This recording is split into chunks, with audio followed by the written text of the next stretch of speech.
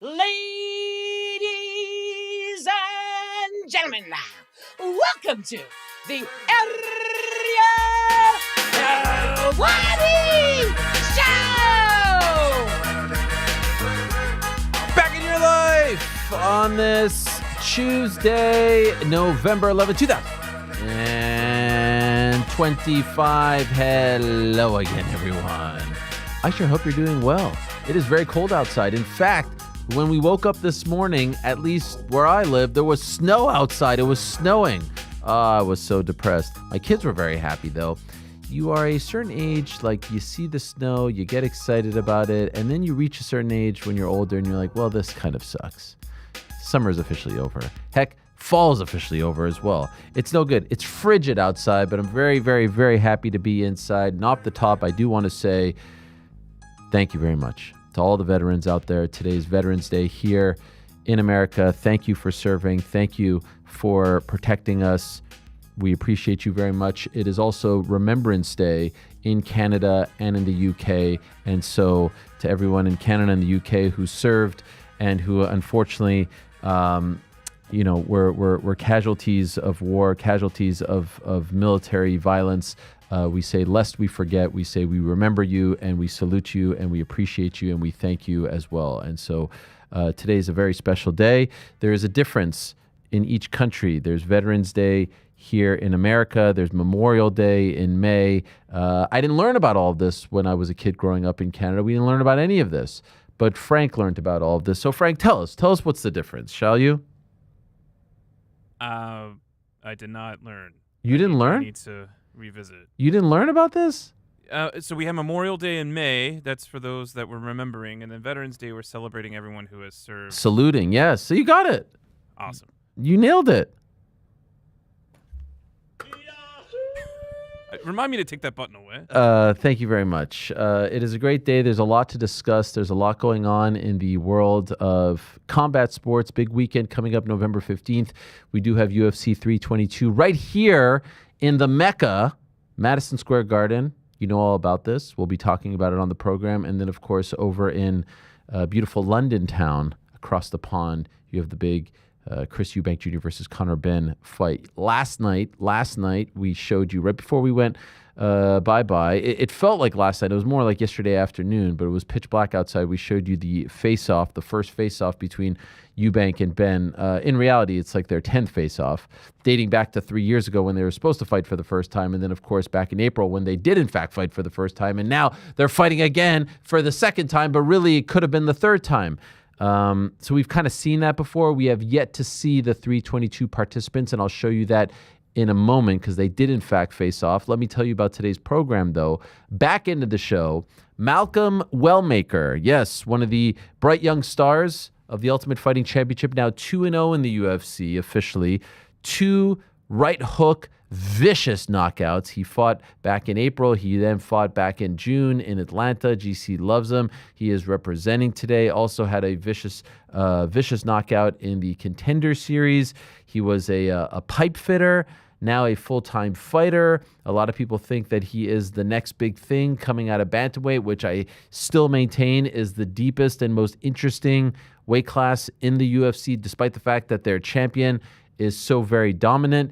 He's fighting on this card, and, the UFC loves to put some up-and-comers. They always love to do this. Some guys that they are, or gals that they are very high on, they always put them on the MSG card.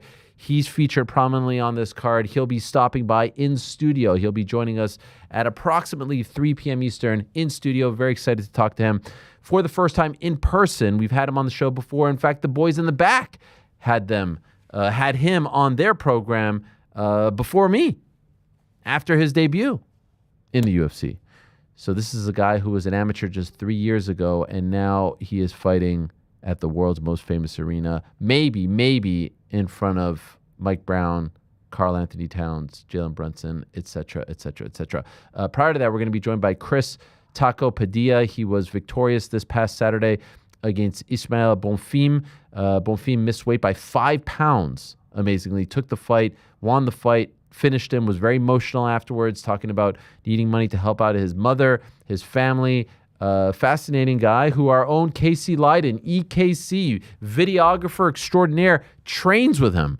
In fact, I believe Chris is his actual coach over there in California, which is pretty remarkable. Undefeated UFC fighter. Had a few losses on the regional scene, but in the UFC, undefeated. So he's really put it all together. Great story. We'll talk to him at approximately 2 o'clock. And at 1:30, Muhammad Mokaev, arguably the best flyweight not in the UFC and one of the best fighters not in the UFC right now. I don't think that that's a hot take. He's coming off a win 4 days ago at Brave 100, a head kick knockout victory, and a very impressive one, and the first of his career. And so can he finally get back into the UFC? His last fight was in the summer of 2024. We all know what happened. We've had him on the show before. We settled our differences, and so we'll see. We'll see. He's 3-0 since leaving the UFC, plus 1-0 in karate combat. Is this enough? We'll find out. We'll talk to Muhammad Mokaev at approximately 1:30. There's the 3-pack of guests, but a lot to get into, a lot to discuss. Let me say hello to everyone. Everyone doing well over there? Everyone hanging in, braving the cold? Peachy. Yeah, man. How are you doing? I'm doing okay. Nice to hear. Why? You're just checking in, seeing how we were doing. Yeah, I was checking in back on you, man. I appreciate that. I gotta appreciate check in on you, man. I thought you were like worried about me or something. No, I thought you were worried about us. No, I just want to say hello because sometimes I get on this roll and it's like 15 minutes and I haven't said hello to anyone. And I know we have a tight window with Pizzi. He's got a hard out 1:30, so I wanted to tag him in. Pizzi, it's snowing in Ireland? No, not yet. It happens. It can happen at any time. Sometimes it's March and it's snowing here, so really horrible weather, but no snow yet. Okay. Thank you for that update. No problem. Let's get into things, guys, because as we said goodbye, we were leaving the studio, and all of a sudden, I see the face-offs, and, we have yet to see. Sometimes for big fights, they'll do a press conference a couple months before, the on-sale. They'll do one in Vegas before a big fight. We have never seen Jack Della Maddalena and Islam Makhachev face off. We have never seen Zhang Weili and Valentina Shevchenko face off until last night. And here they are. And I got to admit, I was a little underwhelmed because the sun was setting. It's worse for Shevchenko and Zhang. And I felt like we needed a little bit more. I mean, look at this. This is brutal. This is you and your family on vacation taking a picture at the Empire State Building. We get a New little York has lighting. never looked better, but a face-off's never looked worse. Like, this is great. Look at the city back there. A little spotlight. Like, this is one of my most anticipated fights of the year. This is the face-offs. And it's pitch fighting? black. Couldn't even get a phone flashlight shining on him. I mean, look, at least this picture of Islam and JDM is like, you can see them. Tremendous. Like, Yeah, this it was is good. That was that. And look at, come on. The skyline is. By the way, I didn't even see it. I don't know if you guys did. I didn't see a Zhang Shevchenko picture because I think it was too dark. Yeah, They didn't bring any lights. Yeah, I think What they are tried you to gonna take a do? picture and they were like, that one's not going to work. Yeah. Oh, gee. I mean, That's look tough. at that. Look at that. That's tough. What is going on? Why would you do it at this hour? And if you are going to do it at this hour, I don't know if we have it. We played it yesterday. Matchroom did theirs at night, but they're lit up. You could tell that they're lit up. Ben and Eubank. And here, there's clearly no lights. I think that's the top of the Empire State Building. I You were actually think there, it's the PT, right? edge. The Edge. Is it not the Empire State? What is that? I think if we look at the Islam JDM picture, you can see the Empire State in the back. Oh, so on what the is right this? there. What is this? What is The this? Edge. It's like a giant building over in Hudson Yards, and you can go out on the balcony of it. Okay. You can go outside, and then there's it's like a hanging porch, 100 stories up. We did get some nasty trash talk between JDM and Islam. Do we have sound on this? Frankie, if you could bring that up for us. I just wanted to. Here we go.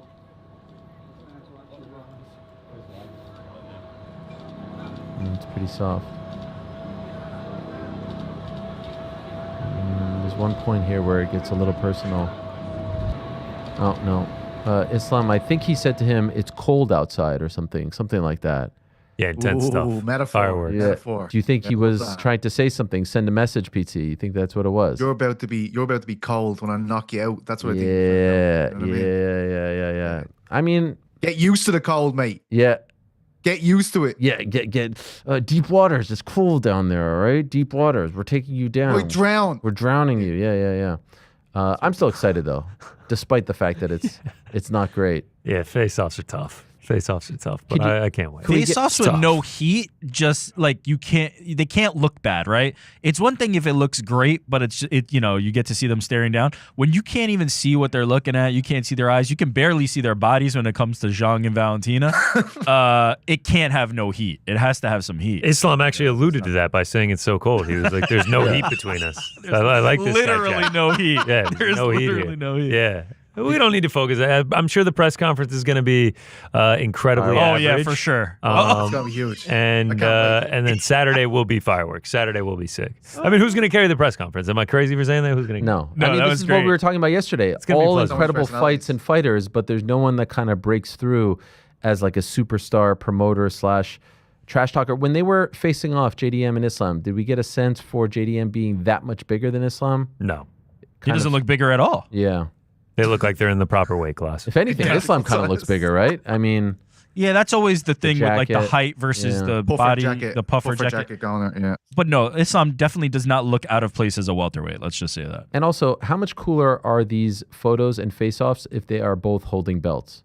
So way cooler. infinitely cool. You know what I mean? Proper Like, they're- lighting, 2 belts changes everything. Islam is 1 win away from tying Anderson Silva's record for most consecutive wins. He is the last remaining, or what do you want to say, undisputed UFC lightweight champion after Ilya comes in and takes the belt in a vacant title fight. Zhang is unbelievable at 115. They are both as worthy of holding those belts as their counterparts. In fact, they held their own respective belts longer than their counterparts because remember, Valentina lost the belt and got it back, and Jack just won it, and yet they're not holding a belt. It doesn't make any sense to me. It really doesn't. It makes zero sense. At least even for promotional purposes, right? Like who's fact checking? Like who's going to be like, well, actually, Islam doesn't have that belt anymore. Right, Just right. throw on the poster. They have the belts. Yeah. Unless Well- I'm mistaken. People on Twitter will do that. They'll be insufferable, but No, but I'm like, overall don't promotion. they have the belts on the poster or like on like the tail of the tape or something? I saw that they had belts. But either way, What happened to PT before when his eyes were closed? What happened there? Was it? he was asleep. Oh, it was on the blower. Yeah. Oh, wait, you were talking to someone? No, like it was just on my phone. People were hitting you up? What? They do have the belts in the poster, Rick. Great call. Yeah, so it's like, give him the fucking hold the belt for the face off. Give him the belt. Who's hitting you up, PT? Oh, sorry, we moved on. All right. I'll I fuck just off. want to know who he's on. Folks, Fuck that's the okay, belts. what's Who's happening. texting We're talking pizza? about fighting. I just wanna know The who's lads, texting the you lads up. know what's happening. The lads know what's happening, right? Because Are bad there's things the happening? picks, right? GC is the king of the picks here, and Al Shadi sent out the email there saying, "Lads, we need the picks." And Ben Folks is suggesting Oh, wow, that this is real some illicit inside baseball. activity is going down What's this? into Oh, geez. what he is at the bottom of the table. He Yeah. is saying. Oh, He is saying that, you know what I mean, that the scandal that is currently engulfing our sport not only has the sport, but it has the picks for Uncrowned too. So I was just gazing down at that, wondering like, wow, does the corruption have no end It's in mixed funny. martial arts? It's funny he says that. If I'm gonna point the finger, like it's not. I'm not Sure, that type sure. of guy. But if I were to point the finger, it'd probably go in the direction of one Shaheen Al Shadi. It'd probably go right to Shaheen Al Shadi. And Why? well, it's funny you ask. I'm glad you asked because there's a thing called ties, right? Where people will have the same record in these picks, but ultimately there's one person who gets to decide who's above or below the other person that Wow. they're tied with when they list out the rankings. And that person is Shaheen Al Shadi. And last week when I was tied with Ben Folks for last, wouldn't you know it, I was at the very bottom of the table, even though I had the alphabetic. exact same record. This is very inside baseball Now, right here. I've actually moved up, and I'm You asked. no longer last. It's Ben Folks. That's definitive now because I'm no longer. But I look here, Pete Carroll, Mysterious Frank tied. Who's on the bottom? Mysterious Frank. How do we decide who gets to It's go alphabetic. on top of? It's interesting. well, that's Yeah, Frank, it's alphabetic. that seems like a big controversy, almost as big as the piracy controversy. That is really What a Plaguing. transition. Look at this guy. plaguing the sport. The face-offs weren't. I was just moving right past that. 'cause I yeah. think And we has lost- anyone regretted asking about Yeah, something we more than lost all Ariel our asking viewers. about pizza? He was looking down. I didn't know if he was Yeah, frozen.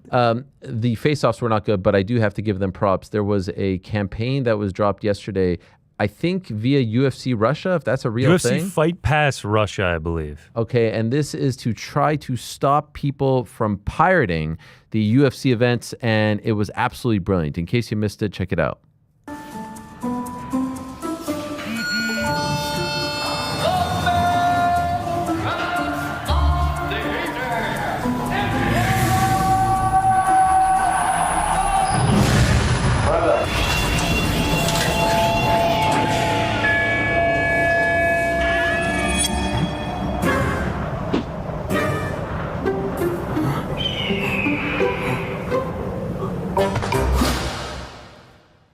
Ну что, братан, насмотрелся пиратских ссылок?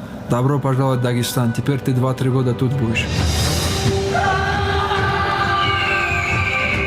Прямые эфиры, тысячи часов архивов, эксклюзивный контент и многое другое. UFC Fight Pass. 2-3 years Dagestan and forget. Okay, that's brilliant. I do have to give them props for that. That is fantastic. When he's in the elevator and Islam flashes up in red and he's like, brother. Yeah. And then him at the end fading out. 2-3 years Dagestan and forget. So good. It's amazing. That was good. Shout out to whoever did that. Well done. There was all kinds of stuff yesterday that came out. The great and very popular streamer Aiden Ross was hanging out with Team Islam, Team Khabib. DC even made a cameo. I'm not going to go through all of it, but I did think that there was one really, really notable part, and it just spoke volumes, at least to me. There's a scene there. I don't know if you guys saw it or a clip. I was seeing everyone clipping it off. It was all over the timeline. Aiden Ross, streamer. Everyone knows who Aiden Ross is, I would imagine. He's hanging out with Islam. He's talking. Then they go to Henzo's. They're training together. And there's a lot of members of Team Khabib there. Usman Nurmagomedov, obviously Khabib is there, Islam is there, but there's this John Pork character, and there's a whole bunch of fighters. It's like 10 or so guys, and Aiden Ross. And then they cut to a scene where Aiden is grappling with who else but Ali Abdelaziz, former alleged Egyptian Olympic alternate, judoka, in his late 40s, maybe even early 50s. Who knows? Who's to check, right? But he's there on the mats, rolling around with Ali. Ali tapping him out, ignoring the tap. Take a look at this. He's tapping out multiple times. I mean, going pretty damn hard on this guy.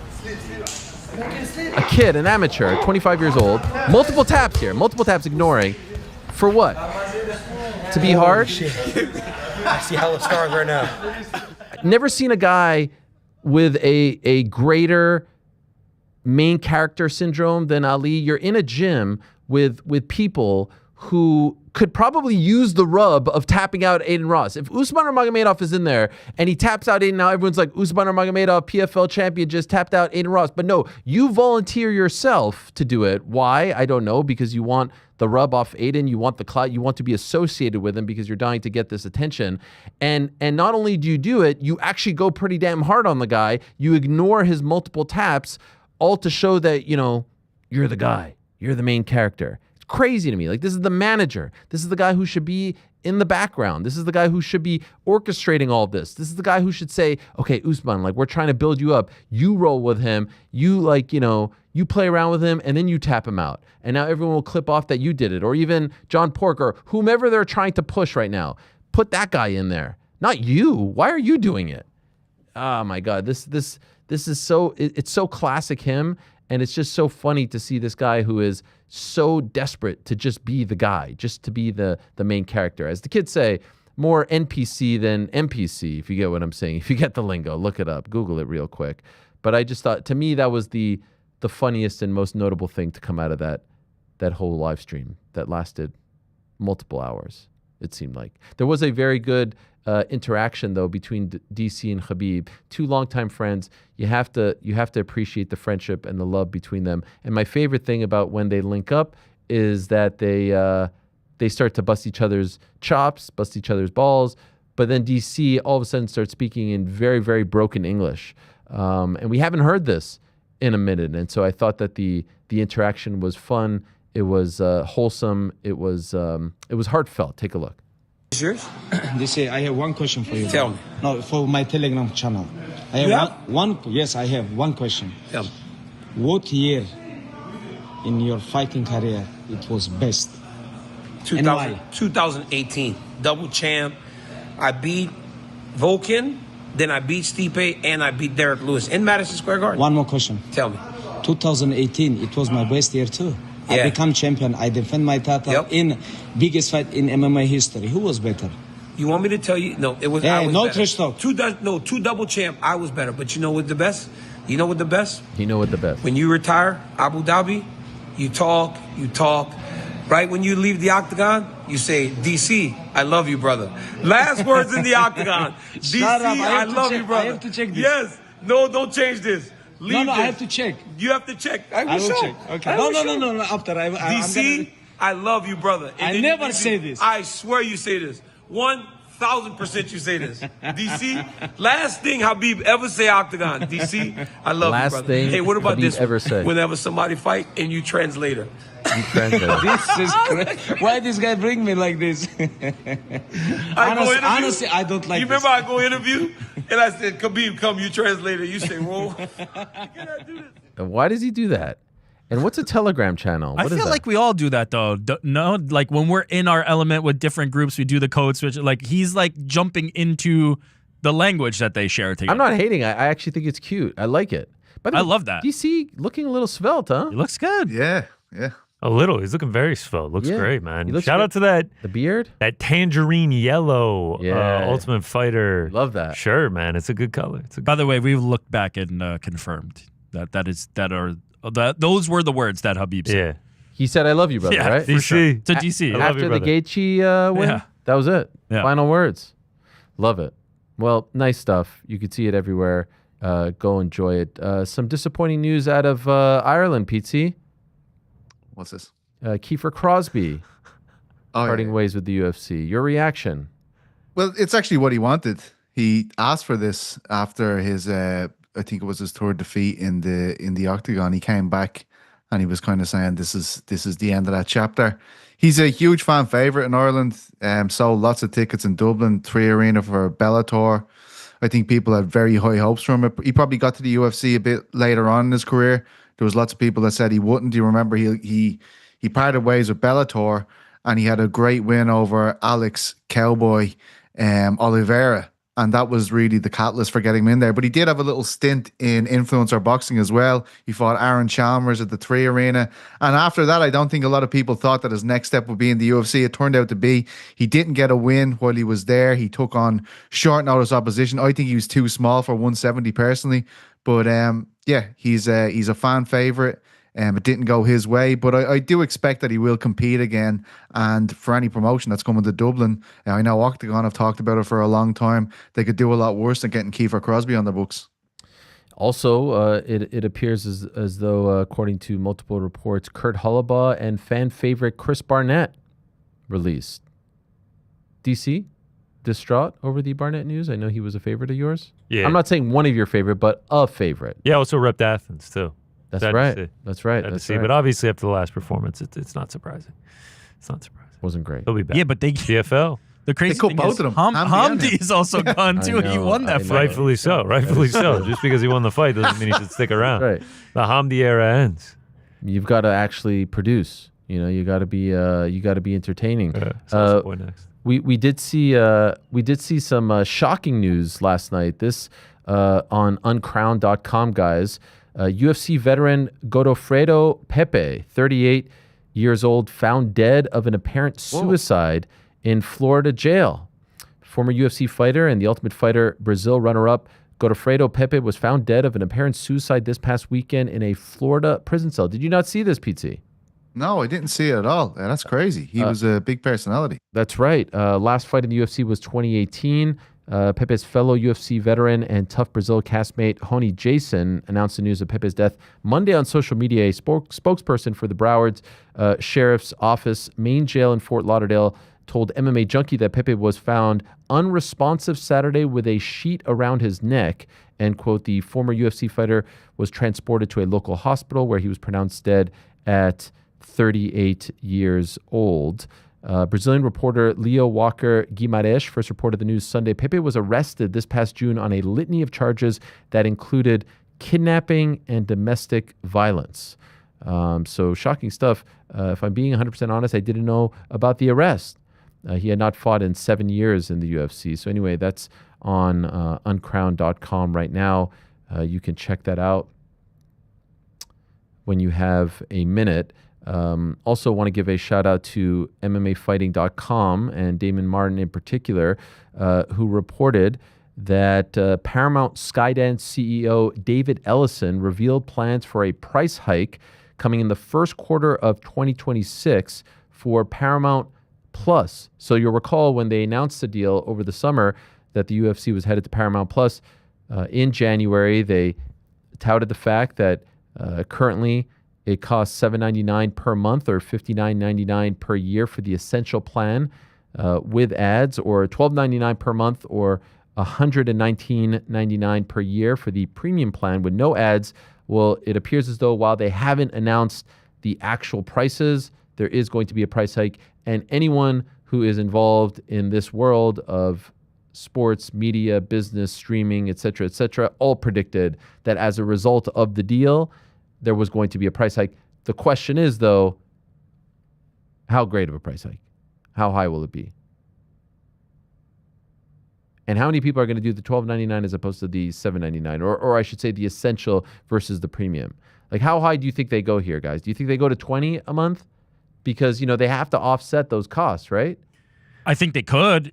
Look, they're adding a premium product that comes with a built-in fan base that is sure to come that they did not have before. Like, you would expect that anytime they add something this significant, if the price felt too good to be true, that they have to kind of adjust for that. Also, so I'm not going to lie, $20 a month, ad-free, and I'm getting every UFC event. Not bad. I'm all right with that. Yeah. It's still way, way cheaper than what you're getting now. For MMA fans, cheaper. yeah.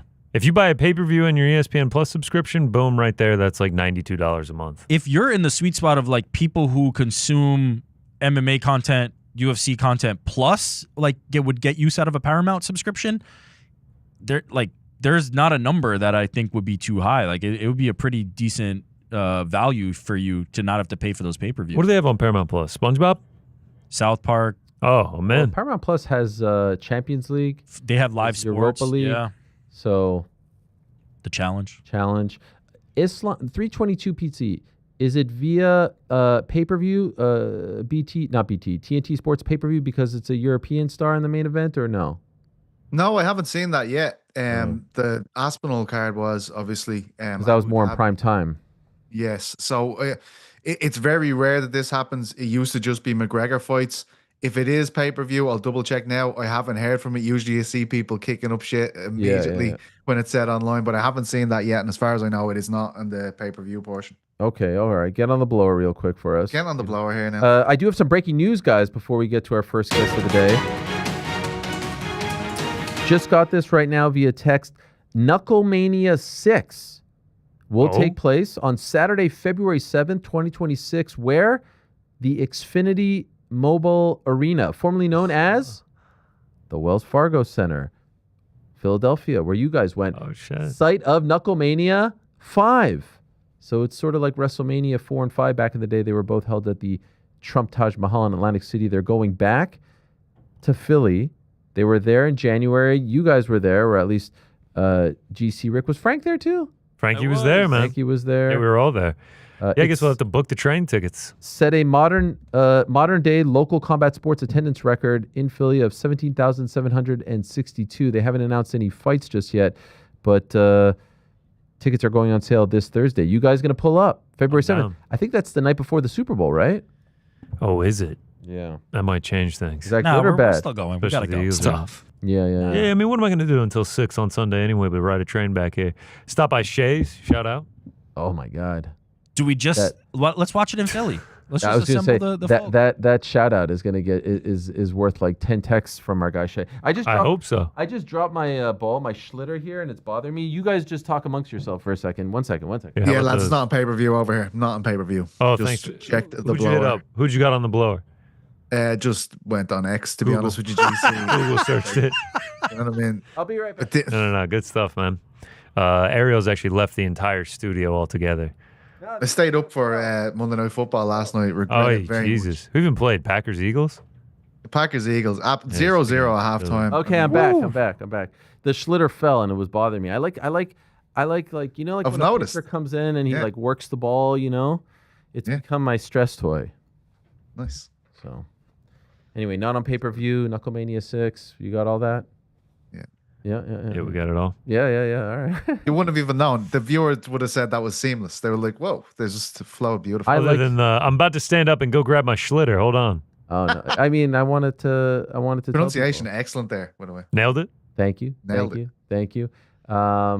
Well, I'm feeling good about life, guys. Thanks for asking. Last night I had a moment where I was sitting around, and my boys have become so big into the NBA that they're telling me about things. They're in fantasy leagues and whatnot. And we were going around the association. We were watching Wizards Pistons on Peacock. We were watching Trailblazers Magic. We were watching Bulls, Spurs, Cavs, Heat, and it was just so much fun. And I was like, this is the dream right here. Got a couple of kids, they're still at the age where they don't think that their old man is like a weirdo or a loser. They want to hang out. They want to talk sports. We're sitting around. We're watching basketball. I had to cut it short. Had to go take a shower. Guys, it's getting late. It's 10 o'clock. What's better than this? What's better than this? Getting to sit around with your boys and. Is there like a red zone version of NBA League No, Pass? but League Pass. Yeah, you just switch in between the games. Yeah. Oh, that's a good question. Like a thing where you where they're watching it. So I guess there is a new multi-view within the League Pass. Yeah, There's like close games. To be honest, I was on the Yahoo Sports app and I was just going off of what was going on over there. Seamless app. It was beautiful. Number one sports app in the world. That's what I'm told. Surprise me. Doesn't surprise me. That's what I'm told. You get that over there in Europe? Oh, you better believe I got it over there. Yeah. Oh, nothing like that. Customizable options. Come on, boys. That's right. You can pick your teams. You have it on the top. Fantasy. I mean, it's beautiful. Don't have to tell me, mate. Yeah. You know what I mean? Don't have to tell me. Yeah, I know what you mean, Petey. I don't have to tell you, man. Guys, you're a riot. God bless you. God bless you. All right, gents, we're going to get into things now, and more to come as far as news and notes are concerned later on in the program. Hey, thumbs up to the chat. Okay, thumbs up to the chat. You guys have been great. You haven't been too hard on me. I've noticed a lot of support and love. So I appreciate you all very much. Thumbs up to the chat. Do give us a little thumbs up as well. Give us a little sub, a little follow, a little this, a little that. All that stuff. We appreciate you guys very, very much. Back into the show, we're going to be joined by Malcolm Wellmaker. You may have seen GC rocking the Wellmaker shirt. Oh, I didn't even see that you guys wrote that in the thing. There it is. Yeah, look at that. The 404. What is that? Is 404 Augusta or is that all of? Nah, it's Atlanta area code. Because the fight was in Atlanta. This was for the Atlanta okay. fight. Because then I was gonna be like, yo, are you a, He made the shirt, bro. Okay. Wait, who made the shirt? He did it? Yeah, like it's his. Off his the team. website? Yeah, Grizzly Fight Co. Shout out to him. So he'll join us in studio. Chris Padilla is going to join us to talk about his big win and all the things going on in his life. You may have seen very emotional in the aftermath, but we'll begin today's portion of the guests part of the show with a man who just picked up a big win on November 7th. That was just 4 days ago. A head kick knockout, the first of his pro career. It was at Brave CF 100 in Bahrain. Now 3-0 in MMA since leaving the UFC, 1-0 in karate combat. Some might say he's the best flyweight not in the UFC and one of the best fighters not in the UFC as well. He's the Punisher Muhammad Mokaev, who is kind enough to join us, the 16-0 Muhammad Mokaev, kind enough to join us on this Tuesday afternoon or evening where he resides. Hello, my friend. How are you? I'm good, Ariel. How are you doing? I'm doing great. Congratulations on the win. First head kick knockout. Was it the first of your pro and amateur career? Is it the first time you've landed that? The head kick, yes. Yes. How did that feel? My foot was like a balloon, but it wasn't from the head kick. But I think it was earlier kicking, maybe in the elbow or something. But it was bigger the next day. So I saw this. That wasn't from the kick. That was the other foot. Yeah, it was other foot. I think he checked with the knee one of the kicks in the early first round, and I went in the corner, and Rustam Khabila was in the corner, and he's like, keep kicking him in the head. He think you wrestling and you will knock him out. I tell him, brother, my foot sore. He said, you just need one kick. I'm like, okay, but I'm not kicking with my sore foot, and then I throw on other foot. Yeah, a beautiful knockout, beautiful technique. Are you aware? Like, is it broken? Have you been told what's wrong with the foot? How long you're going to be out? I know some people say I'm crazy, but I haven't done X-ray yet. We play paddle next day.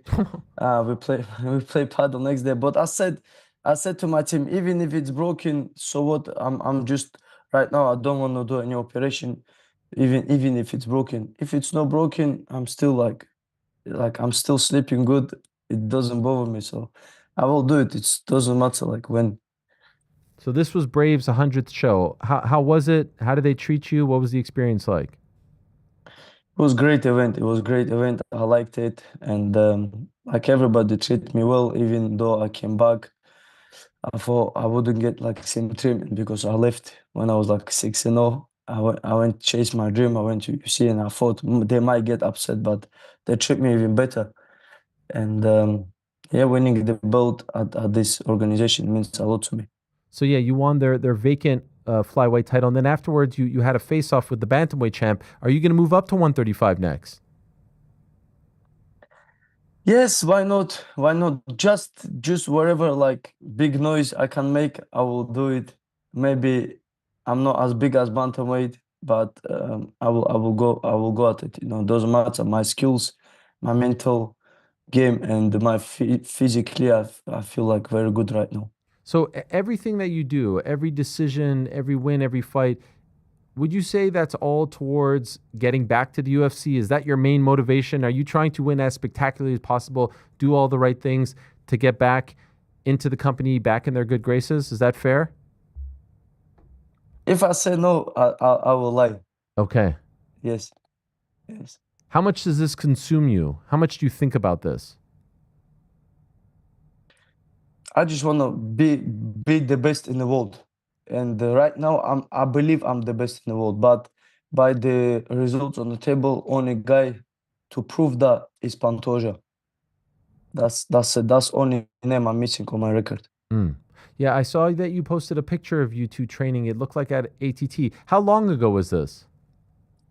I was preparing for Charles Johnson. It was 2022 June. Okay, so a little over 3 years ago. What was that experience like? Did you actually roll with him? Did you spar with him? There was a position, he takes my back, and we defend, and then I take his back and I defend. And 2 times it was close. One time he was close to get submission.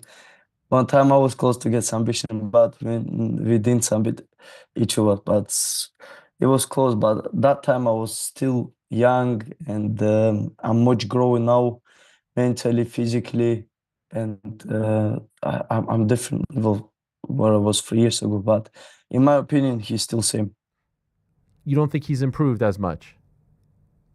He's 36 years old, brother. Sure, sure. How do you think that fight goes now? If you actually fight in a real fight, how does it play out? I don't think that fight will go to distance. One of us gonna go, but in my opinion, in the fans opinion, it's 50-50 fight. In my opinion, it's either die or take the belt. That's my mentality. Will go to that fight. His next fight is coming up. It's less than a month away against Josh Van. Who do you think wins that? I think Pantoja will win. I Yeah? think Pantoja will win. Yeah. How do you think he wins? Do you think he dominates him? You think he's that much better? I think from early once you take him down, I think he's unbeaten. Really, that quickly, huh? So like the Kai Yes, I France think- fight where it's very just dominant one-sided? I think yes, because Joshua One got very, very good boxing, and whereas Pantoja is like he doesn't stand and do like technical boxing. He's a dog. A dog, I mean, good way. He just go out there and roof your, smash your style. He doesn't let you to be comfortable, start there and doing throw the jabs and stuff. She's gonna go in, take him down. Similar fight to Alex Perez, I think. And whereas yeah. So looking at the top 10 in the flyweight division of the UFC right now, you have wins over 3 of the top 10 and 1 in the top 15. Charles Johnson, who's 13, Tim Elliott, who's 10, Perez is 8, Cap is 7. So you see, I mean, this is an impressive amount of fighters that you have beaten in the top 10 and then top 15, and yet you're still on the outside looking in. After this win, have you talked to anyone in the company? Have you had anyone reach out on your behalf to say like, okay, what do you think now? I haven't been told like what do you think now, but they just congratulated me and they wish me luck before the fight. It would motivate me like crazy. I was happy all day. I'm like, wow. Who did when they that? wish me luck. Who did that? Hunter and Mick. Okay, they And- reached out. They reached out on their own. Yeah. That's great. Yeah. I was so motivated. I was going to event like in the morning. I have different mood, and I'm thinking maybe that's the day to prove the world and show the world. And then they just congratulated me after fight. But I'm just happy, even though I just stay in touch with them. That's better than nothing. This is very promising, I think. The fact that they're keeping tabs on you, that they like you enough to reach out, they're paying attention. This has to be very motivating. I This has to hope feel good.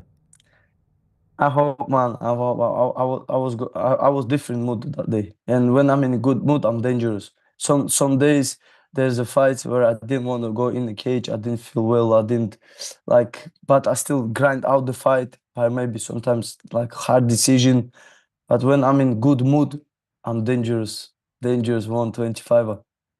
I saw Chael do a video saying that he thinks you're going to get back in. I tend to agree with him, although I think that it's going to be a short notice opportunity. I think that they're going to call you at some point when they need someone and call you and ask you if you're ready to jump in on short notice. Would you be okay with that scenario? I would. I think when you save the company, when you give make favor for company, when somebody pulls out, and there's two flyweights fighting on UFC Qatar. I'm here like 1 hour away in Bahrain right now. Are any other promoters, like since we last spoke, PFL, One, these guys, are they reaching out? Are they trying to lock you up before you go back to the UFC? PFL, yes, they got in touch to replace Magomedov when he hurt his rib, I think it was, and to step in, and they couldn't get working visa in 10 days notice. Yeah. Would you have done it? You would have been okay if you could have done it? Yes. Okay. And would it have been a part of the tournament? It was part of the tournament, but the thing is, I just don't want to get locked in. Yeah. That's my main issue. I would challenge, like, I fight anyone. Like, there's a fight, I would like to fight Sergio Pettis. That's my, like, one of the fights I would like to compete. But I just don't want to get locked in. I spoke to Tim. I called Tim actually maybe like 2 hours ago. I said, do you think that fight can happen? And he said they might lock you in the contract. So the only reason some big fights not going on is because of my dream, and I don't want to get locked in. Okay. But at some point, because you could be losing out on some big deal, right? Even though how long do you wait, basically? I know you're still pretty young. You still, you're undefeated. You still have, a very high ceiling and great expectations, but you may be turning down stability and that comfort for this dream that who knows when it comes. I agree, Ariel. It's like it's been like over 1.5 years now. Like I've been told by many people like this, maybe they'll never sign you, and I said, listen, I believe they will sign me. That's sometimes you just have to go with your feelings, and my feelings is right at the moment. But if I don't feel it, maybe I have to do something. But right now, I just strongly believe I will get back there. I appreciate that. Have you had you talked about them texting you? Have you had any meetings with them? Have they talked to you? Have they called you on the phone or face to face? No. I don't have anything like this. But I'm flying to Qatar, and I hope if they have like time to talk to me, that'd be amazing. But I don't want to bother them. I don't want to like be annoying. Yeah. I don't want to be annoying. If they see me, I'll be more than happy. But if they don't see me, it's their organization. It's their choice. I cannot blame on them. So you're flying to Qatar just to be a spectator, just to take it in, or do you have a teammate fighting on the card? We have Shamil Ghazi fighting heavyweight, and there's Alex Perez also fighting my ex-opponent. So it'd be interesting for me to watch that fight. It's very, very. I think it's one of the best cards right now, and I think it was better than Abu Dhabi event. It was like Kyoji Haraguchi also fighting. So it's interesting for me to watch this event. If you get the opportunity to sit with them, to meet with them, what is the pitch? What are you telling them? They love this show. Mick and Hunter, they watch this show all the time. What is the pitch to them? What are you telling them as far as the opportunity that you want to get back in?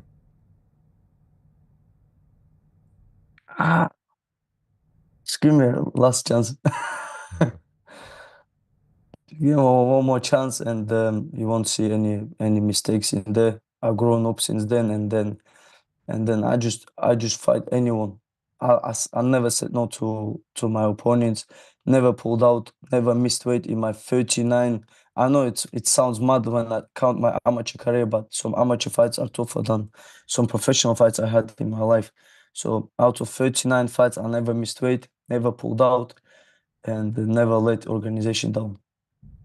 You know, in a month, Manel is fighting against Brandon Royval in the main event, the last ESPN show. This is a guy that you fought. This is a guy that you beat. When you see him still in the UFC and you guys had your issue, how does that make you feel? Doesn't feel me. We have different paths in life.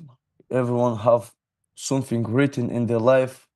Everyone got their own road. So maybe if you ask me this question 3 years ago, I will answer you a different way. But in now I just focus on myself. Okay. Very mature answer. I appreciate that. I saw you did an interview with Demetrius Johnson, and I'm sure that was a great honor for you, considering who he is in the sport and what he did in your weight class. And you mentioned to him about taking the money that you've earned in the UFC and building a training center back home in Dagestan. Is that up and running? Has that been built, and are people using it now? Not yet. We're finishing the roof now. So I'm actually, while I'm in the camp, I'm doing like ChatGPT, doing some designs, talking to constructioner. Like I love this stuff, and I cannot wait till go back and see what's going on there. But yes, it's similar to like Ilya Topuria has like a recovery center and stuff like this. It's not gonna be as big as like UFC PI, but it's gonna be good. Okay, and who will this be for? Will this be for kids who want a place to train? Will it be for professionals? Who do you hope will use this? It'd be more for professionals to do the like full camp, and for the kids, I'm looking to buy a land. I'm looking for a land every day. It's hard to find a good place, and I want to make it in city center. But that one is a bit out. Okay. And was this a dream of yours? Yes.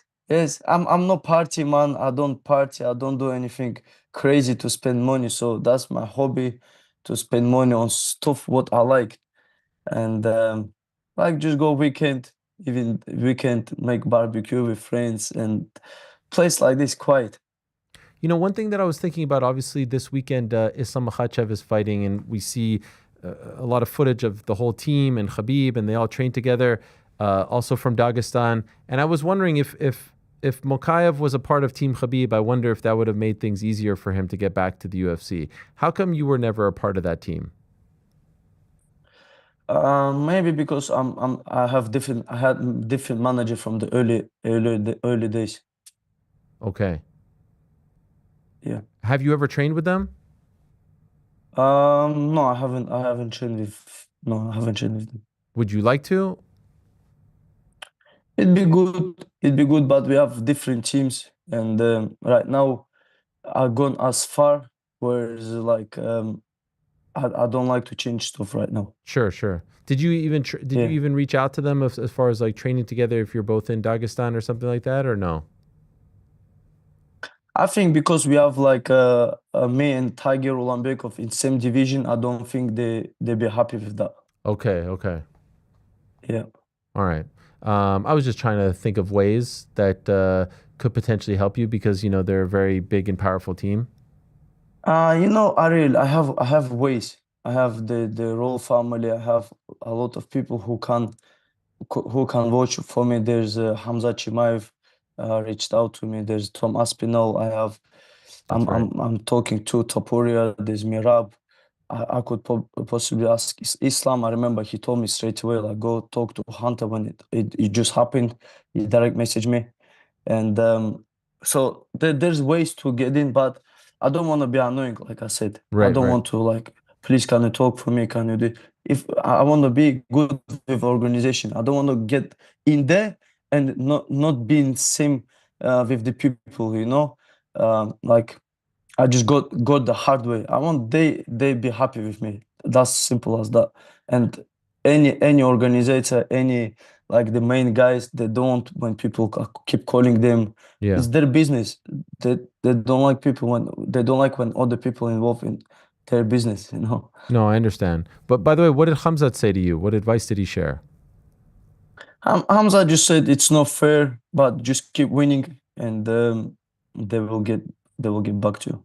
Okay, so you have a lot of people looking at. You mentioned Tom Aspinall. You're both from Manchester. You've known each other for a very long time as well. So it seems like you have the support that you need. You just have to remain. You have to remain confident and keep that spirit alive. Do you ever have moments where you start to doubt, where you start to question, where you feel bad for yourself? Do you have moments where you feel down and think that it's not going to play out the way in which you want it to play out? First month it was crazy. First 1-2 months it was a bit weird, and that's month I had a car crash and stuff like being a little bit crazy. But then I thought, listen, I just go out there, keep winning. That's the most guys make mistake when they get cut from UFC. They just go out there and thinking they'll never be back. But my age is advantage. I'm not 31, 32 years old. My age is advantage. Some people get in UFC when they're 28. Yeah, you're just 25, for those that don't know. You're still a baby. With babies. How many babies do you have now? One, 3 years old. 3 years old. Is it's a boy, right? Girl, sorry. Are you getting her into martial arts? No. You don't want? I want like university, like okay, being smart, yeah. No training, not even some wrestling or jiu-jitsu or something like that? Gymnastics, I want to say. Okay. Gymnastics, that's like healthy for the body, and gymnastics, swimming. Once we get back to Dagestan, I will do like private lessons for. Okay, so is that home for you now? Dagestan? Really for me, wherever I feel like I can be here 1 month, I can be in Thailand 1 month, Dubai, Dagestan, wherever I can go back to UK. I just like to travel, Ariel. I don't want to sit. I don't feel comfortable in one place. Okay. One of my friends said you have like what is called, I think, ADHD or something like this. ADHD. Yeah, you can't sit in one place. You want to constantly be moving. Yeah. That makes sense. And you're young. You're able to do it. What about this Islam fight against JDM? Who do you think wins? I think Islam on the ground is much better. Like I think Islam can submit him with darts choke. Really? With darts choke? That's what you're thinking?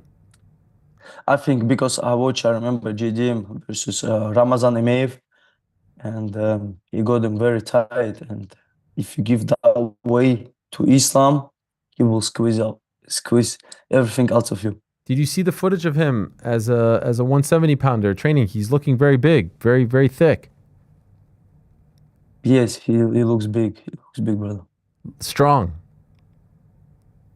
Yes, strong. I think Islam gonna feel better in this division.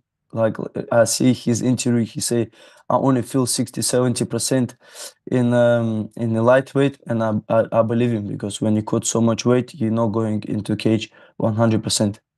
And by the way, for you, you mentioned Sergio Pettis, and you talked about PFL, and those would be at 135. They don't have a 125 pound division. What do you walk around at these days, and how much do you think, like at 135, how much do you think you'd weigh if you fought someone at bantamweight? I'm around like 155. Oh wow, 150, okay. 155, around that, yeah. Okay, so you wouldn't it wouldn't be that big of a. Do you think you would be at a major disadvantage at 135? No, I think I was bigger than PT Ryan at some point in Thailand. We checked like together. We trained even together, and then at some point I was preparing for flyweight fight. It was Jafel Filho. I was bigger than him. Okay, all right. Is it true PFL asked you to fight Patchy Mix? It's true, yes. Wow, and what happened? It's true. It's basically they said then they offered the tournament, and then I said I have to bulk up a little bit. There was a little bit short of period of time, and I said let me do like bulking up because Pachi is big. Yeah. Pachi is big, and I want to get on some SNC. There's bantamweights like Sergio Pettis, who is ex-flyweight. He's good, but there's natural bantamweights where you have to like take a bit time and bulk up, and like Islam did. Are you surprised at how he's looked since getting to the UFC, Pachi? Yeah, I'm surprised. I thought he's one of the best bantamweights. Yeah. Before he joined UFC, and then when Bautista just did like simple boxing with him, I'm like, wow. Yeah, what a story. Never saw that coming. Okay, so for you, you enjoyed this victory. Do you think you're going to be doing any more side quests? You did the karate combat fight. It went well for you. Or do you think you'll go back to Brave? Obviously UFC is where you want to be, but where do you think we see you next? If not, and when? How soon? Yeah, so I probably compete in RAF, the people you introduced me to. Oh, Real American Freestyle Wrestling. Yes. Okay. Yes. I would like to wrestle there. I spoke to them like today as well. I think January I will compete. I think, yeah, January I compete. And then also Karate Combat offered me a fight for the belt. I just want to stay like crazy busy, Ariel. Like wherever side quest there is, I'm in. Okay. All right. Well, I hope it works out. Congratulations, Mohammed, on the win. Very, very impressive head kick. Very impressive finish. Hopefully the foot is not too bad and you heal up soon, and we get to see you continue to do your thing. And of course, eventually in the UFC, because I think you versus Pantoja, you versus Van, any of those top guys would be phenomenal. And I feel like at this point, you did your time. Now it's time to resume, as they say. You know what I mean? Free Mokaev. Yes. So good luck to you, my friend, and all the best, and congrats again on the victory. Thank you so much. It means a lot. Thank you for having me on the show. Salam alaikum, my brother. Salam alaikum. Speak soon. There he is, Mohammed Mokaev, joining us, 16-0, 25 years young, and undefeated in the UFC, went 7-0 between March of 2022 and July of 2024. Obviously, one of the top guys, like I said, beat Cap, beat Perez, beat Tim Elliott, beat Charles Johnson. All of those guys ranked in the top 15. By the way, still third in the UFC as far as most submission wins in the flyweight division. He's got 4. 1 behind the great Demetrius Johnson, 2 behind Alex Pantoja. 3rd longest winning streak in the UFC's flyweight division. Won 7 in a row. Pantoja 8, Mighty Mouse 13. If he was still there, he'd probably get a little closer to that 13, I would imagine. And here's an interesting note. 5 different fighters have held the UFC flyweight title. None of them started their careers 16-0. None of them reached 7-0 in the UFC to start their respective UFC careers. So the resume speaks for itself. It's been talked about that it just, for whatever reason, it didn't end well. But certainly there have been a lot of fighters who have been, a little difficult, a little problematic, who have gotten many an opportunity given that weight class, and especially given how successful Pantoja has been in that weight class and how he might be running out of options and opponents. It would be a very interesting fight to see. And of course, he says he walks around at 155, 135 now becoming, especially as he gets older, becoming more and more of a possibility as well. All right, so thank you very much to Mohammed Mokaev. We turn our attention now to someone who was victorious on Saturday at the UFC Apex event. In fact, he has won his last 4 in the UFC. He is undefeated in the UFC. He's a perfect 4-0 in the UFC, and he was a big talking point going into his fight on Saturday against Ismael Bonfim, because Bonfim missed weight by 5 pounds. Now, often when this happens, either the fight doesn't happen or the guy who missed weight wins. Didn't have to cut as much, didn't have to drain himself, whatever the case may be. Well, in the end, our guest at this time, Chris Taco Padilla, won via 2nd round ground and pound. Got on the microphone afterwards, was very excited about the win, but also talked about wanting to help out his family and his mother in particular. And this has this has drawn a lot of attention to him. So wanted to talk about the win, wanted to talk about his career and everything going on in his life. He's kind enough to join us right here and now on the program. Hello, Chris. How are you?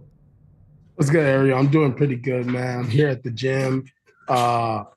I'm just having a good day, man. Just chilling out. How's everything with you? Everything's going great. Congratulations on the win. And by the way, any signs of our friend E. Casey Leiden, who I understand you train, videographer extraordinaire? Is he at the gym right now? Is he the one showing you? Here he is, so proud of you. He says to be a small part of the taco training camp. I don't know if he's taking credit for your victories, but he's very proud to be a part of the team.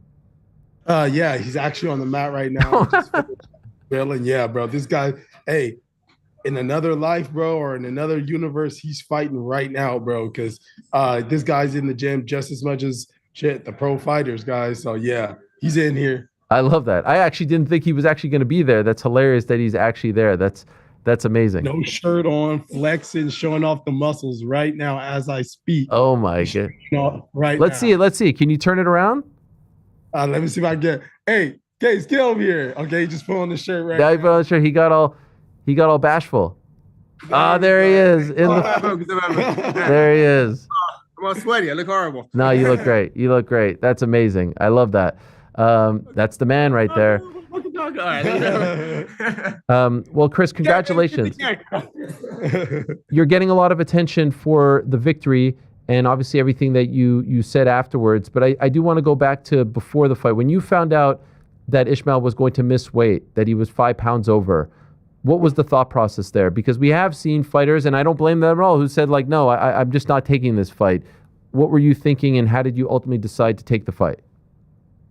So I kind of already so when I'm at the hotel, man, my job is to cut weight. Like, I'm not, there's nothing else on my mind. I don't want to see sightsee. I'm not here for vacation. So when I get up, I go do my run. I bust out 5 miles up, 5 miles down with my sweatsuit on.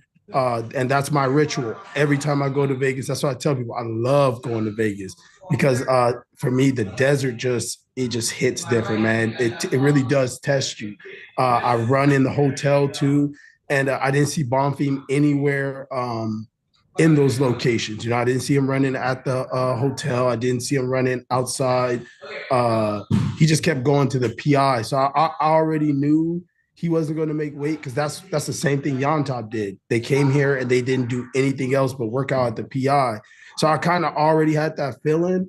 So it to be honest, bro, it never passed my mind to be like, no, I don't want the fight. If you miss weight, bro, you paying me and I get to beat you up. You know what I'm saying? So when they asked me, bro, yes. Do you want to negotiate with your people? No. There's nothing to negotiate, because that's not what we do. When I talk with my team, they're like, oh, do you want to talk with your team or anything? I'm like, nope. Because my team would tell you the same thing. Oh, he missed weight? Oh, let's kick him in the body. Let's kick his legs. Let's see what he's made of. And yeah, I don't I couldn't imagine me personally coming all the way from Brazil and then missing weight and losing the fight. Nah. So we don't duck fades, man. Not where I'm from. So you got what, 20%, 25%? What did it end up being? I believe they said 25% from what they made. So yep. Hey. I don't know what else to tell you, man. You came all the way down here and you weren't on your P's and Q's. You know, we had the same exact time for the fight. Get up, run, bro. It's really that simple. What's been the difference for you as of late, Chris? Because, you know, we're flashing your record up there, and you're 17-6, but all of those 6 losses came before you got to the UFC. You're on a winning streak prior to the UFC. Like I said, undefeated in the UFC, 4-0. Why has it all seemingly come together for you now? Shoot, man. I would say I started fighting when I was 17 years old, man. I jumped out there as soon as I could, because when I became a fan of the sport, I was like 13, 12 years old. And I instantly fell in love, man, because that was it captured me, just like I'm sure MMA captured all the fans, you too. So when you're coming up as a kid, man, you don't see the mental side of it, the spiritual side of fighting. You just think, oh, I got to get in there and I just got to hurt somebody. And that doesn't go very long. Like you can get away with it for a while, but in the long term, bro, you start meeting what I like to call them spiritual warriors, bro, who can take an ass whooping and bring it right back to you. And that's something I didn't comprehend until I got older, until I met my new coach, Chris Cully, Jumby, Chad George. Once I started really working with them, man, we start really talking about those things. Like, okay, what makes you feel that way? Why this? Why that? So they almost became like sports psychologists for me, you know. And for me, bro, I'm the type of guy. If you say, hey, if you walk across this long ass desert, that's where the water is on the other side. I'm a walk. I won't ask questions. I'll go. So when they told me like I really had to dig deep in myself to find what I wanted to do, it was easy for me to be like, of course, I'll do whatever I have to do. So I would say I got the mental and spiritual part of fighting down compared to when I was a kid. Your pro debut came in 2014, your amateur debut in 2012. 11 years to get to this point. And I know you didn't just have your debut in the UFC, but that's a long stretch of time. Was there ever a period where you thought this will never happen? That you did, okay. And so how did you get over those feelings of doubt? Bro, I just remember it was right before COVID happened.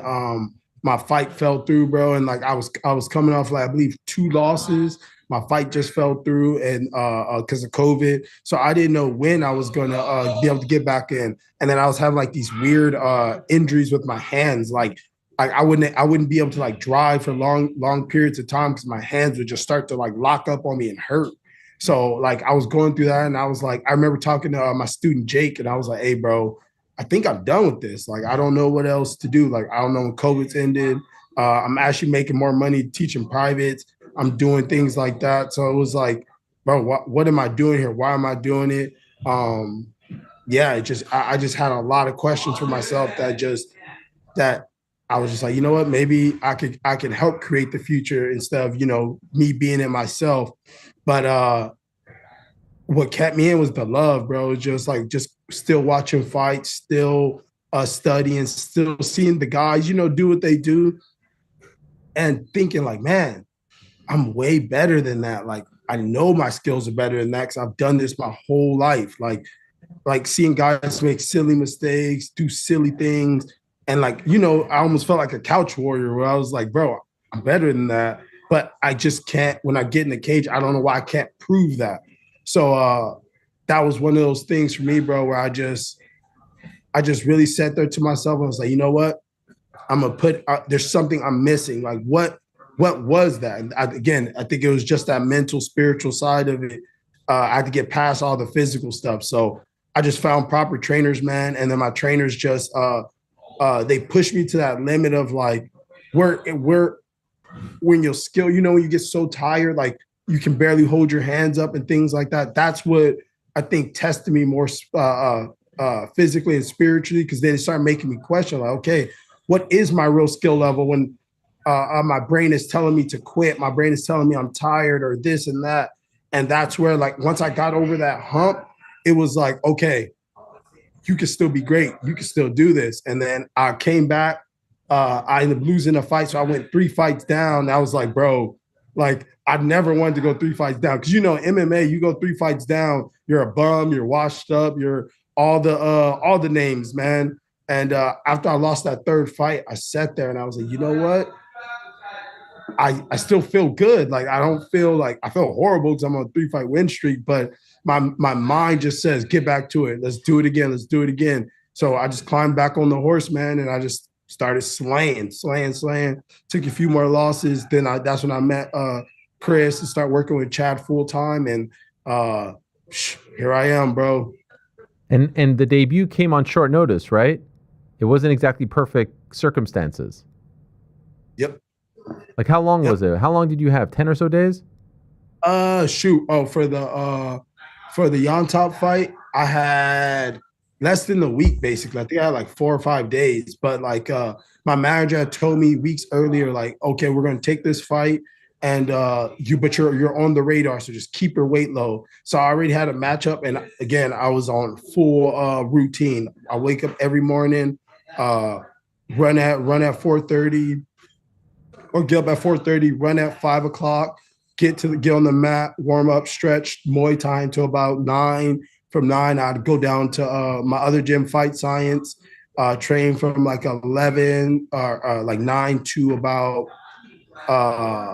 11:30. Then I would come down to Gardena, train from 12 to about like 2 o'clock. And then I would go back to the gym later on at night. So I was on full routine. My weight was already low. So I just needed them to say yes. So then when I got the call, when I was on the toilet, I was like, bro, weight's low. I'm mentally ready. I've been running, doing all my shit right. So I was just ready to get to the business. And so here you are, you get this big win on Saturday, and like I could feel it in your voice. I could feel it in your soul. You know, you're asking for the bonus. You want to help out your mother. I'm a mama's boy too. I would do anything for my mom. So I understand where you're coming from. And the sentiment seems to be like, man, this guy's a 4-0 fighter in the UFC. And, you know, he's, for lack of a better word, begging for more money because the fighters aren't getting paid enough. And so what do you make of the reaction to what you said in the cage afterwards about trying to get that bonus and trying to help out your mom? So when I look back at that, man, I'm gonna tell you the truth. I literally was just speaking from my heart. Me personally, I said it in some interviews earlier. I'm a minimalist, man. Like I don't need much. You know what I'm saying? Everything I'm wearing right now, sponsor free, UFC. Like I'm not one of those guys that like first thing I'm gonna do is go get my money and do some wild stuff. Like all I care about is my bills, my things like that. I got just emotion, man. I love my mom, and the UFC. Me personally, I can't speak for no one else, and because I don't know what anyone else is making. But the UFC take care of me very well. It's just that I don't care about me. Like obviously, if you see, I'm a professional fighter. I care less about myself, but I care just about my family, man. And that's at the end of the day, that's what I'm doing all this for. So. It's not that I'm underpaid or anything. It's just for me, my mom has spent her whole life. I'm 30 years old. So as long as I've known my mom, she's been struggling, trying to put food on the table, pay rent, do all these things for me and my other 4 siblings. You know what I mean? And I know, again, with or without the bonus, I'm a help my family. I'm gonna take care of my people. But my mom is she's diabetic. She's an older woman, and these days you don't know what the timetable is for your family and things like that. So I really want to make sure that I can do that. You know, I got a nephew. I just adopted, so you know I have little things on my plate that, again, if it was just me, my nephew, and my girlfriend, then I'm cooling. You know what I'm saying? Because I don't need much, but because I think about my mom, like I want my mom comfortable, bro. I don't want my mom to like spend the rest of her time, you know, living in a trailer, trying to, can I pay rent this month? Can I eat food this month? You know what I'm saying? Like my mom shouldn't have to worry about that, you know? So that's really it, man. People can say I'm begging, people can say I'm pleading. They can use whatever words they want. At the end of the day, bro, this is about my mother and my family, my legacy. You know what I'm saying? That's what means more to me than anything. So, and even my mom messaged me, was like, she was crying and she was like, you know, I don't need anything. I have enough, as long as I have you guys. And for me, I know that about her. I know she doesn't need much. But as a man and as her son, that's where I stand at those things, you know? So I was talking to my boy too, like we were just like, oh, what's your dream car? Bro, I said a Honda Civic. Honda Civic is my dream car because it's the gas is good. I can fit 5 people. If you're skinny, I can fit you in the middle, and I can get the 2 big homies in the back, me and, you know, whoever in the front seat. So that's what I mean. That's all I really care about. So hey, I do appreciate all the fans, you know, trying to sticking up for me, supporting me. I do appreciate those things, but I want them to know. I want everybody to know my words aren't hate for the UFC. I've dreamed about this since I was a kid. I'm grateful. They literally, if I can speak anything, bro, ask how many local guys are getting paid well, you know, on the local scene. I'm used to fighting for pennies. So the UFC I'm grateful for them. But my family, man, that's it. Sure, That's sure. it. And by the way, for the record, I didn't interpret anything that you said as being hateful. You were just talking about your situation. Of course, you'd rather be in the UFC than be on the regional scene. I mean, every single fighter in the world would feel the same way, and you're getting to where you want to be. Can I ask, how far away are you from improving your mom's situation? I'm getting there, man. My goal is I want my family to go back to Mexico, man. Like that's where my dad's from. That's like I was talking to my boy yesterday, like how Habib and Islam, how they have Dagestan, how they have they're helping their village people. They're trying to build up their home country and turn it into a Mecca of the world. That's me, man. I want to start small, maybe get my mom a little apartment out in TJ, something she can just take care of, put plants around, just be to herself, and then eventually, own some land and stuff like that. So I'm getting there, man. That's the beauty of it. I'm getting there. It's just a little bit slower than I want, but I'm hoping within next few months get into another fight, bro, and handle business from there. What was your reaction when you found out that you didn't get the bonus? Certainly a bonus-worthy performance, but you didn't get it. What was your reaction? Hey, bro, it is what it is, man. I'm a hustle with or without it. If I would have got it, I wouldn't have stopped hustling hard. And if I didn't get it, I'm not gonna stop hustling hard. So it's I'm not one of those guys that ever got what he wanted. Like I'm gonna keep it real with you. If when I signed up, I remember signing up for the UFC, the Ultimate Fighter. I was like 6-0, 7-0, and I signed up at 18 for the Ultimate Fighter. And guess what it said?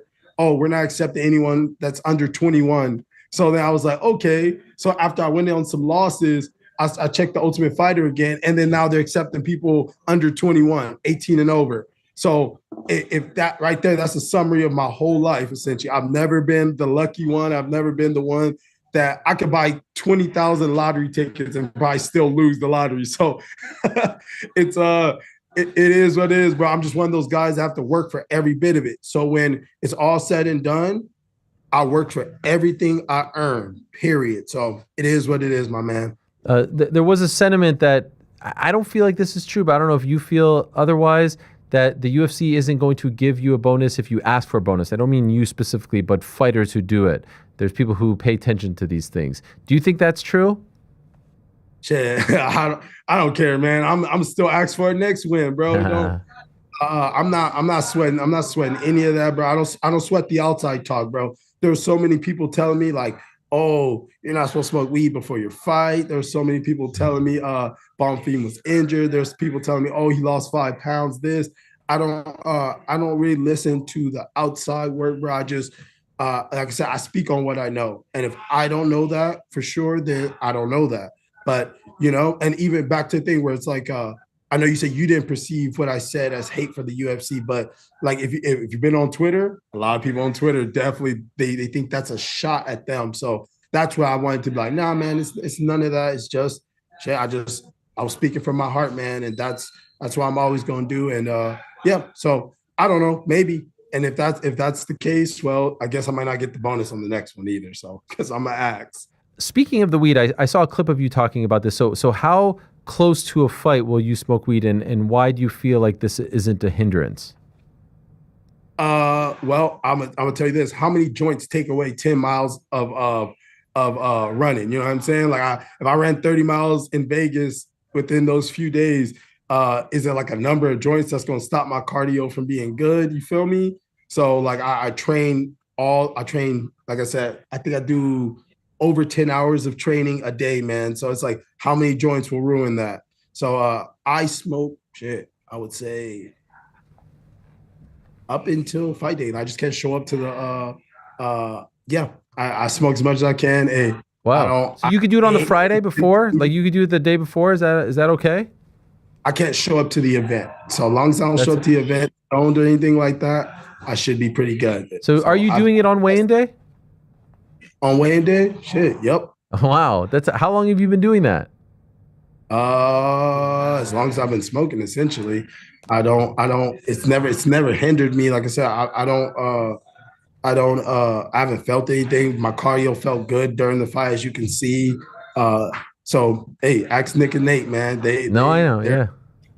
they know the game, bro. So it's the same thing. What about like when you're sparring and stuff like that in the gym? Obviously, there aren't the same rules. So like, before sparring. Oh yeah. It helps. I smoke before sparring, before drilling. I smoke 2 or 3 joints. I smoke one when I wake up. Smoke one before I get on the mat. Damn, that's amazing. Is that why they call you Taco? I don't know. I was just trying to think. Hey, I'm the iron lung, man. Yeah. Why do they call you Taco? Just because, bro, when I was a kid, we're jackass kids, bro. Like we all had like our little nicknames that we used to terrorize our school with. We used to just do wild shit, bro. Shank Wars. I don't know if you remember 300, but we used to run around Sparta and each other. So we'd like catch the other person slipping. And all you hear is, "This is Sparta." And you'll just get a hard ass kick to the side, back, stomach. We used to run around hitting each other with fruit. Like, bro, we used to be terrorizers, bro. So like that was my nickname. And somehow it played to fighting very well because again, I can do any style, bro. So I always tell people, if you like asada taco, lengua taco, cabeza taco, that's my style, bro. I can kickbox you, Muay Thai you, Greco you, wrestle you, jiu-jitsu you, whatever you need, I got it. I've seen some photos on your social media of you doing a lot of training in what appears to be a garage. What is this spot? And there you go. Is this your garage? That's the trunk. That's my coach, Chris Cully, known as Jumby. That's where we work, man. That's his garage. We wake up Monday through Sunday. Tuesdays and Thursdays, I show up at night, but I'm there from Monday through Sunday. Okay. And speaking of social media, I've seen USA, Mexico, Cameroon, India flags. What connection do you have to obviously I know the USA Mexico connection, but Cameroon, India, what's your connection to those flags? So on my mom's side of my family, her mom and her grandpa and her grandma, those are her origins. The man is from India and the female side is from Cameroon. On the Indian side, they were from Iran, but they were Indian, Iranian, and their land was taken from them, so they had to come here. And Cameroon, obviously, slavery and all that other wild shit. Okay. Yeah. All right, representing. I respect it and appreciate it very much. Oh, did we lose you there? Okay, no, you're back. Okay, so now that you're on this roll, I would imagine you want to keep it going, although it was 7 months in between fights for you. Was there a particular reason for that, and are you hoping that it's less time in between fights this time around? Yeah, it was, man, I'm ready to keep it rolling, man. I'm ready to chill. Like I said, I'm hoping for January, February, March. I'm hearing there might be an LA card, so I want to get on that. I want to get on a Mexico card. I'm looking for any of that, man. Pay-per-view main card. I'm looking for fight night co-main events. I'm looking for the big ones, man. The 7 months I was off, man, it's just, it's more of the behind the scenes. It had nothing to do with me. I was on weight. I was sharpening the craft. I don't like waiting out that long, but at the same time, you see, when I'm out that long, I'm in the office. I'm always training. So I just come back better. That's like the gift and the curse of it, I guess. I'm getting better, obviously, but it's like, man, I'm trying to get money, man. I'm trying to do my thing. I'm trying to prove I'm number one in the world. So I'm hoping they give me a turnaround around January, February, or March. I'll run them all. Okay. And is there anyone in particular that comes to mind? Shoot, I saw Ludwig Klein take a dub. Jim Miller, obviously, I've been asking for that one for a while. Sadikov is a cool one. I think he got a fight coming up. Daniel Cormier, if I can run that one, I'll take that one. Wait, Daniel Cormier? Yeah, Daniel. What's the beef for them? Hey, Daniel, you kept calling me explosive. I'm going to tell you this. It's technique, not explosiveness. Explosiveness is due to my technique. So, Daniel, I ain't forgot about that. Oh, what? You took that as an insult? Explosive? That feels like a compliment. But, okay, I'll tell you this. What does being explosive actually mean in fighting? Okay, you tell me. How do you interpret it? When I think of explosive, I think of somebody that can explode. Anybody can explode, but not a lot of people can time things. I think timing is, in my opinion, is way more important than explosive. I think that was the difference between me and Bonfim on Saturday. He's explosive, like throwing hard punches, just trying to wild out. Timing is something that only the masters understand. And when I fought Yontop, all my takedowns were well timed. And it's nothing personal, but that is just the little things that I would like, to be mentioned. Hey, he has great timing. Not he's explosive. Whoa, that guy's explosive. Nah, timing. And in my opinion, I don't even think I'm that explosive. I think I kind of got like a jelly body. But like I said, it's not like a personal thing, but it's just DC, you owe me a wrestling match so I can prove my timing. All right. I respect that.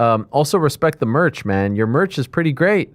Who's behind all of this? You're rocking that sweatshirt there. Here it is. I guess it's from Born for This. Who's doing all of this stuff? Yeah, Born for This, man. They made it. Last design, their artist did it. This design, my girlfriend did this one. And man, we sat down. They kind of asked what I was thinking about. I was like, man, I'm thinking like 50s, 60s Popeye, Mickey Mouse type cartoon, itchy and scratchy kind of look. Yeah, bro. That, you know me, man. Those are my vintage, man. I love those growing up. So that was the motivation. And obviously, Jason. So I appreciate it. Yeah, no, it looks great. I really, really dig it. And I saw also you were passing out flyers. What were you doing there? Oh man, shoot, bro. I'm that's my street team. So I can't reveal too many names with my nephew out there, man. He's we hustle, bro. Like I said, everything we do is out the trunk. Like if we'll get out on the ground, we'll post things, paper, we do digital, everything. You know what I'm saying? Like I wanted my sponsors who, helped me big in this camp to understand that, like, when you guys work with me, you don't just have somebody who's going to post a cool Instagram post with their fingers up. Like, nah, bro, you have an army behind you. And that's why I had to let the people know, like, hey, we're on the street posting, handing out flyers, letting people know, hey, sweater, check out my sponsors. We're watching the fight on this day. So I'm trying to hit all avenues of marketing. So, yep. That's just that hustling. I like it. I respect that as well. You saying those comments in the cage and in the post-fight press conference after did remind us a little bit of the story that happened a week ago at the Apex, this Isaac Dalgarian story. And one of the hypotheses is that, fighters and UFC fighters are susceptible to people coming up to them and saying, hey, do you want a couple extra dollars to do X, Y, and Z? Has this happened to you?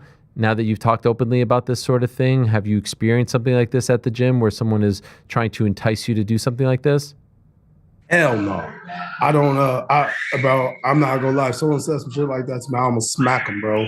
Just because it's like, I'm a purist, bro. Like, I didn't grow up, I'm not like some 5-0 kid, 8-0 kid. Like, I grew up in this. Like, I used to watch Spike TV, UFC Unleashed, Anderson Silva, Forrest Griffin, Chuck Liddell, Rampage, Quentin, Travis Luter, Matt Hughes, George St. Pierre. I used to watch all those guys coming up, man. So like to even bring something like that to my department, bro, I would almost strangle you, man. That's ultimate disrespect. Like I said, I'll go get a regular job before I do some shit like that, man. And mind you, I ain't trying to be under nobody's thumb, working at fucking whatever. And ain't no problem with a regular job, but it ain't for me. But I would rather do that than, hey, go get your ass whooped by somebody. We don't duck fades. We don't give free ass whoopings. If you're gonna take it, you're gonna have to fucking beat me. I love the mentality that you shared when talking about, taking this fight. You said, quote, you run into somebody at the liquor store, you don't ask to check weight beforehand. And so it seems like you bring a lot of that mentality to everything that you're doing. And it's cool to see it all coming together for you there. Gardena, that's where you're from? That's our mentality, bro. Like I grew up in Gardena, the streets, the schools, all that, bro. And that's literally what it is. If somebody run up on you, bro, it's time to get down. You don't get to, you're going to either turn cheek, bro, and you can never show your face in that area again, or you're going to stand your ground, bro, and take your licks, bro. You either going to win or lose. So that's that mentality, bro.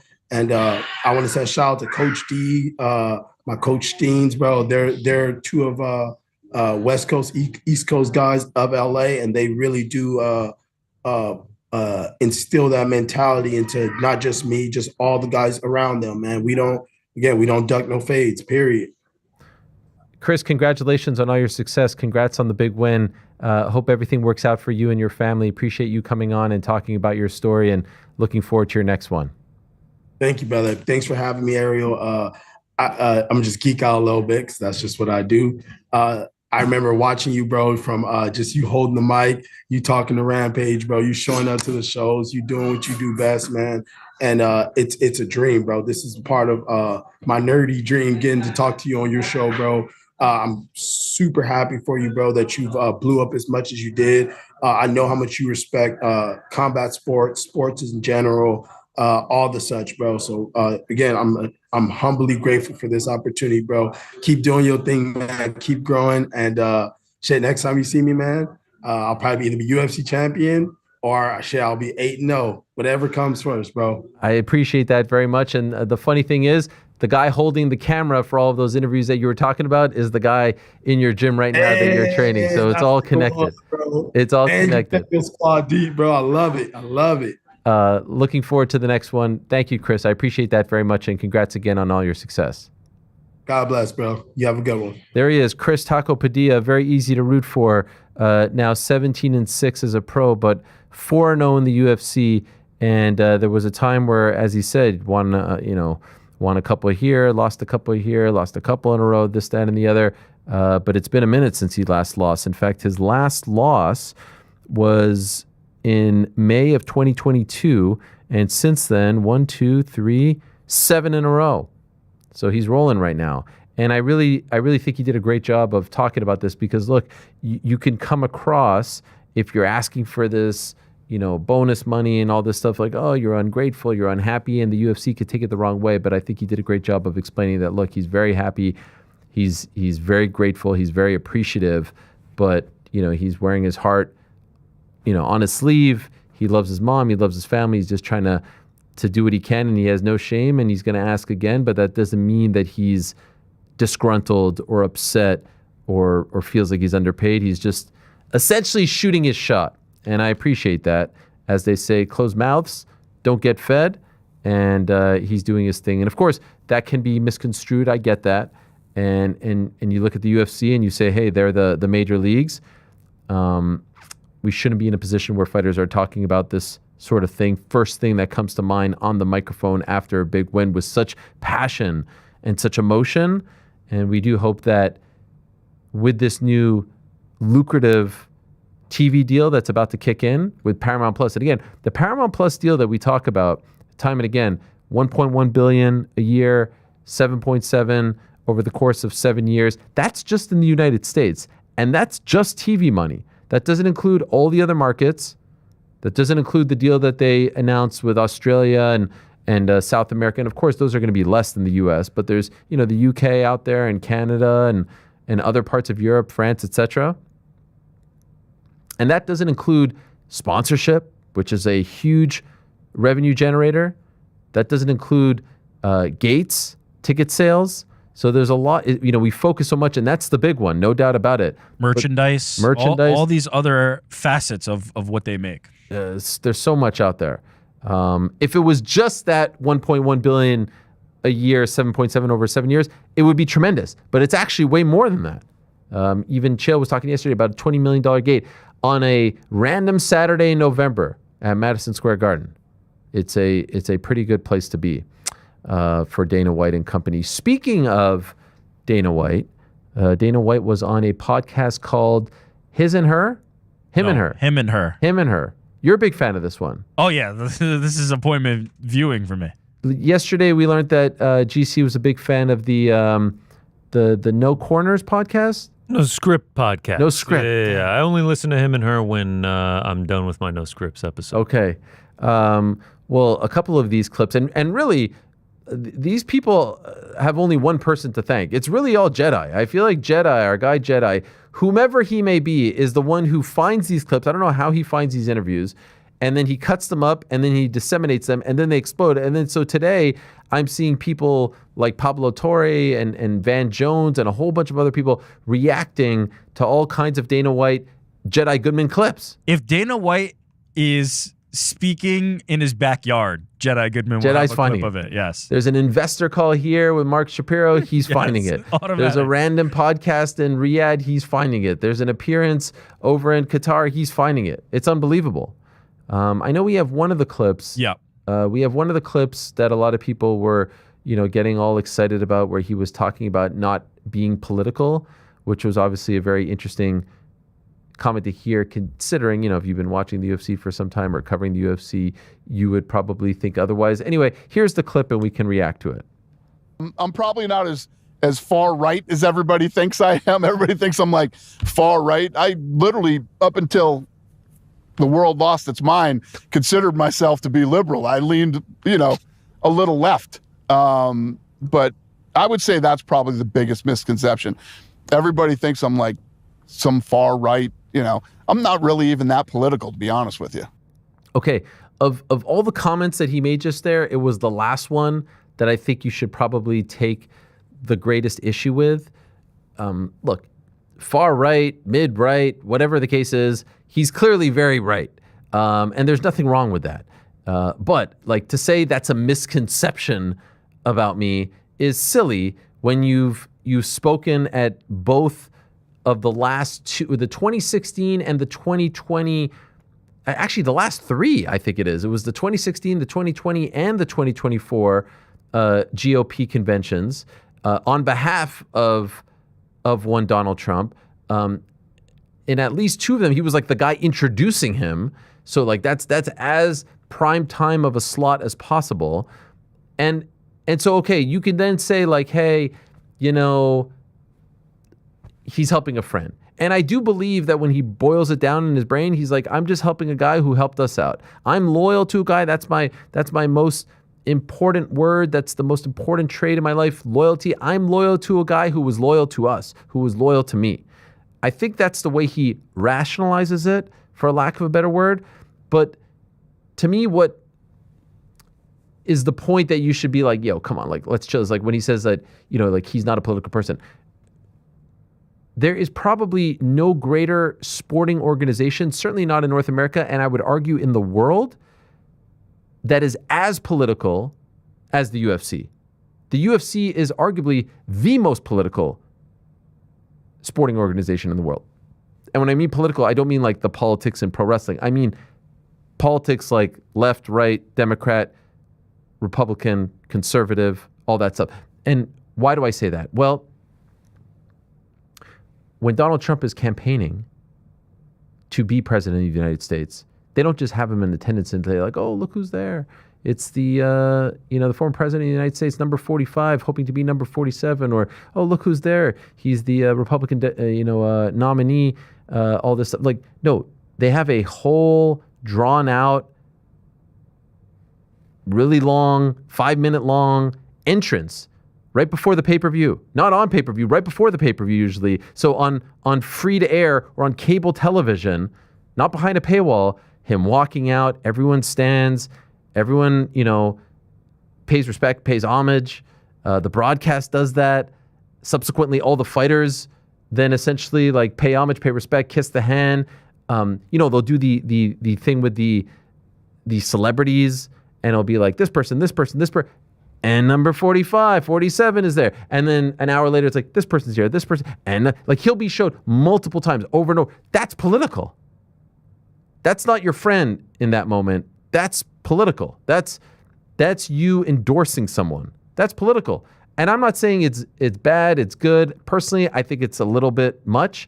I don't take back what I said about the you guys know how I felt about the elections. You know that I didn't vote, but you know how I felt. I talked about this ad nauseum.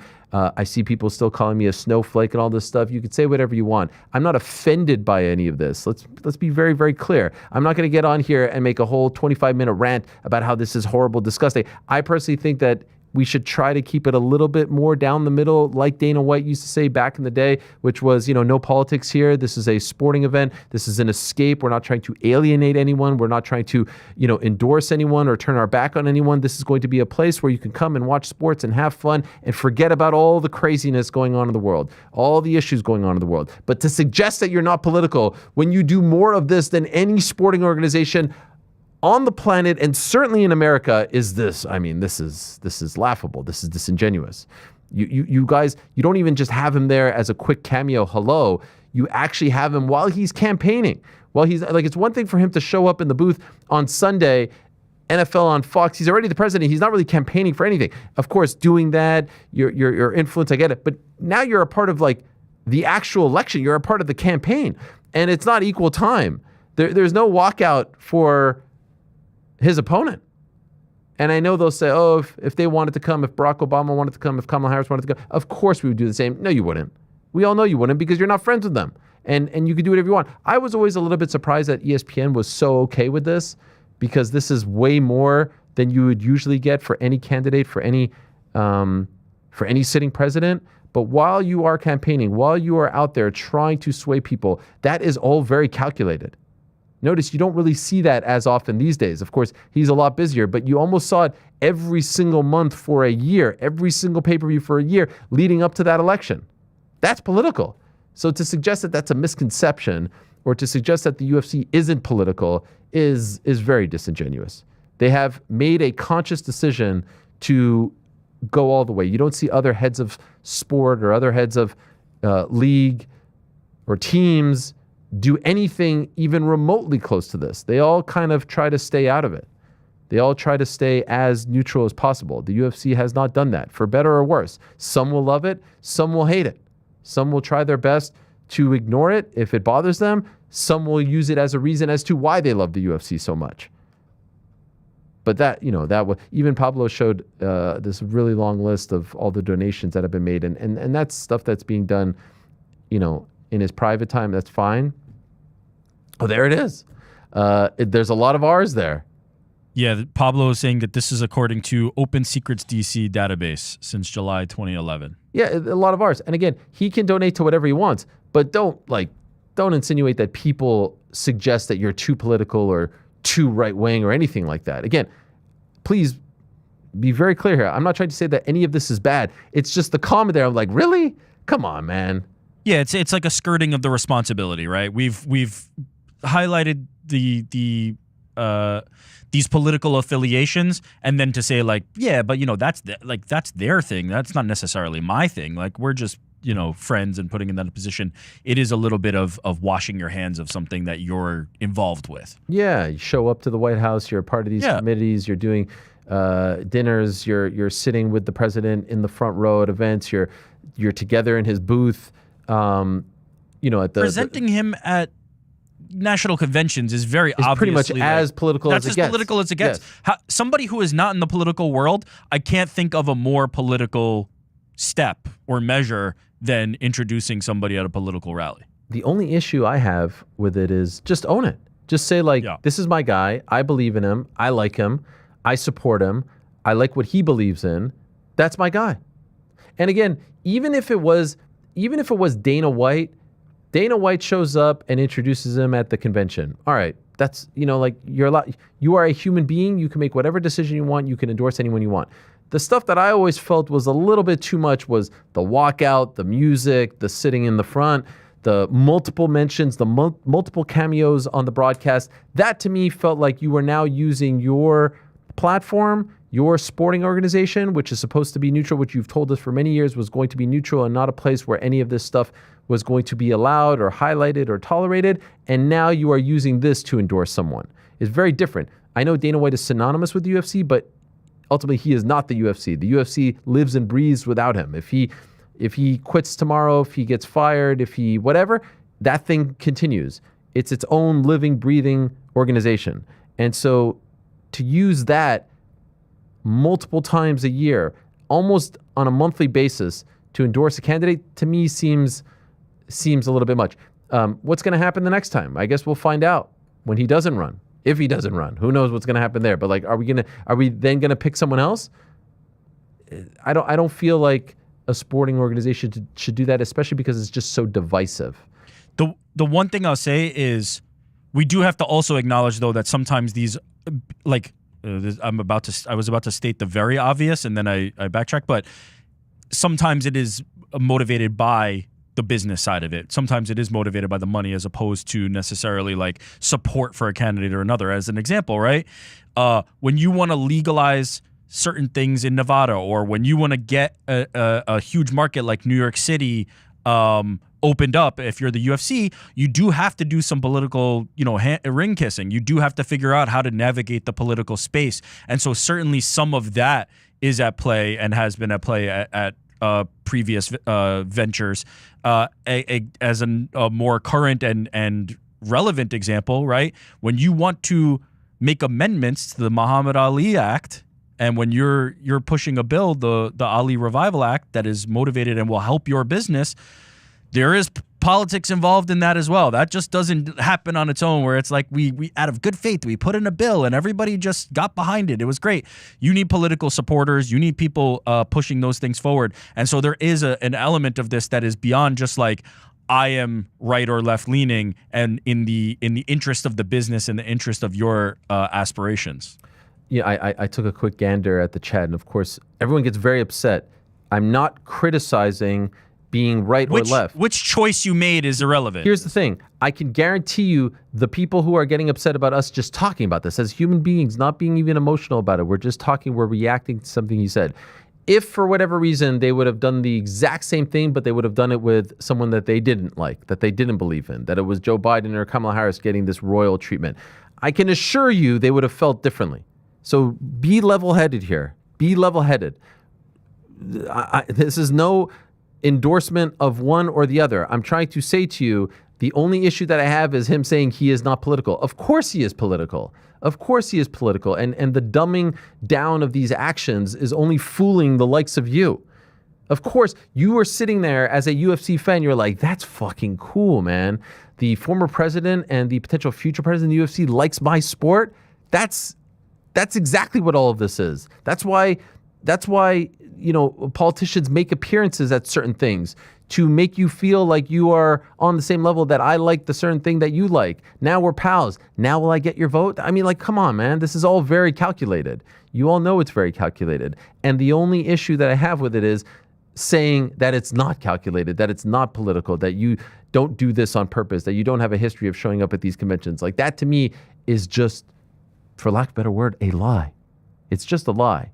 And there is no other. If you watch the NFL, if you watch the NBA, if you watch Major League Baseball, if you watch the NHL, they try to do a very, very conscious job of not leaning one way or the other. I guess you could say like the basketball players were leaning one way in the election in 2020, and that's 100% accurate. You're 100% right. I'm talking about the organizations. I'm talking about the heads of the organizations. Correct me if I'm wrong. I've never seen like a commissioner or an owner be that, what's the word that I'm looking for? Like open with their political leanings. And I don't get uncomfortable when it comes to politics. Like I wish we could all just talk about it and be like, okay, you like this guy, you like that guy, let's shake hands and go home. I don't get upset about politics. I don't get emotional about politics. But guess what? I think a lot of people do. It's a very divisive issue. It's a very polarizing time. It's a lot of polarizing characters. They believe in things that affect our lives. I've never felt that way. At times I just view it all as pro wrestling, to be honest. These characters who are trying to play up these personalities and gimmicks, but I feel like I'm in the minority when it comes to this one. I feel like a good person to ask about this is Frank, because Frank, and I'm not joking when I say this, Frank, like you're not a hardcore MMA fan, but I feel like you're very worldly. So do you understand what I'm trying to say here? Absolutely. I think you're playing it right by acknowledging that there are politics in most aspects, and including this sport, and not saying that it matters one way or the other. Like, I think what you're saying is very fair, and I do also understand that people are pretty reactive to any sort of political talk, where they think that you're making some sort of slant right now, but you're obviously not. But how do you feel when you see a politician being sort of propped up like that? Like when he says, I'm not political, I would imagine your reaction is like, well, I've watched a few shows, right? My knee jerk immediately is like, bro, what are you saying? That's silly. And then when I think about it a little bit more to like Rick's credit, where it's like, look, there was a relationship between Trump and Dana before the presidency, right? Yeah.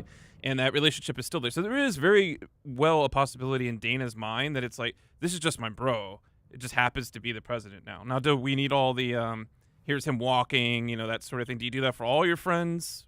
That's where it becomes a question of like, well, this is no longer just you shouting out your buddy or talking sports with someone. Like, you are drawing attention because he is the most powerful person. Even if it's your bro, it's still the president. Yeah. That's making it political. You're also bringing in like his cabinet members as well. You're bringing in political pundits that talk on the air about it, the Tucker Carlsons of the world. Like, you're going to do a fight at the White House because of your relationship with the president of the United States. Like, you obviously have political ties. I don't think anyone can believe the statement that he's saying. So you watch GC, you watch NASCAR, you watch tennis, you watch golf. When I say that the UFC is probably the most political organization, agree or disagree? Like, do you see any other sports league, sports organization? Trump attends events. Like, he was at the Commanders game this past weekend. He's been at NASCAR US races, Open. things like this. Yeah, U.S. Open. He was at college football games, everything like that.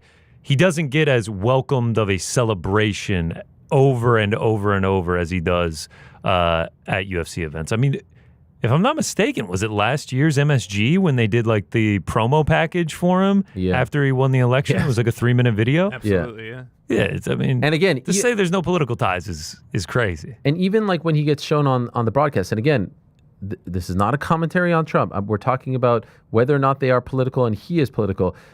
That is one thing when you're the president, when you're the actual sitting president. But when you are campaigning, right? When you're trying to garner votes and you're getting this type of introduction, this type of reaction, that is very political. That's not just, hey, we're just trying to show a buddy a good time. That is you endorsing someone. That is you saying, this is our guy. And if you're a UFC fan, this is the guy that you should be voting for. And that's that.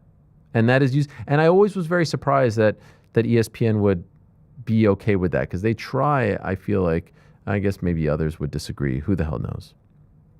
There was definitely a moment where ESPN was left, incredibly left. Yeah. Yeah. When was that? Like 2020. When we were there? Yes. Yeah. 2020. It was taken to extremes. Yeah. And some might say that they paid the price for that, right? Like, they're still kind of viewed in that way.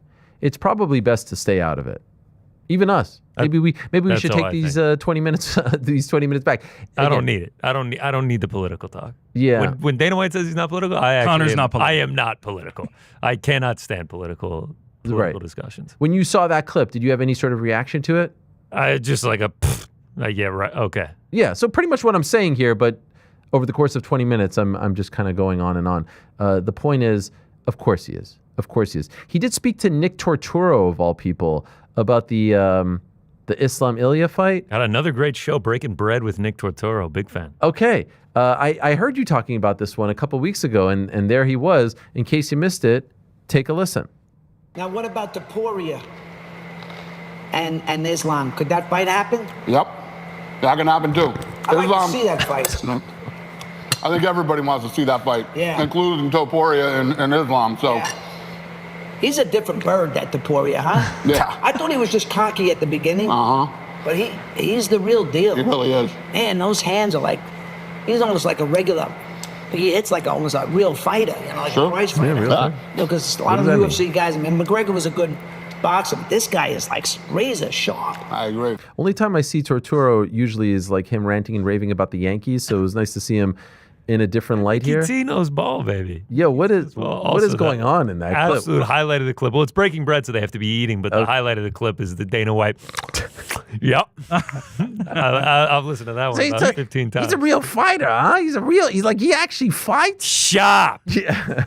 You think inspired by Fight Feast? You think maybe Nah, inspired What by are they eating there? Inspired by Fuck It Friday. A little flatbread? What was that? It looked like pizza. I think it was pizza.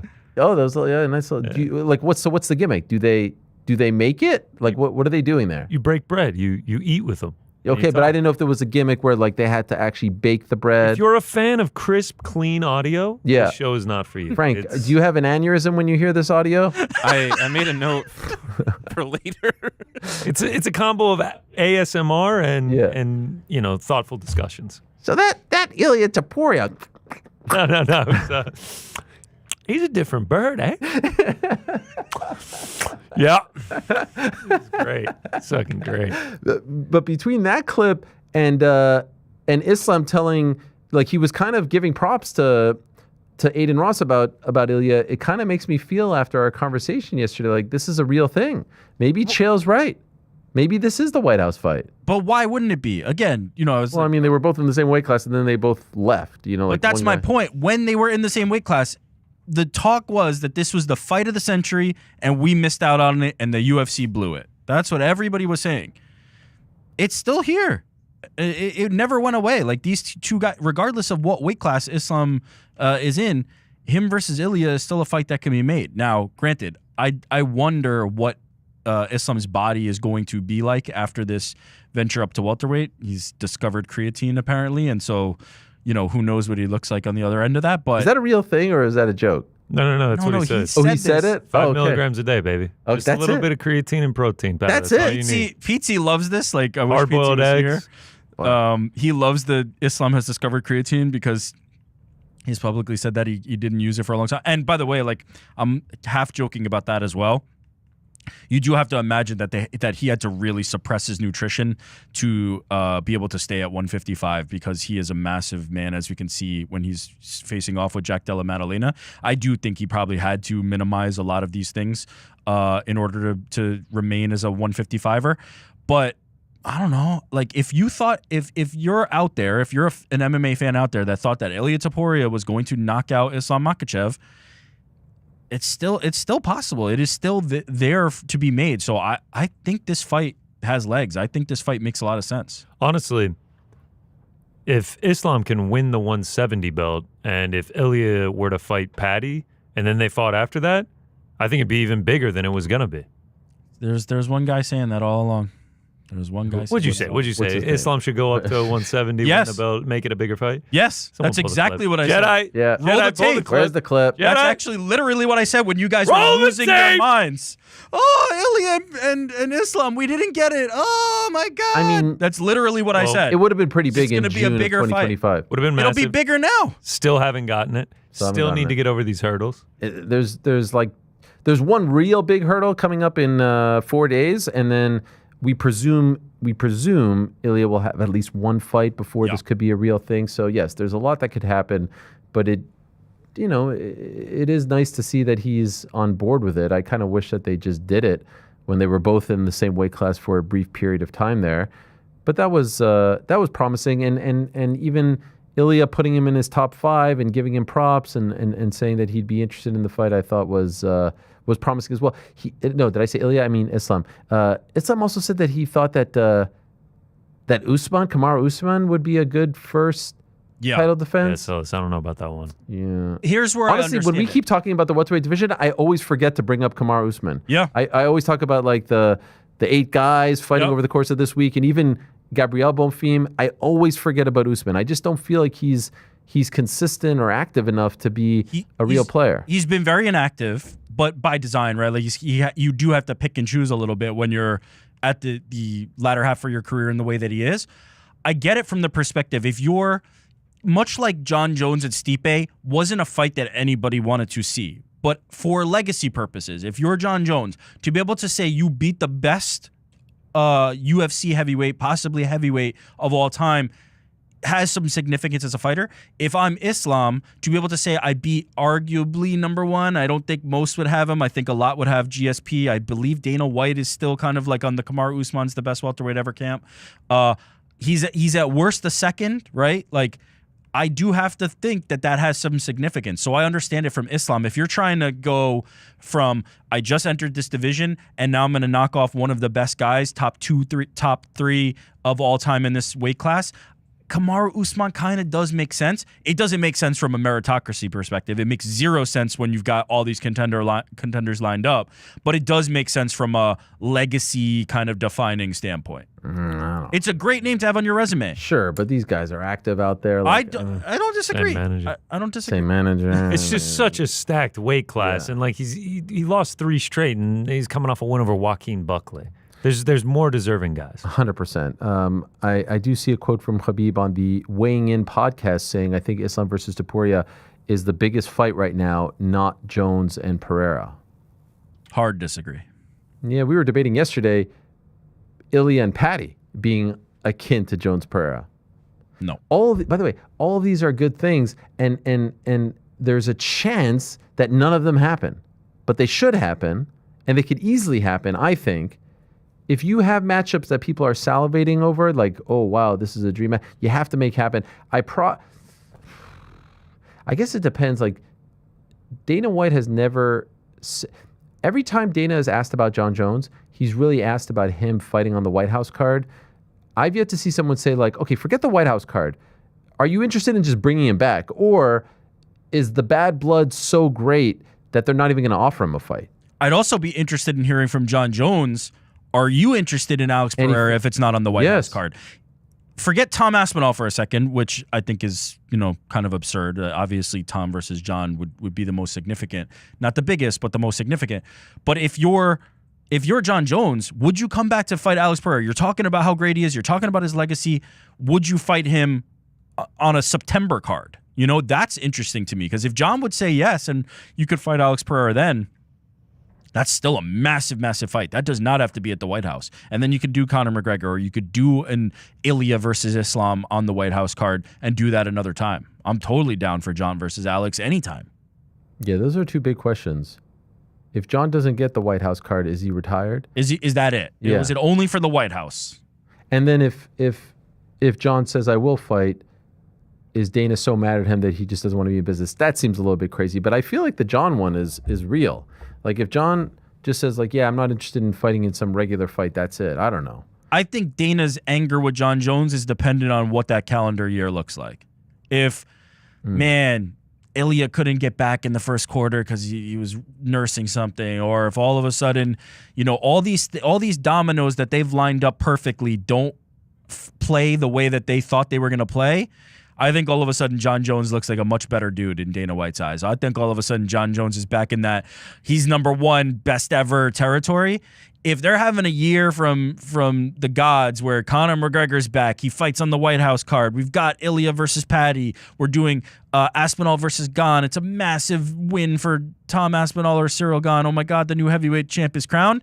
Then all of a sudden, I think John's still in the doghouse. I don't think he's as appealing. It's a business. It's a business. And I think John Jones's viability for the UFC and for Dana White all depends on how business is. If business is booming, you don't need John Jones as much. If business is tough, man, that John Jones fight could look awfully good. I also do wonder, the partners, their new partners. Oh, yeah. Like, how much of a say they're going to have in all of this. Like, hey, guys, we want the best. If Go you're make the this UFC, happen. you want to deliver. You're on CB freaking S now for some of these number cards. You want CB to freaking deliver. S is amazing. It's amazing. Rolls right off the But tongue. it never felt to me like ESPN really got involved in the matchmaking. No. You know what I mean? Like, No. they never really pushed matchups. Like, hey, that's the impression I got.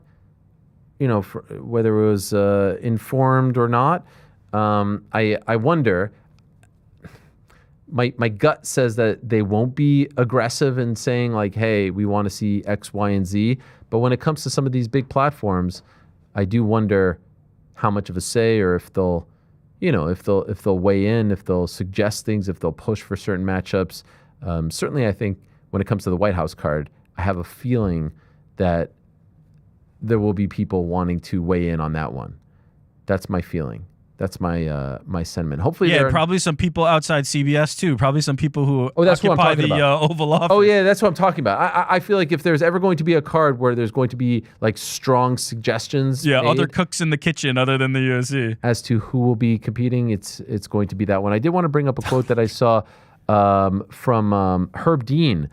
He was on the Believe You Me podcast, and he was talking about eye pokes.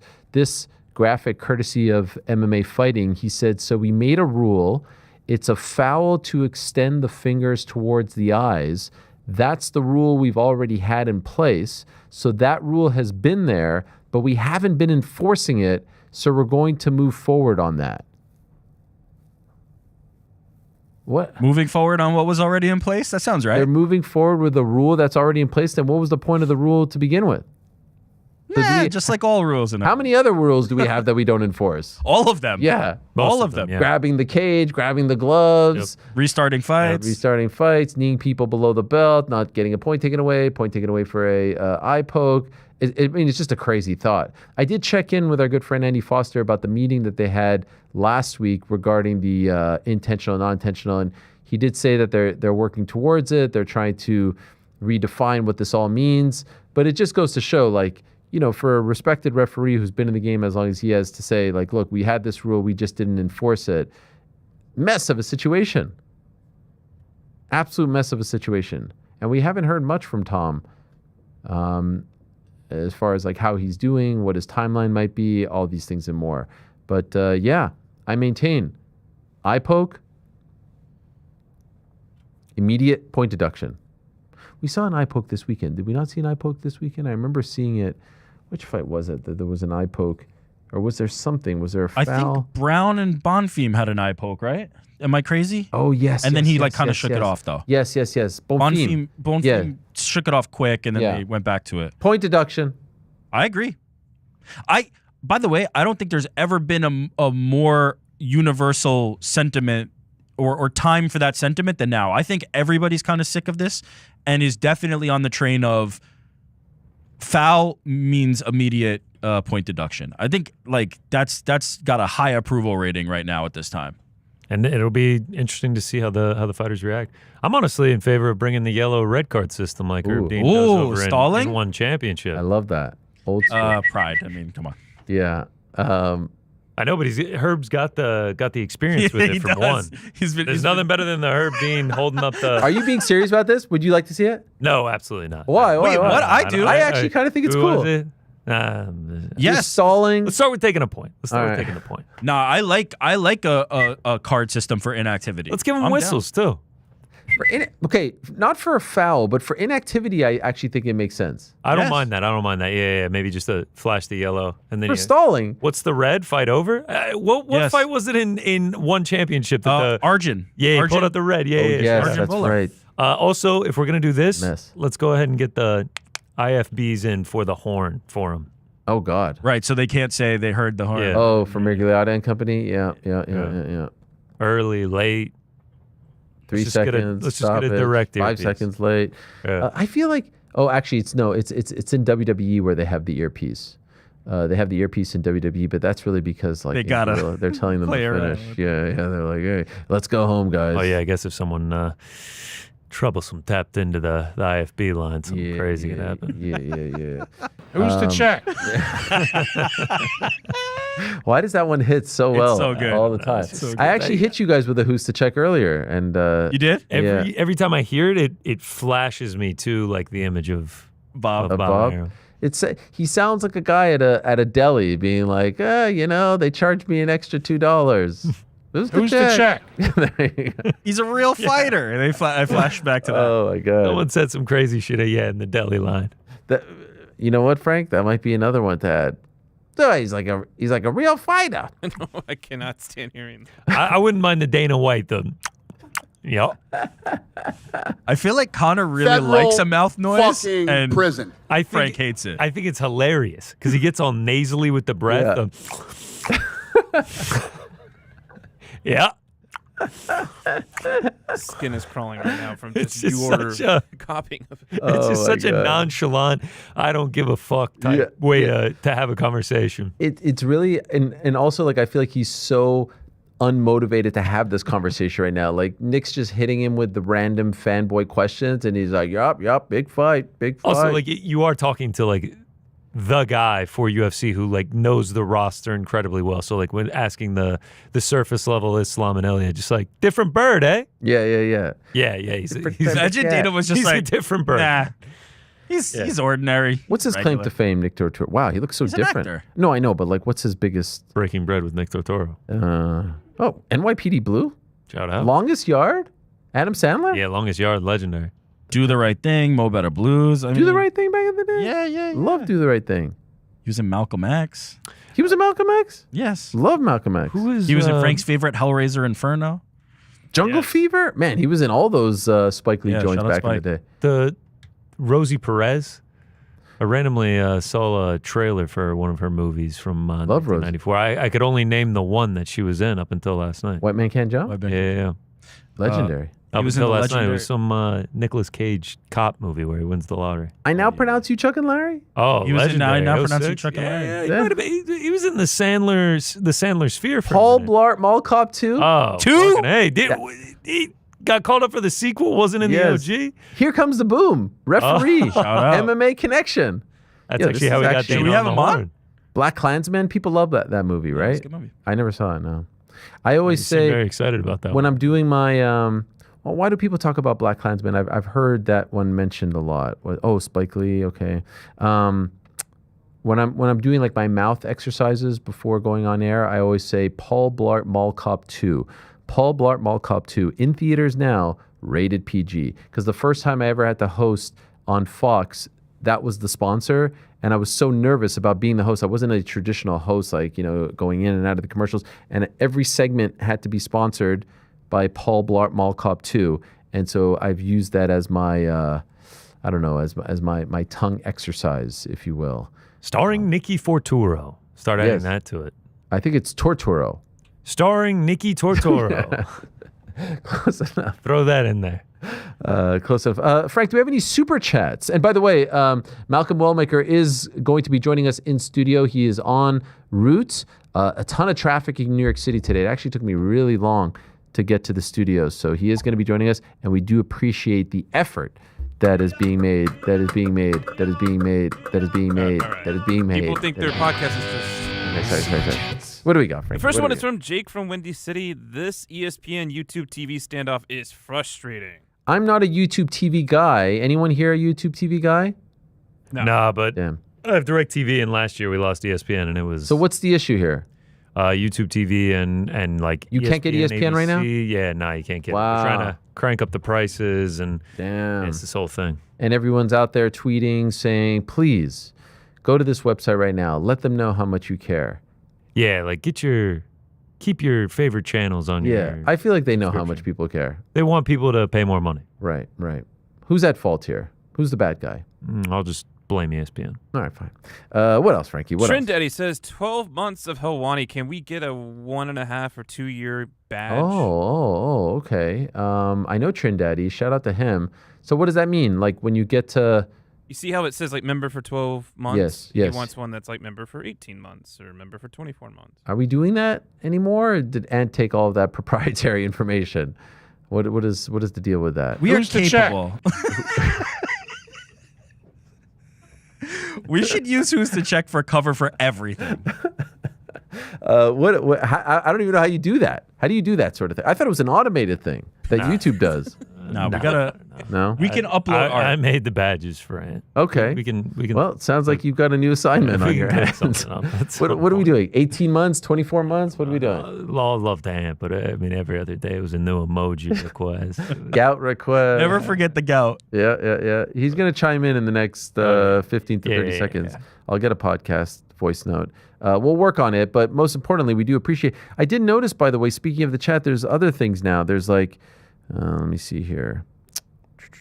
There's like this guy has a nose, and then like a Olajuwon Dream, who we love.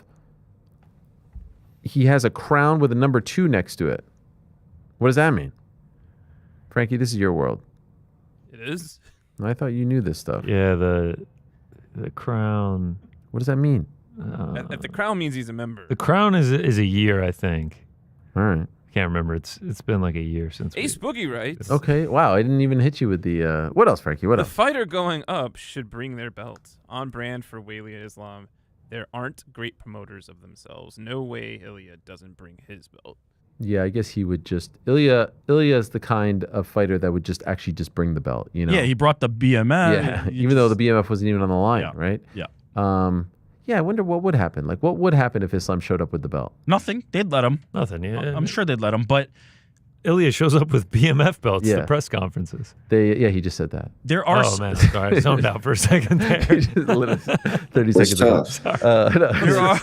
I'm just gonna be full transparent. I was reading an important Slack. Didn't hear a word he said. By the way, I'm watching the car with Malcolm Wellmaker in it, just sweating my fucking What balls is off. happening? Tell us what's happening. I'm just Where are watching they? the worst driver in New York City trying to get Malcolm here, and I don't know what to do at this point. We're kind of subject to ETA just keeps going up. We should have just sent him a Metro card and been like, Yeah. hop on the 6, bro.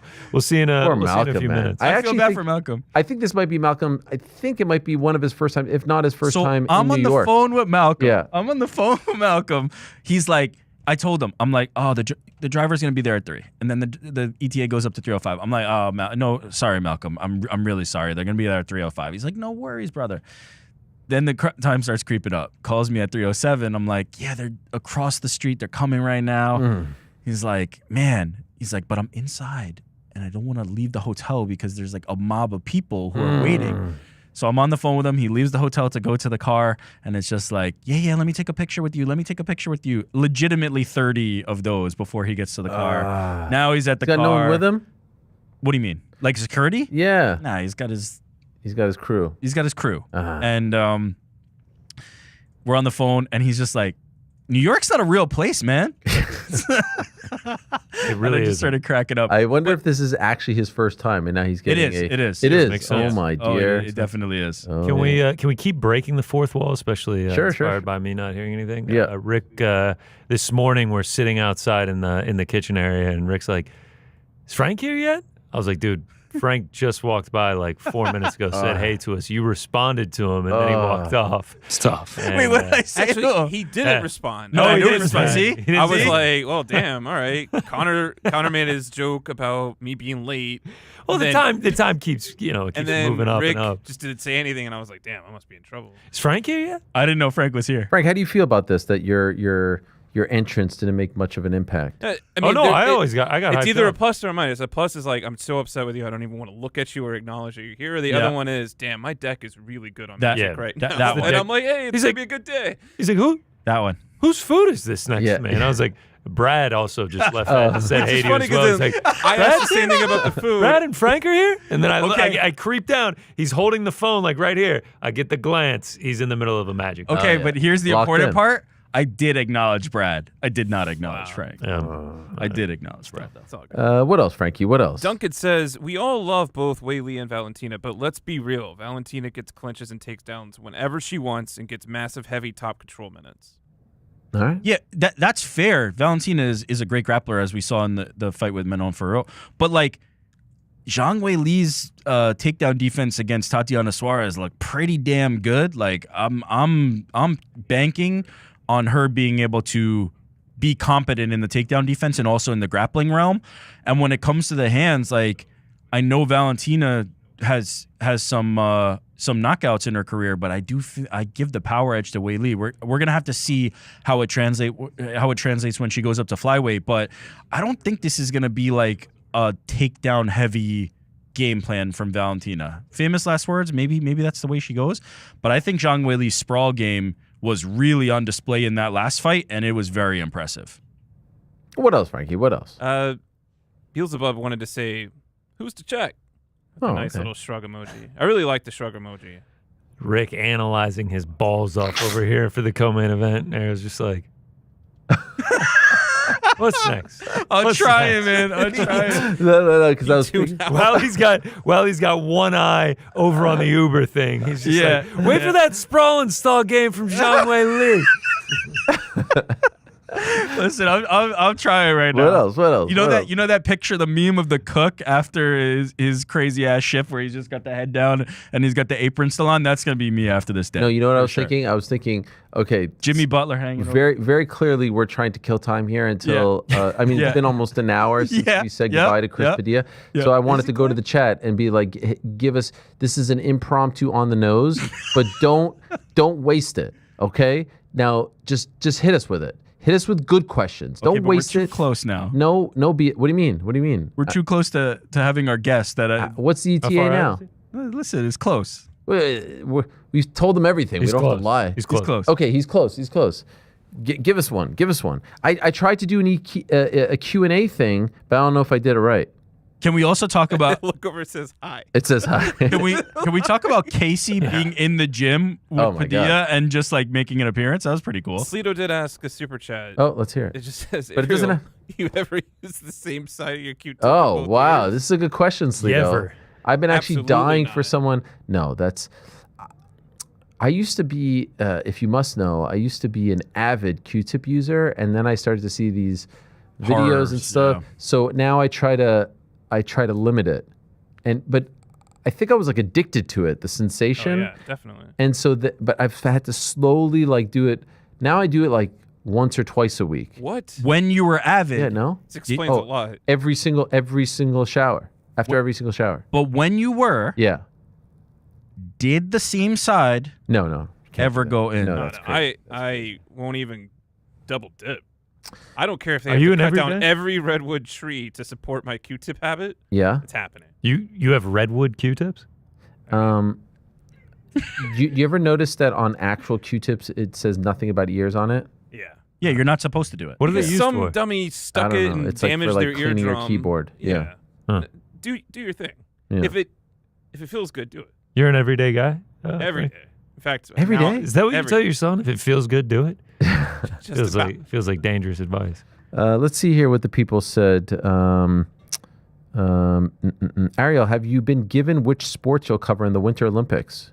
Which sport is your favorite outside of hockey? I like biathlon, curling. We're going to be covering it all, but I will be in the mountains, so it's going to be focused on the skiing, snowboarding type of sports because they said the coolest athletes will be hanging there, and because I'm so cool, they wanted me to hang with them. This is from Plus Money. Playing a magic whatever the fuck game, but claiming work is tough and stressful is hilarious. I think that's a dig on old Ricky. Warship says, Ariel, is Ricky gone? Yeah, he's gone. Ariel, whose legacy has more to gain between Zhang and Valentina? I would say Zhang, right? Double champ. The person going up has more to gain. For sure. Kiana, why is your shirt button so high? I don't know. It just... Swag, bro. Yeah. You tell them not to waste their questions. That's what we do. Here's a good one from Phil Barker. Let's talk about things and stuff. Thanks, Phil. Corbin asks, any updates on when the next live show is, Ariel? Would love to drive up from the south. Yeah, Who's to check? We were going to do it this week, but they canceled and Jack Dempsey's. There wasn't enough time. Friday. Just show up? Impromptu? It feels like, by the way, we started with a 4-box, then we went to a 3-box. Now it's gonna go and back there to a was single. 2. You're killing me There was here. 2. Oh my God, this is amazing. Ariel, do you want to go back to the UFC to do a behind the scenes? Like a movie that we did, like the Uncrowned Films? Sure, that would be great. Ooh, this is from Nikki. When does the Sidney Crosby interview drop? I think in the next 2 weeks. It was a lot of fun. He was great. Some people asked if he knew who I was. I mean, like, what am I supposed to say? Hi, Sidney, do you know who I am? We didn't get there. Is he an MMA fan? I don't know if he's an MMA fan, but there was a time where there was a fighter named TJ Grant who is from Nova Scotia, just like he is, and he suffered a concussion just like Sidney did. And I found an article, because I did type in like Sidney Crosby UFC, where he talked about reaching out to him to offer advice. So I would imagine, he's aware of it, but I don't know if he's like a hardcore fan. Ariel, when are you finally heading to Orange County to go on Rampage Jackson's podcast?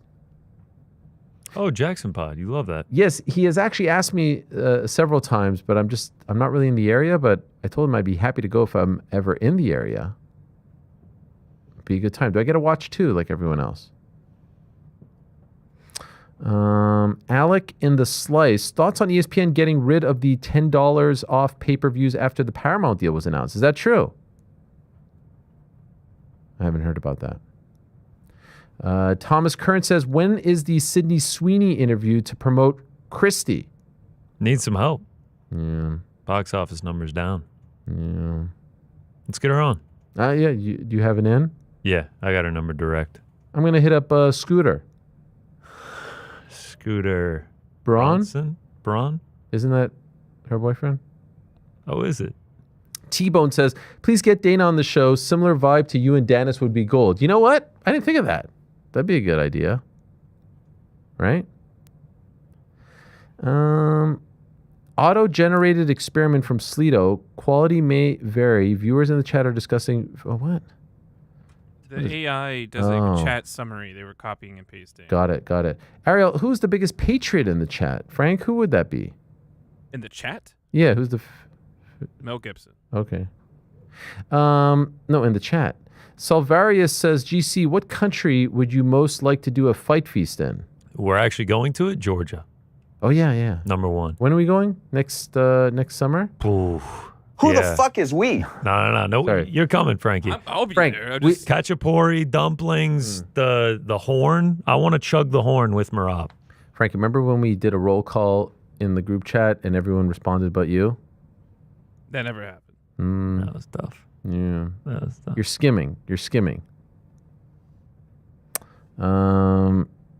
Mel Gibson. Ariel, who has been your funniest guest that you've interviewed? Funniest guest. I mean, I remember, I was just going to say, I remember laughing a lot when Raven came on because I didn't expect him to be such a hardcore fan. In fact, he texted me about some one championship comings and goings. I was like, wow, I think you're the only person in North America actually watching this. Who would you say, Frank? Maybe Steve-O Schultz. Steve-O is good. Schultz. Oh, you like Schultz? There was one joke he made that I tell everyone about it. I'm not going to repeat it. It's highly inappropriate. But it was, Tell me. You were talking about your favorite teams not making it to championships or winning. Okay. And they were all basically from New York. And he was like, geez, what were your favorite buildings? The Twin Towers? Oh, wow. You laughed at that? Because it was so subtle. Wow. You didn't even react to it. Wow. Okay. I don't remember. Was that the first one or the second one? Second one. I wasn't here for the first. You weren't? No, I was out of town. Wow. Was that on purpose? No. Were you making a political statement by abstaining? What else?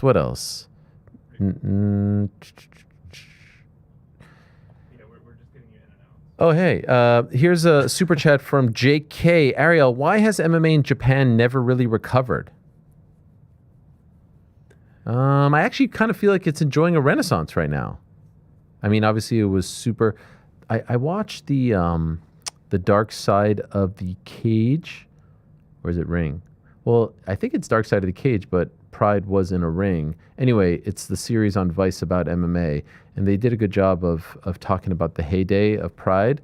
I do feel like it's obviously not where it once was, but I feel like Ryzen, which is a disciple of Pride, is enjoying a nice little moment here. Well, here's Ace Boogie with a super chat. He says, Hokit versus Stevenson for the White House? That would be kind of wild, actually. I'm in. Gable? Yeah. I'm there. Oh, he said Stevenson. Yeah, Stevenson. I'm in. I thought he meant Lance Stevenson at first. Formerly of the Indiana Pacers. Correct. Here's Morris who says, Ariel, have you heard of a fighter named Malcolm Wellmaker? And can you have him on the show? Sometimes he's pretty good. Who's to check? We've heard about him. He's coming, I promise. Any moment now. Let everyone know. I heard the elevator ding.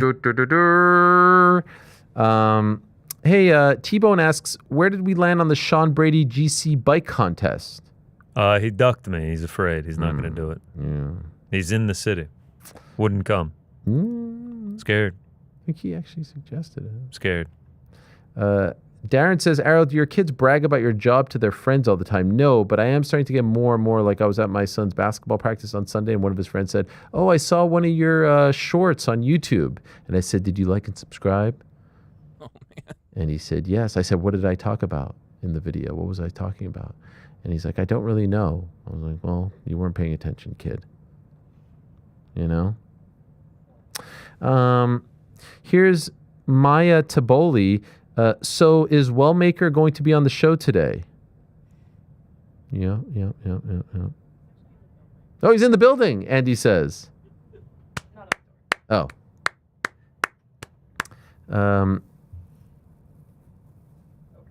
Lazy Bet says Saturday is moving.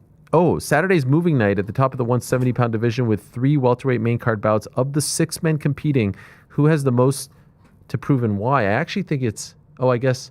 Yeah, it is 6 men. Can I tell you? Here's a hot take. I feel like Sean Brady has the most to lose. I feel like Sean... I'm not talking about the championship fights because, I mean, obviously, like, Jack Della is the champion. But Brady is the one that it feels like should be fighting for the belt next. And for whatever reason, they're putting him up there against someone who is really, really good and maybe not as well known.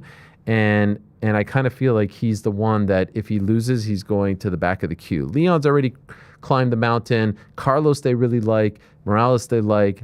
I feel like Brady has the most to lose. I actually agree with that. Yeah. I think that's a solid take there. And I think if Brady wins, I don't even know if he gets the next shot. Yeah, I don't know. You know, and it's kind of crazy. Like, he submitted Leon Edwards. He didn't win a just sort of ho-hum, grind him out decision. Like, he dominated him. The entire time up until the finish. Yeah, it was one-way traffic. Leon never been submitted before. Like, I thought for sure that was it. Remember after that fight we were talking about, okay, like, that's it. Yeah, that's it. And I mean, Michael Morales, too, undefeated.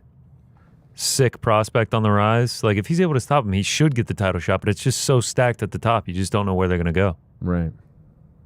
Yeah, so that is my pick for that one. Rasta Sloth says, how screwed are the welterweight contenders now that Kamaru wants the next title shot? I mean, it's not like he's going to get it just because he asked for it, but yeah, I don't know. I just don't, like, you're telling me if Sean Brady beats Michael Morales, like, Kamaru Usman's going to bypass him? You're telling me if Ian Gary beats Bilal Muhammad, he's just going to get bypassed? Or if Prachas knocks out Leon Edwards, he's just going to get bypassed? I just don't see it. Daryl Mack says, do we really know if Isaac did take a dive? Like, has he even gained anything from the loss? I mean, we don't know for sure. But it's allegations, but his plans were thwarted. Not only that, he lost his job and he didn't even get paid. Like, he didn't even get paid by the commission. I mean, who knows if he was involved, allegedly, if there was any kind of connection to any of this. They asked what he gained. I mean, he lost a ton. The plan, if what we think happened actually did happen, the plan would have been to just lose and then get a bunch of money from it. Mm-hmm. AK says, Ariel, why am I so obsessed with timeless Toni Storm? What makes her so awesome? I think she's just very fun. She's entertaining. She's talented. She's very fun. Different type of character. I think she's one of the best things that they have going. And dare I say, one of the best things that that is going on in women's wrestling right now. Dare I say. We do have an update for everyone, a breaking news update. Rick is walking to the door. Oh, man. CFO Breezy says, ask Malcolm if his wife plans on fighting in the UFC. Is Malcolm's wife a fighter? I guess you're going to have to ask him because I don't know either. Who's to check? Yeah, I guess. Good point, Bob. I mean, I didn't know that. Do you think he's confusing Malcolm with someone else? Yeah, he might be. Yeah. He might be. Camera says, how are you here and also on the Mighty Cast at the same time? I don't know. These things are... Are you on the Mighty Cast right now? I don't know. I mean, are they counter programming us? Oh yeah, I got to put my IFB in. Is it time? Should I do it now? Okay. Oh yeah, they dropped it 3 hours ago. Wow. Okay, 3 hours ago. Ariel Breaking Helwani news: Malcolm's in the burrow. I'm going to turn this on for you guys right here. I don't think, usually when we have an in-studio guest, they hang out, they get a little coffee, they get a little drink, they do all kinds of things. And I think this time we took him straight from the elevator to the studio. I'm trying to turn this on. Why is it always so hard to turn it on, Frankie? 1 second. Hold on. Am I on? Can you hear me? Can you hear us? More important. Oh, wait. Oh, yeah. All right. Okay. Oh, wait. I think it says, yeah. So are we good? Absolutely. No way. I don't believe you. Please. I don't believe you. I don't believe that one of the best fighters in the world is between Me and that door. And on the other side of that door, I don't know what's going on with my thing. It's screwing up, Frankie. I hate this thing. Okay, let's go. I'm unplugging it. His name is Malcolm Wellmaker. Let me start again. So we have the clean in, all right? Spencer, when you cut this, don't have that other part with this and with the stumbling. His name is the Machine. Malcolm Wellmaker, 10-0, 2-0 in the UFC, 3 right hooks in a row, Contender Series, April, June in Atlanta, right hook, right hook, right hook. They call him the Machine. They might as well call him the Right Hook Machine. On Saturday at Madison Square Garden, he makes his New York City, his Madison Square Garden debut on the prelims of UFC 322. He is a superstar in the making. He is the pride of Augusta, Georgia. He is the one and only Malcolm Wellmaker. Is he here? He's here. He made it. What's up, brother? Welcome How you to New doing? York. Give me a hug, Yeah, man. Good let's to do it. see you. Good to see you. Thank you so brother. much. I really appreciate Yes, sir. it. Yes, sir. Welcome to New York City, man. New York, man. How bad was that? Horrible. Horrible? How long were you in the car for? Bro, it was over an hour. Oh, Over I'm an hour. sorry. I think we got in the car at like 2:19, and we just now getting here. And it's 3:35. Yeah, it's horrible. And I'm so waterloaded, sorry. bro. I had to piss so bad. Oh my god. Did you get to go to the bathroom? Yeah, that was the first thing I did. First thing I did when I came in. I'm sorry, man. I hope that we didn't put stress on you as you're... No, not at all. Okay, Not at all. well, I'm it's glad so great be to here. see you. Okay, Yeah, we're glad to be have here, you. brother. We're glad to have you, man. It's so good to see you in the flesh. It's amazing Here to you be are. here, bro. I done seen this set so many times. I done seen so many superstars here. It's just... And now you're one of them. I guess so. I guess so, man. Is this your first time in New York? Yeah. In your life? So I did a band trip when I was in middle school and I came here, but it was like we came in, we did a little show and went back home. So I've never seen half the things I've already seen since I've been here for just a day and some change. So Which instrument did you play? I was a drummer. Okay. Yeah, the least nerdy part in the band. Yeah. And you still do that? No. I stopped drumming and then I went into like just making beats for my friends and stuff like that when we was trying to be rappers and all. Yes. That didn't pan out. Walla and all this? Yeah, facts. Yes. I tried rapping, it wasn't my thing, so here I am. And so what do you make of the city now that you say that like you've gotten exposed to a lot of it now over the past day or so? What do you make of the vibe here, the hustle and bustle as they say? It's like the movies. Yeah. It's literally like the movies. You know, I was on the way here, I was talking to the guy that was giving us our ride from the airport to the hotel. And I was like, everything I know about New York is like from the movie Elf. You know what I mean? Yeah, like yeah. everybody busy and fast paced and kind of rude. You know what I mean? And, it's been just like the movies. I even saw the building that his dad worked in. You know? Oh yeah. It's crazy. So a little different than Augusta, right? A lot different. Yeah. Do you like the vibe or is it not really your thing? First impressions, I don't like it. I like it, in Augusta where it's a little bit slower paced and people seem a little bit more personable maybe. I mean, people don't seem mean here, but it definitely is like, it seems transactional a bit, when you're talking to the people at the coffee shop or whatever. Yes, at least yes. in the hotel, it's been like, Oh yeah, it's fast paced, it's intense. Get out of everyone's way. And driving, bro, the cars are like this close to Yeah, each other. yeah, Like, yeah. they ballsy, bro, how close they get to each other, how fast they driving. It's different than Augusta, man. Well, I'm happy you're getting to experience it because I said this earlier, like it always feels every time the UFC comes to MSG, they come here once a year, always around this time, they always sprinkle some guys that you can tell that they're very high on to give you the rub, to give you the platform and the showcase. And I feel like you're one of those guys. Did you take it that way when you got the call that you were fighting on this card? Not Qatar next week or Apex last week or even T-Mobile in December, MSG. To me, it felt like validation. It felt like they were tipping their cap towards you. Did you take it that way? I did. My manager told me he was working on getting me at MSG, and I thought that was crazy when he told me that after June. And so before I actually got, the fight signed or any confirmation from anybody in the UFC, I went to 320 to watch Marab. Oh yeah. And when I took that trip to Vegas, I talked to a lot of people in the organization. And based off of those conversations, like they was telling me how happy they were for me, how they wanted me to just keep being me, and like how they had big plans for me. And like, I was like, for me, like what it was crazy. And then, I actually saw Sean when I was in Vegas, and he was like, yeah, man, like we working on that MSG card. And I was like, oh, so like it's like happening. And between that trip and then actually seeing the placement on the card happen, I really do think I'm getting kind of like that I guess like privileged treatment, but in a good way. It's a push. It's not a privilege. It's a push. They're getting behind you because they see for something sure. in you. It's amazing, man. It's crazy. I'm glad. So you went to 320 what, to scout Merab? No.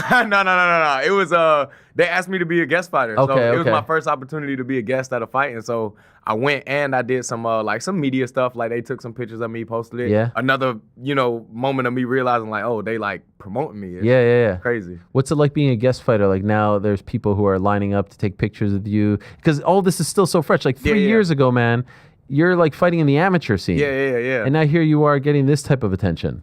It's crazy. And the real crazy thing is, I mean, I guess it's because I still have like a small town vibe or mentality, but like, I'm talking to these fans, holding like short conversations with them. And then like some of them I even remember their name and like I'd see them one day and then call them by name the next. And like, I can see how strongly that impacts them. Like they are like, man, like you mean so much to me, how much you've talked to me and the time you spent with me and then stuff like that. And so like, I really, really enjoy talking to the fans and I can see how much it's impacting them. Fast forward 5-6 years, you're like, man, F the fans. I hope I know. You don't strike me as that type of guy. Yeah. We were looking at, so it was around 3 years ago, you're fighting in your last amateur fight. You win via rear naked choke. Yes. We were looking at that. I think we have the footage here. Do we have this? Because what's crazy to me is, we're going to play it in a moment. Okay. What's crazy to me is like the scene around you, you're fighting, like look at this.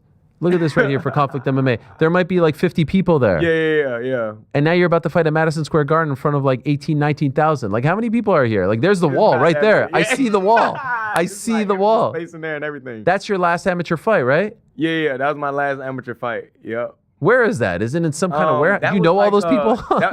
A good bit of them because that was in like Macon, Georgia. Okay. So it wasn't far from my home. And so that was actually a gym, like a MMA gym. They moved all the mats out the way and put a cage in there. Oh, wow. And set up chairs around it, Like I done fought in like high school gymnasiums, you know what I mean? Warmed up right next to my opponent and stuff like that.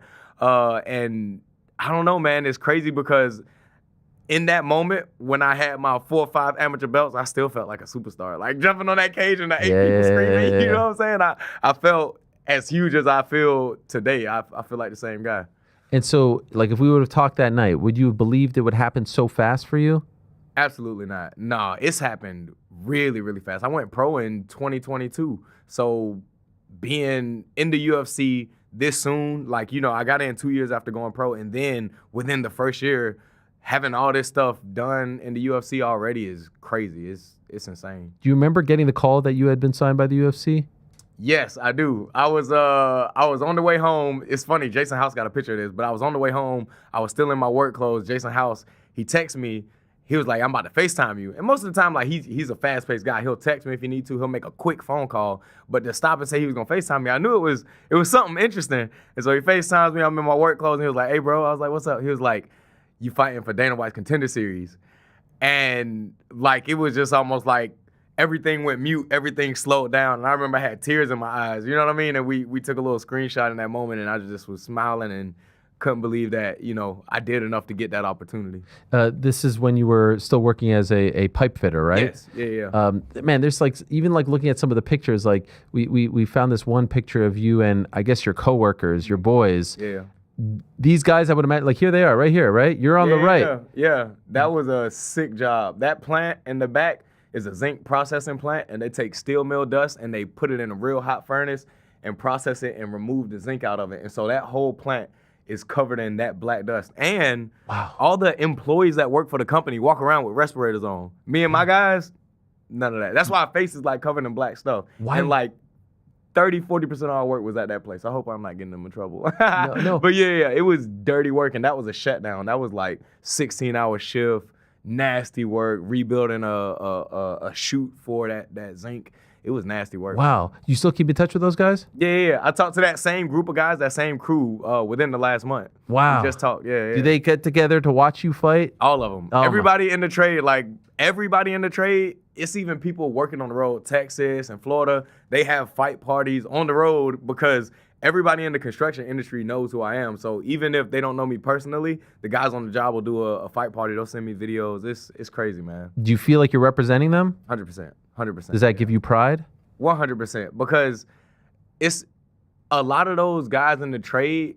Like if I tell you I worked construction and I trained full time until I made it to the UFC. It sounds hard, right? Yeah. But if you haven't done that kind of work, if you wasn't on those like shutdowns with me, you don't know what I mean by hard work. It's rough. It's imagining doing that. I look back at that and I don't know how I did it. Like, I don't know how I worked construction for 8 years alongside competing and training and did not like fold. It's crazy. Like just dive exhaustion, right? Yeah, I mean, the job is tiring enough. Yeah, for sure. And a lot of people, they'll do their shift and they'll go home, they'll crack open some beer and they'll enjoy their night and before they got to get back on the job the next day. And every day I was going straight to the gym until it was all over with. It was crazy. Was there ever a point where you're like, man, I can't do this anymore, and something's got to go, and it's the thing that's not making me any money, which is the fighting? Yes and no. Like, there was times where like oh, my bad. Oh, no problem. That's so unprofessional. No, all good. She's trying to eavesdrop. Right. There was times where like, it was rough. Like, for instance, so that job I worked for the last 2 years, there were times where we had opportunities on the road for work where we go out for 2 weeks at a time and we get paid per diem and like real good money. And like, I remember missing multiple opportunities like that because I had to stay home and train or I had fights coming up. And I was already like broke and not seeing no kind of like real, success other than just improving my record and hoping one day I did enough. And those were the moments where it was like not knowing if these choices was gonna pay off, if these sacrifices were gonna pay off. Because my whole pro career I was behind on my bills. Wow. And so it was moments where I thought about walking away, but like legitimately like having like a sit down like, I don't know what I'm gonna do. Nah, I figured I was gonna do it until I knew it wasn't gonna work. Did you give yourself like a sort of deadline? Like if it doesn't happen by 5 years, by 6 years? Not really. I kind of, my idea was like, if it looks like I can't make it to the next level, I would do it. Like if I started taking losses, if cause I was signed by Jason House fairly early in my pro career. So like if I felt like, things like that wasn't coming, like I wasn't seeing actual progress towards the next level, I think I would have had that moment where I had to make a decision. But there was small bits of success and small steps towards the goal that kept me, locked in on the journey. Someone was we were kind of killing some time and talking to the fans while we were waiting for you to come in, and someone asked me, no, I appreciate you not saying F you guys, I'm going back to the hotel. No, so absolutely not. No. Someone was asking me, they wanted to know if your wife or girlfriend is going to fight pro as well. Does she compete also? Yeah. So me and my wife met in the gym. Oh, so wow. She's in the Navy. She got stationed in Augusta, Georgia. She started kickboxing in Augusta, Georgia, and once every summer we do a MMA show in Augusta. And I was headlining the year that was her first time going to this show. So me and all my teammates, it was 4 of us, all of us got a knockout that night. Uh-huh. And every one of us like took fight of the night from one another as we was getting the knockouts.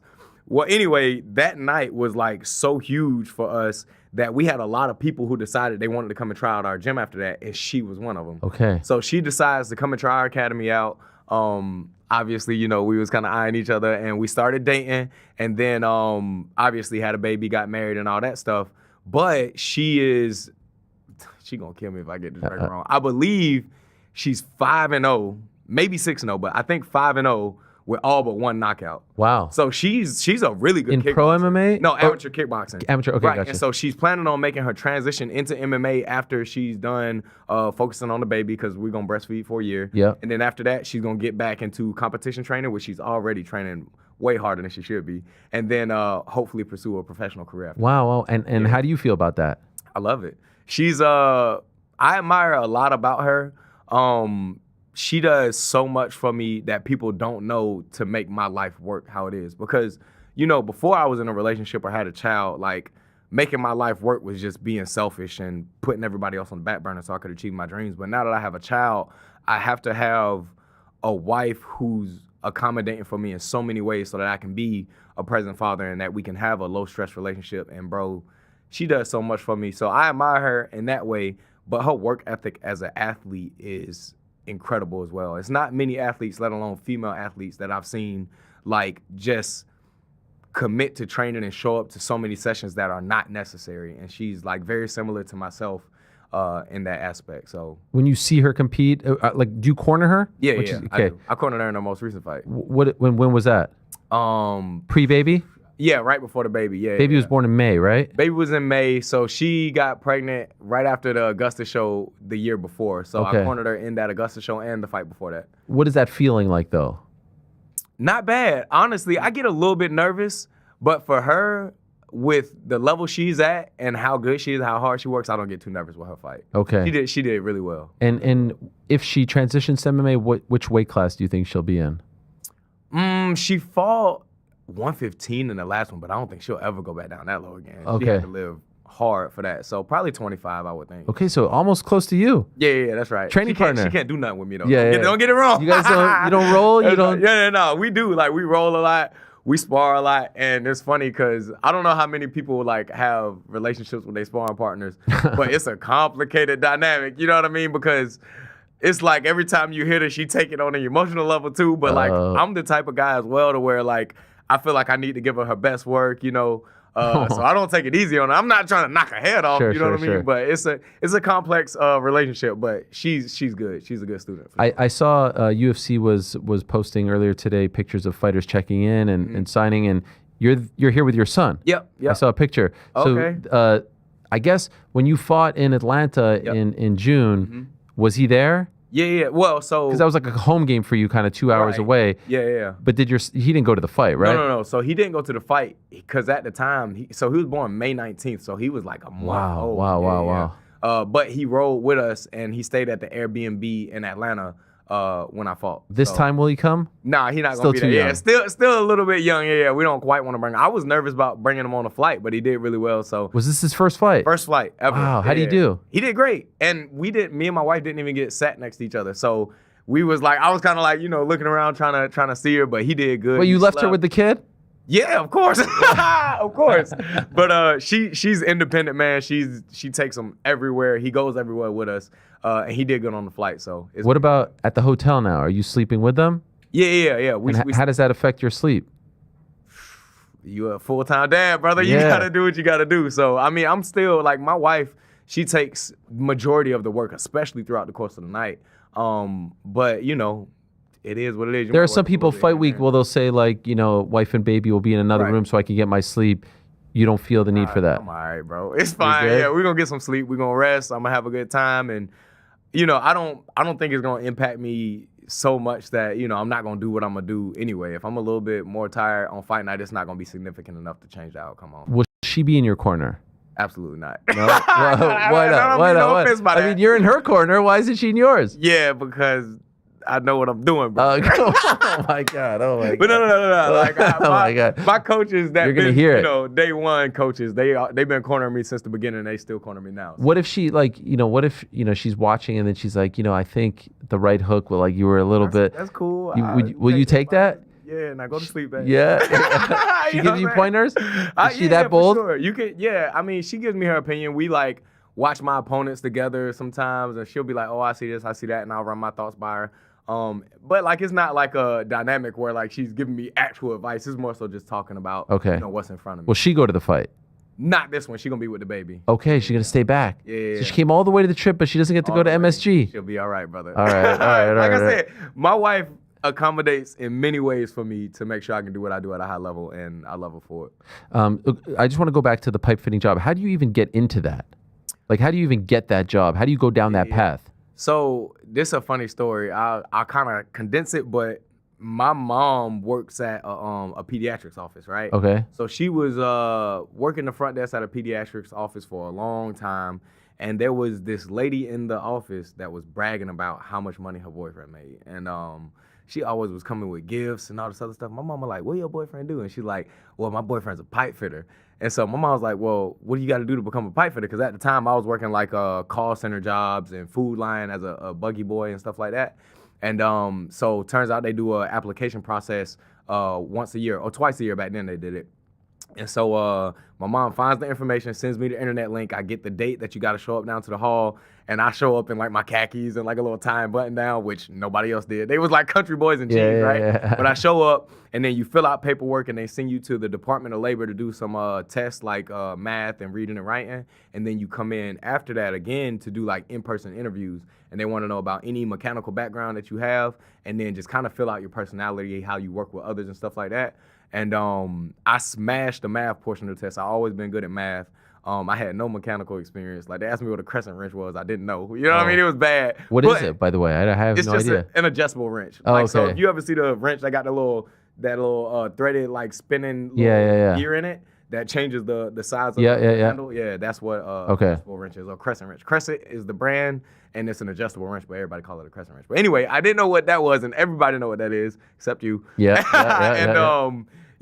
I did good enough on the math, and I talked well enough that I landed pretty high on the list of people they call as they need apprentices, and it was maybe within the next couple months I went to work for them. Okay. Yeah. And did you like it, or was it like, could you, if things didn't work out, would you have done this for the rest of your life, or was this just? Yeah. No, I love it. I love pipe fitting. I love construction. I love. I have to say, it like I look at this. You posted this. This is kind of like where you got on our radar. Your a day in the life. Yeah.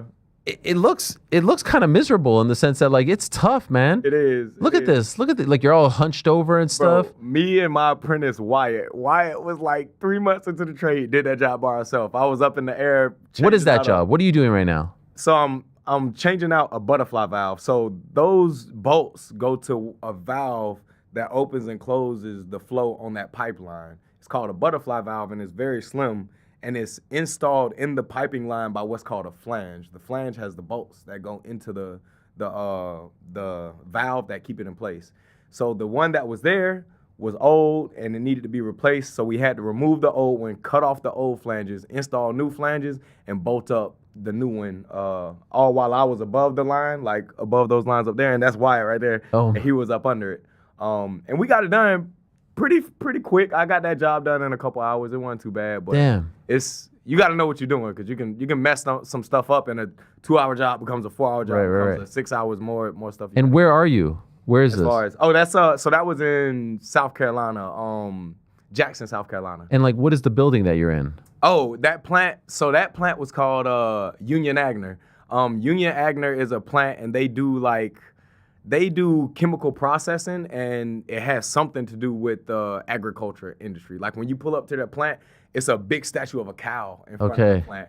But we had a lot of work out at Union Agner, which was actually one of the more clean plants that we worked at. So like this, like, why aren't you wearing a mask when you're doing the zinc stuff? So it's about getting the job done, brother. You know what I mean? Well, how does the mask stop you? So like, to the type of mask you'd have to wear in that place would be a respirator mask, which you have to get fitted for. They're expensive. It's a process that goes into acquiring them, being trained for it. And with us not working there full time, you can get around having the necessity of doing it, because we were contractors that went out to do jobs, but it was just so frequent that we was doing it that the amount of exposure we had might not have been, what was being said to be. So to go in and do a job here or there, you probably don't need it to legally work safely under like OSHA regulations, but for sure, like, you would want one. I mean, look at this. Look at you here, man. Oh yeah. That was a shutdown at a paper mill in Augusta. That was fun. What do you mean by a shutdown? So a shutdown is when a plant of some kind that's up and running shuts down operations temporarily so that time-sensitive repairs can be made. Okay. So when a shutdown's going on, you have a list of jobs to get done, and it has to get done in that time frame, because every minute beyond that time frame they shut down costs money that they didn't plan on losing. Okay. So like, shutdowns are like a big part of what we do in the trade. Everybody better show up on time and like have work clothes on and be ready to like skip breaks and lunches to do what you got to do to get it done. How many years did you do this job for? It was like 9 years and 8 or 9 months. Wow. It was close to 10 years. That long? Very close to 10 years. I got in, my very first job was August of 2015. Okay. And I got obligated into the union in October that same year. Did you ever get hurt on the job? Nothing major, like small cuts, bumps, bruises, smashes, but nothing like, life-changing or making me think I wanted to do another trade, This may be a silly question, but because it has to be so rigid, there's pressure, there's people does any of that translate into what you do now? Like, you have to go in, get in, 15 minutes, get the job done. Do you feel like any of the discipline that you learned from that translated into the fighter that you are now, or is that a reach? Yes and no. What's crazy is, so when I was a first-year apprentice is when I started training. And it was a lot of things that I needed to learn to be successful and respected in construction, as far as like the type of clothes you wear, like, because a lot of people like me who come from backgrounds that don't know much about the trades or that profession wear whatever clothes we have when we get into the trade. So it was like my old clubbing clothes. Like I had skinny jeans and like graphic shirts and stuff. But like the thing is, and I had dreads down to my shoulders. But the thing is, on a job site, you know, if a guy sees you dressed like that, the immediate assumption is that, one, you probably don't know what you're doing.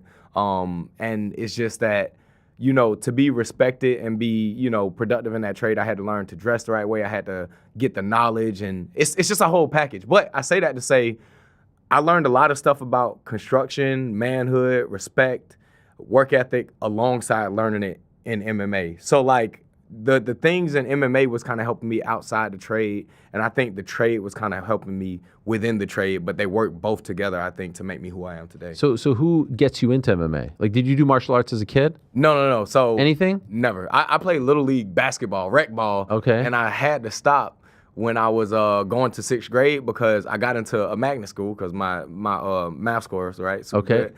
My mom wanted me to stop because she didn't want it to distract me from being a good student. So beyond 10 years old, I did no kind of sport. And I never did combat sports, never wrestling, karate, boxing, nothing. And I was first year apprentice in the trade, and I was eating good, right? I was drinking more beer. Lifestyle was declining a little bit, but I was physically seeing it. So I went from being a skinny kid in school all my life to being like a little bit of a gut having, you know what I mean, face kind of chubby, and I didn't like what I was seeing. And the guys on the job site, it's two guys in particular, Kyle Mathis and David Cornforth. Both of those guys I talked to, I was like, man, I want to get in shape. I want to hit the gym and, you know, get strong and lose this belly. And they both was like, hey, you should try MMA. You can learn to defend yourself. You'll enjoy it. And you'll get in shape. And so that was like the little like. That's the moment. Yeah, the little moment where I was like, okay, let me try it. And then I walked in and life completely changed. Did you even know what the UFC was? Were you I knew what aware it of was, but the only thing I ever saw before was like John Jones highlights, Right. you know, Anderson Silva highlights. But beyond that, I never watched a full fight, never watched a live event. Never went to a party, a bar to watch a Never. fight. It was not on your Never. radar. Never. Not at all. The only combat sports I ever watched was like Floyd when he boxed like, you know, Manny. But besides that, I was not a combat sports fan at all, really. And so how do you decide which gym to go to? So this is a crazy story as well. There's a kid I grew up with, his name was Scooter. And me and him always was like goofing off doing the same thing as kids, but I ran into him at Georgia Southern where I was in college at. And he was in the gym and they had a wrestling room, but he was in there boxing people, like sparring and stuff. And so I'm like, you do MMA or you box? Like, what it is? He was like, no, yeah, I do MMA. I compete amateur and stuff like that. And like, so like, I was like, damn, that's cool. So when I'm back in Augusta, because both of us ended up back in Augusta after Georgia Southern, he was the person I reached out to. And crazy enough, he trained at like a garage gym, like some guys training themselves in the backyard, but they shut down. And the leader of that gym reached out to my coaches at the time and said, hey, I got fighters that don't got nowhere to go. Can you take them in and help them out? And my coaches was like, yeah, tell those guys, come on, we'll help them out. If they can't afford it, we'll figure something out. And he was the only one that went to that gym. And he only trained at that gym for like 2 weeks. He never committed hard, but during that 2 weeks, I hit him up, and that was when he was like, come to this gym with me. They're good people. And so he brought me there, and we trained together for a couple weeks, and beyond that, he never showed up again, and I just stayed. Man, yeah, it's crazy. Like, if you're not talking to your friends at work about the belly and all this. Oh, my goodness. You may never find this sport. Never. Insane. Do you ever think about that? All the time. Like I think about how many small, like, moments about me choosing this path, being like, if I wouldn't have became a pipe fitter, I might not would have ever found this life. If I wouldn't have talking to the specific guys, if I wouldn't have got put on that job or that crew, if I wouldn't have had a friendship with the guy that took me to the gym I'm at, because as well, the gym I'm at is 100% responsible for me being as successful as I am. Like, there's a lot of other gyms in Augusta, not a lot, but some other ones that train at a fairly high level that I know I would not have had the success with. And not just because of the skill, but the people. Because Jake, Pops, Joel are like family. Like, I call Pops. I don't never call him by his first name. And they didn't just help me out in so many more ways than fighting that I know I wouldn't have got here without them. Are you still with them? Yeah, 100%. They just got here before I came here. Wow. Yeah. And are you their first fighter to make it to the UFC? Yep. Okay. First. Yeah. So you're all going through this together. Bruh, yeah, it's crazy. Like, you know, when I was training with them and I was coming up, like, I had different managers come at me. I had different teams come at me and like tell me, hey, you should come train here. Like, you gonna outgrow your camp eventually. We got these partners, those partners. And I remember I went through like a real bad breakup, and I was thinking about relocating and trying to go full time at like an ATT somewhere or something like that. And having these conversations with my coaches, and bro, they never was like upset about those conversations. They was like, we only want what's best for you. We think we can get you there, but if you want to try doing something like that because you think it's best for you, like, bro, they handled it. Like, it's crazy how well they handle stuff like that. They great people. And as I've grown, they've grown alongside me. Like, they still give me work in the gym. They still have technique that I'm learning, and they have such a mind for the sport, and I love them so much. How close were you to actually relocating and going to one of these big gyms? Not super big, but Robbie Lawler's brother, Frank Lawler, is out of the same local as me. Okay.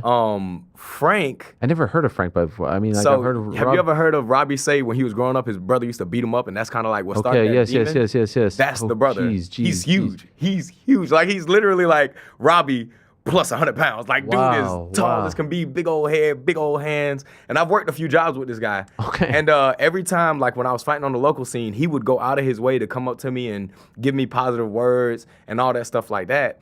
And anyway, he took a step one time to put me in contact with the coaches out there in Deerfield, and they had a program where they would onboard fighters depending on, like, you know, your record and experience and stuff like that. And so I remember sending the email to the coaches out there, and this was so long ago, like, the details are probably butchered, but I sent the email, and they was like, yeah, you can come down and train for a week for, you know, lodging and stuff with this price and blah, blah, blah. And like I said, it was right after a bad breakup, so, like, I'm thinking, like, I need to go all in on fighting. And that was, like, when I pulled my coach Jake aside and told him, hey, I got this opportunity. Hey, I got the money. You know, I was working a good job at the time. I don't have nothing tying me to the city right now. I'm kind of considering going and pursuing this and really trying to make sure I take this to the highest level.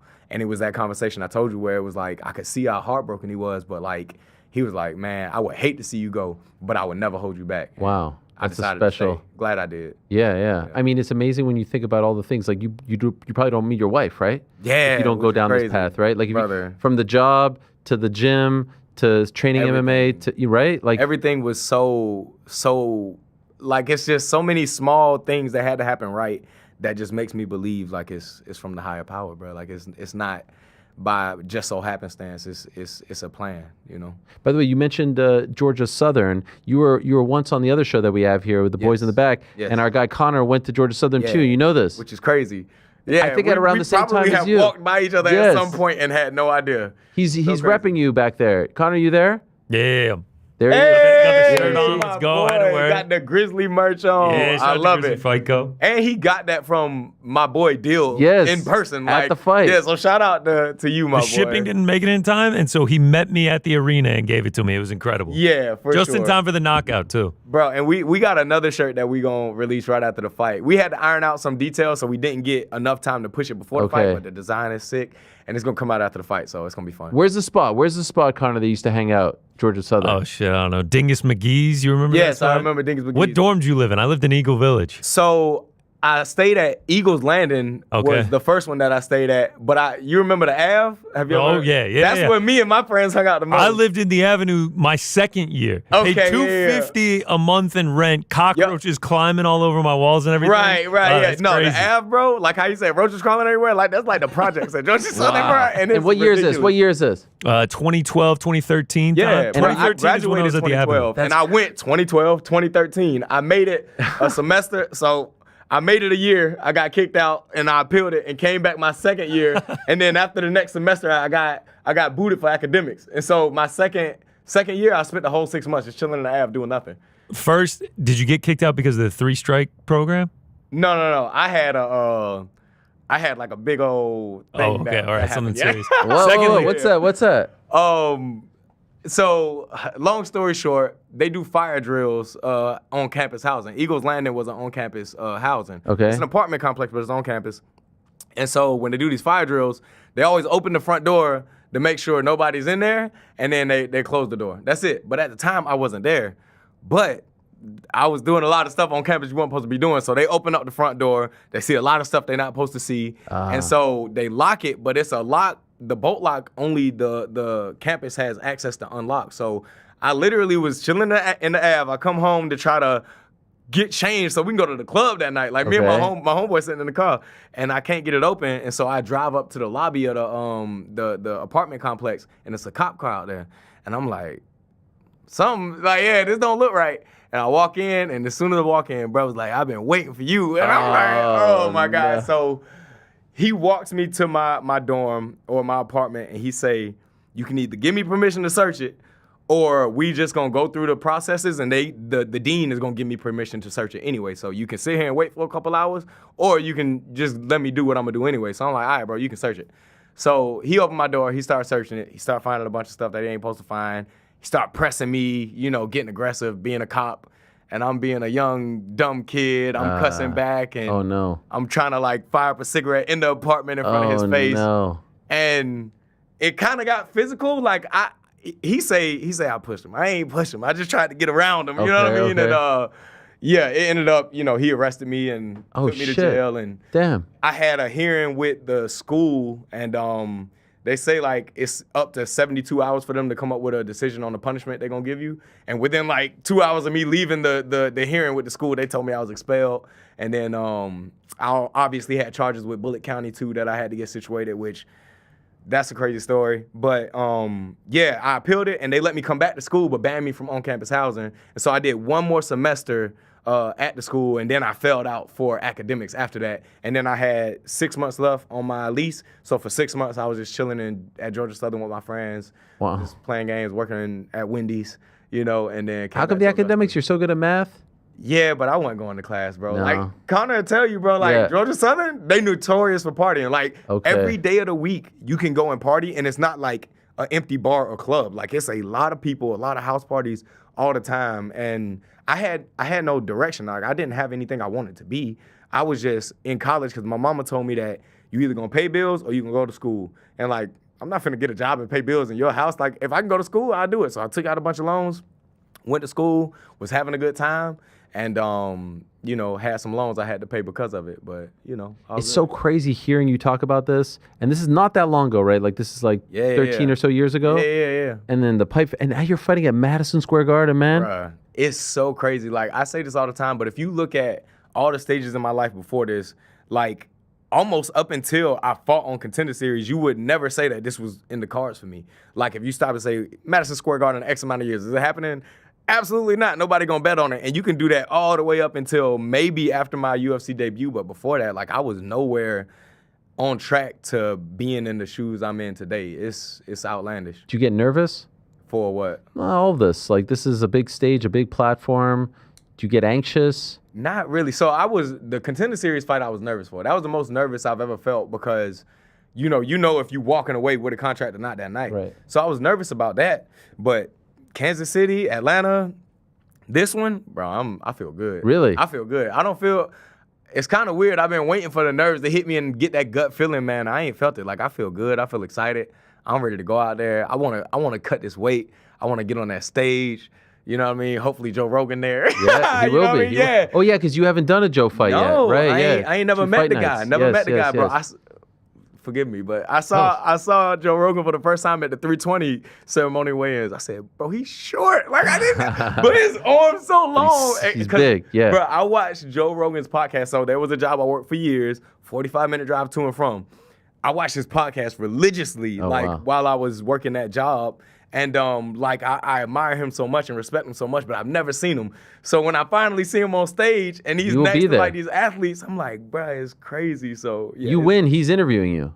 That's crazy, bro. That's crazy, bro. I mean, you interviewing me right now is crazy. He's on another level. But like that's motivation too, right? You're gonna win, and the guy that you used to listen to religiously. I can't even wrap my head around it. And as big as a moment as that is for me, like, I still don't feel like nervous per se about it. I'm excited about it. Like, I can't wait to go in there and fight and knock him out or have a dirty fight or have a brawl or have to whatever I gotta do. Like, I'm excited to do it and then have my conversation with Joe and have some pizza after the fight, bro. I can't wait, bro. You're in a good place for pizza. I heard. This is the spot. I can't wait. I done had a few suggestions, but like, I always do pizza after the fights, like, cause I don't party, I don't club, I don't drink.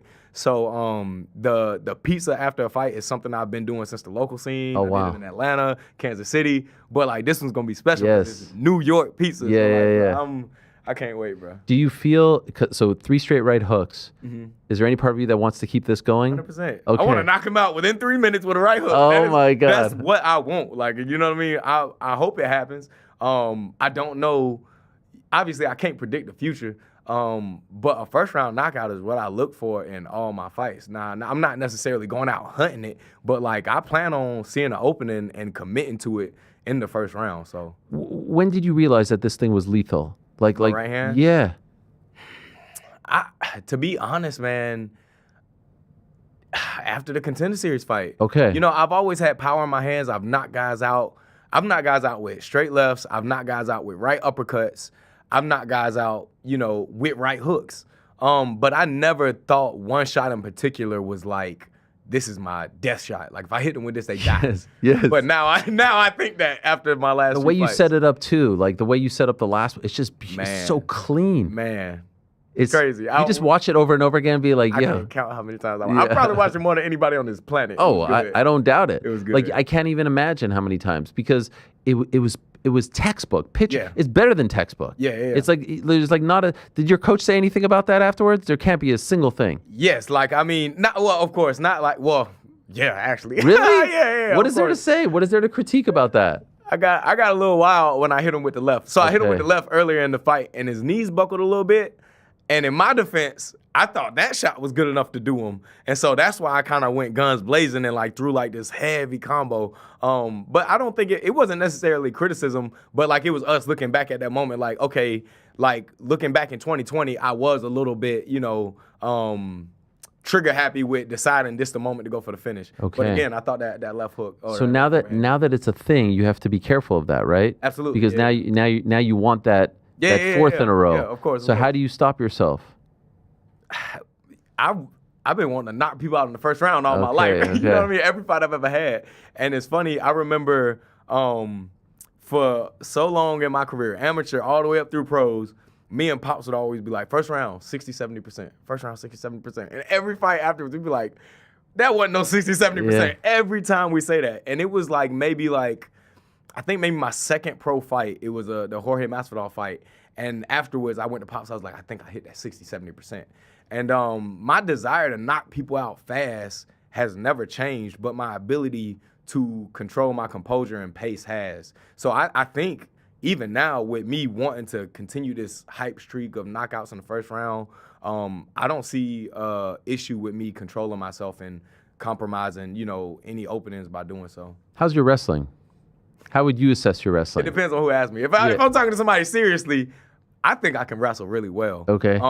You know, we identified wrestling as a necessity long ago. Before I even competed MMA, my coaches was making me wrestle. So before I transitioned from kickboxing to MMA, I was doing like a Sunday wrestling class with a guy in Augusta. Doc is what we call him, and he's super good. And all the way since then up until now, I have wrestled. And in the training room, I wrestle aggressively. Like I pursue takedowns on people. We do a lot of wall drills. I cycle guys in on me. Bro, I'm a tough wrestler. But I like the narrative that I can't wrestle. So like when like the casuals or trolls ask me, like I kind of play into it and say I don't wrestle or I don't grapple or train it very much. But to be honest, I'm very confident in my ability to wrestle. And I feel like I have fought some strong wrestlers in my career before. Granted, the UFC level is higher than any level in the world, but I fought some guys who were a dog on a bone, and once they got hands on me, did not want to let me go nowhere. And I got what I wanted. I got space and I put hands on them. So I don't have this fear in me or this lack of, you know, confidence in my wrestling at all. I'm looking forward to it. Because, you know, we've seen before, guys come in, few knockouts, then all of a sudden they get stifled, right? What happened, yeah. Yes. Yeah. So you're aware of this. Yes. You're relishing the opportunity to show that you are not one of those guys. Yes, and again, like Cody in particular, or any opponents in my future, I hope I knock them out in the first. But the silver lining is, if I don't knock them out, that means I'm in front of somebody who is going to put me in different situations to show what I can do. And I believe when I show what I can do in these situations, the fans are going to love me for that as well. So they can love me for the knockouts. They can love me for my dog mentality. They can love me for my anti-wrestling. They can love me for any of it, but I just haven't been put in a position yet on the big stage where I can show that I can do that stuff. Speaking of Cody, replacement opponent, Yes. when your original opponent fell through, were you worried that you wouldn't get a slot on the card? Yes. Well, and the reason why is because Atlanta was such a nightmare, bro. Oh, yeah, yeah. Bro, I didn't get signed until 11 days out, and like I was very nervous after, Sergey got injured that it would be another situation where we weeks away from the fight and I don't know if I'm fighting or not. But, bro, they got me somebody in a matter of days. It was like literally 3 days later, it was already signed and done. He's looked good in the UFC so far. Yeah, no, he has. Yeah. What do you think of the challenge? I'm excited about it, man. I think if you look at him on paper, man, he's very, very good. He's got these amateur junior boxing titles. I believe he's a black belt as well. The only loss he's got is Steve Urseg. He's really, really challenging in different ways. But when you watch him as a fighter, like, bro, it looks like exactly what I want in a fighter. You know what I mean? As a guy that has forward pressure, a guy that's gonna throw punches and give me my counterpunch opportunities.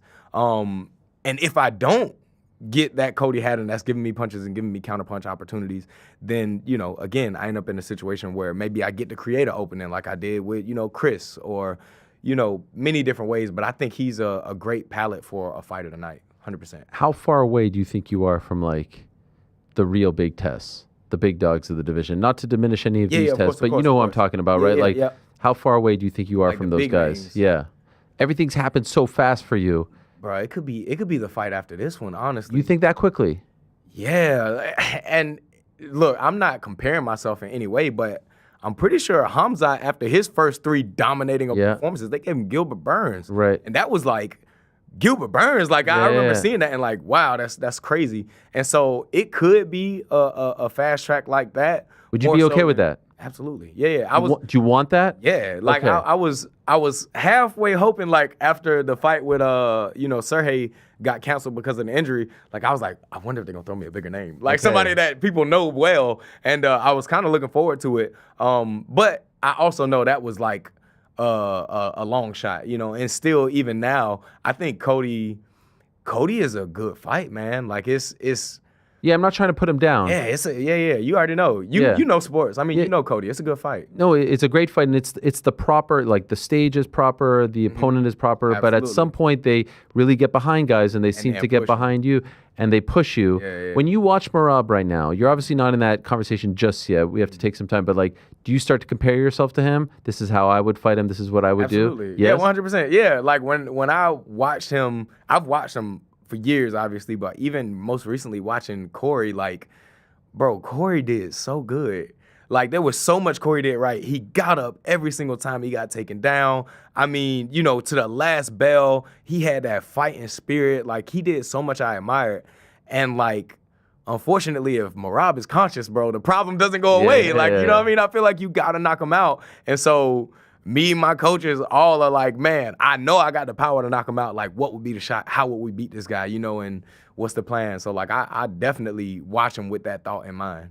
Do you think he beats Peter Yan next month? Yeah, I do. Okay. I think he's gotten even better since he's become a champion. Like, he's loving the sport even more. He's probably enjoying training as much as he's enjoying fighting. And, I mean, he won the first fight, and I think he's going to do the same thing in the second fight. He's beaten a lot of the top guys already, and now there's talk maybe Umar gets another. Do you see anyone, putting aside yourself, anyone who could give him a tough go right now in that top 10? I don't know, man. Not like, I can't, like, no names come to mind. Like, I think this is the guy that beats Merab. I think Merab's everybody. Like, to be honest, like, even objectively speaking, you throw my name in that conversation, people are gonna say Merab's me, unless I land that shot. And that would be the whole game plan. So it'd have to be somebody with that one punch power that could just not have to follow up that shot when they land it. Are you praying that he's still the guy by this? Yes, that's my biggest dream. I want that. That would be, like, so far my career has been great, but like the cherry on top to where I'd be able to say that was a career. Yeah. If I get to fight Merab while he's the champion, while we're both the machine, while we're from different Georgias, like you know what I mean? Like that's that's right. That's the Georgia fight, bro. versus Like Georgia. that's the dream fight. You know, obviously tons of work to do, but if he's still the guy, he will be the most decorated and respected bantamweight champion of all time. He might have the most wins in a row. If Islam loses and he wins a couple more, he'll surpass Anderson Silva. You know, I know a lot has to happen, but holy smokes. Imagine that though. And if I beat him, it'll be because it's past his prime. But I'm cool with that. I'm cool with that, bro. He's showing no signs of slowing down that. Oh, bro, he's a killer, bro. The cardio. He almost knocked out Corey in the second round. I know that was, and he said he was gonna do that. You know, so like, I hope he said he won't knock me out. You know what I mean? But yeah, I love the dude, man. And I trained at Syndicate. So I went out to 320, but 2 weeks before that, I went out for a media shoot, and I trained at Syndicate while I was there because Andre Philly invited me. Bro, Merab is like incredibly cool. Like you talked to him? Yeah, afterwards we sat and we talked. He was asking me like about my time in the industry, the construction industry. He was telling me about his. Yes. He was making jokes because he found out I was Muslim and my knees wasn't covered, and he was like, "Your knees supposed to be covered," and I was like, "Look, I'm a revert one day at a time, brother." Okay. You know what I'm saying? So, like we was making jokes like that, bro. Like, but Merab is like, he's so awesome, bro. He took pictures with my coach's son and everything. Like, I like the dude, but like, I would love to fight him. Did he know who you were? Was he aware of your career? Yeah, he knew who I was. So a really close teammate of his, Otari Tanzalov, is somebody who accepted a fight with me in Atlanta 14 days out. Okay. Then he tore his knee helping Merab prepare for a fight, so he had to pull out. So when I went to the camp, Otari obviously knew who I was. Merab obviously is super close to Otari, so he knew who I was. And he was nothing but love and respect, man. When you're at your gym in Augusta, what's the name of the gym? Fagler's MMA. So it's a little smaller than your Syndicate, right? Absolutely. What is it like for you when you go to one of those gyms in Vegas, and there's a ton of pros, and you're kind of,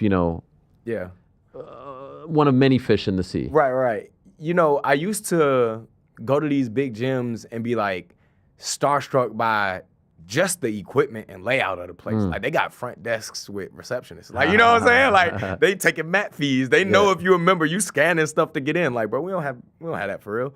And I used to be just mesmerized by that. And then like being on the mats with like all these big names and like these coaches that are so recognizable. And granted, like I've only had a couple experiences with these super high level gyms like that.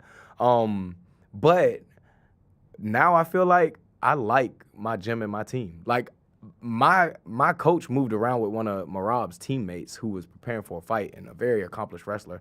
I don't know the guy's name or how to pronounce it. But after that round, like he complimented my coach on his wrestling ability. And my coach don't pride himself on wrestling. He prides himself on grappling. And like that's my main training partner. You know what I mean? He's done so much for me. Jake's done so much for me. And like I have guys that one of my other teammates, Quincy, was the #1 ranked 55 amateur in North America before he went pro. Like this guy, I'm avoiding getting knocked out by him every day I'm sparring. Like I have really good guys in my camp that not are just there to help me get better, but they love me. They take care of me in a way that I won't have to worry about my health. And even though I like being on the mats with a lot of high level guys, I got the takeaway I got after experiencing that was like I have what I need at home. Not that I can't learn from these guys, but I have no, desire or gaps that I feel like need to be filled. Not to look past Cody, but have you thought about who makes sense next? Not really. I ain't thought about past New York at all. Okay. I'm just still thinking about Joe Rogan. The Joe Rogan and then the pizza situation. Yeah, Joe Rogan and the pizza. I don't know what's next. Hopefully a ranked guy. If not a ranked guy, I hope it's a very recognizable name. Not that I don't want to continue fighting lesser known people and stacking up highlights, but now I have this almost like this ambition to like show how good of a fighter I am rather than just like get these knockouts and performance bonuses. I was listening to an interview where you talked about, I think you said either your grandfather or your father is from Vietnam. So yeah, my granddad was in the Vietnam War. And he married. My grandmother. And he brought her to Augusta, and that's why me and my family is Blasian. So Blasian. Yeah, facts. Yeah. Because I have to admit, like when I'm talking to you, I feel like it's the second coming of Benson Henderson. Bro. And I know you've heard this before, right? It's even with the hair, too. Like your smile. Yeah. You look like Benson. And Benson's from Korea. Yeah. His family, his mom, I think, is from Korea. But it's amazing. Obviously, you're a little bit younger than him. But there's something about your vibe, your smile, your spirit is crazy. Have you ever met him? Never, but this is a funny story, too. Before I was in shape, I still had the beer belly at this point, still had the dreads and stuff like that. But I remember doing a workout at an amphitheater and being like spent and worn out and not even finishing the workout because it was too hard. And Pops pulls up his phone. He has a picture of Benson Henderson ripped up in his white shorts. He's like, you could be like this one day. And I'm like, who's this guy? And he's like, Benson Henderson. And that was the first time I ever saw him. Oh, wow. And so like Pops was telling me I could be Benson back when I still had a beer belly. You know what I mean? So, and now you're like, he used to be always ripped, like no freaking fat on his body. He was good. I went back and watched some of the stuff he's done. He was amazing. Yeah, for sure. So back then you just had no idea who this guy was. No idea who he was. He showed me that champion, picture. WC. Yeah. Crazy. Anybody, yeah. It's so wild for me that we're at a point where UFC stars don't know who Benson Henderson is. But like that just says I'm kind of old at this point. But you know what I mean? Yeah. Do you go back now and try to make up for lost time? Do you watch old fights? No, you don't do this. Bro, you're missing out, man. This is what's so funny. So my coaches, like Pop's been fighting like karate tournaments, and he is a Kempo guy, so he used to compete in a black gi. And like he was doing MMA when it was the Wild West, like 3-man free falls, stuff like that. And so him, my coaches, Jake, Joe, they close to my age, but they grew up on this. So like the old stars like Klitschko and like, Wanderlei and all them, like, bro, they speak about these guys like, gods. Yeah. And I'm like, forgive me, but as a troll, I tell them like the old guys suck. And they can do nothing with the new guys. Like, and I'd be like, Anderson was Michael Jordan and they ain't been the same since then, bro. Like, they hate me when I do this stuff. But I definitely respect those guys. It's just I personally haven't seen what they've done. Like Dominic Cruz, studied. arguably the greatest bantamweight. Have you ever watched him? Listen, brother. Okay. The only thing I knew about Dominic Cruz was Cody made a fool out of him. Like that was my era. Like when I came into the sport, Cody Garbrandt was the guy, not Dominic. Yes. And so and I will say I've seen a lot more Dominic Cruz because he's a 35er, and I've watched more of his work than the other guys, even from his era.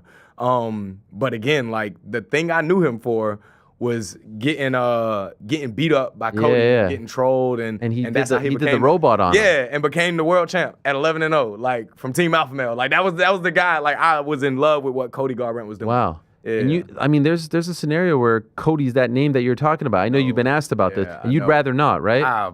Absolutely not. Like granted, it's only like small interactions I've had with him, but he was the first fighter I met that like I was like, I'm asking him for a picture. Oh, like, other guys I saw him, I met him, I was like, hey, nice to meet you. Giga Chikadze, mad cool, by the way. Wow. But me and him shook hands, and it was a lot of guys I shook hands with and wanted to meet, but like not many that like I was willing to go and be a fan about. But Cody, I was a fan, and I said, hey, I'm gonna keep this short, but let me tell you. I was like, and I told him about all the stuff I admired about him and how much I watched him. I saw his son with him. I knew Kai's name because I watched Kai born on the internet. And he's every such time, a nice guy, right? Incredible. Cody, every time I see him, we talk for like 15 minutes, and he'd give me so much love and knowledge and game that like, I don't know if he feel like we hit the threshold of friends, but I do. You know what I'm saying? You text now? Huh? No. But that's what I'm saying. I don't know what the threshold is for him, but for me, we done hit it, and I don't want to fight the guy. But By the way, first event that you ever watched that you remember, like once you started getting into this,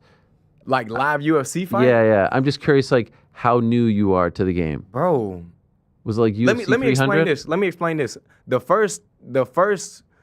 One of the first times before I ever had seen a live event or went back and studied YouTube UFC fights, I was in the gym, and after training, everybody was like, Conor McGregor. And I said, bro, who is Conor McGregor? And they was like, the conversation started about how he was one of the greatest ever. And that was around the time when he was about to rematch Nate Diaz. So that might have been the first time I ever went and watched a live fight. But before that, nothing. And that was low-key like my beginning of being obsessed with Conor. Like, bro, I watched Conor McGregor fights. I went to sleep watching Conor McGregor fights for like 2 years straight. Wow. Like, set my phone over and over again? Stand. Yeah, same fights. I just watch them over and over. And like, bro, I could watch the Eddie Alvarez fight, and I could tell you exactly what's going to happen. I could tell you when he's about to hit him with the counter shot, when he's about to... I could tell you everything about that fight because I watched it literally like tens and tens and tons of times, all his fights. You know what's crazy? So you're watching that. This is 2016. Mm-hmm. Where did that fight happen? MSG. And check this out. Bro. I just did an interview Okay. the last week, and they told me like that was the first New York MMA, like, because it wasn't sanctioned before that. Yeah, Bro, yeah. I had no idea. I had no idea. Like, so I'm like admiring this fight, not UFC even knowing the 205. significance Historic. of it. Yeah, no, I didn't know that until last week, bro. I didn't know Stop. until last. You had no. They Where? They Lobby. mentioned on the broadcast. Are you listening to it without volume? They might have said it. I don't know. Yeah. And then he gets the 2 belts. That was historic double too. Champ. Yeah. And I remember, look, the gloves had like this, Yes, yes, yeah. yes. And I was like, oh, that's cool. They doing that. But I literally did not know it was because that's the first fight in New York at MSG. I did not know that until a week ago, bro. The sport was banned in New York in 1997, and then it took up until 2016 for it to be unbanned. Crazy. And this was the first event. Did not And he know was that. the first headliner, and Tyron Woodley fought Stephen Wonderboy Thompson in the co-main. Joanna Jacek fought against Karolina Kovacevic. Joanna cool as can be too. Yes, by the way. yes, Yeah. yes. I met her at a meet and greet, and she showed up a little bit later than everybody else, but she's standing in front of the backdrop taking pictures with a line of fans.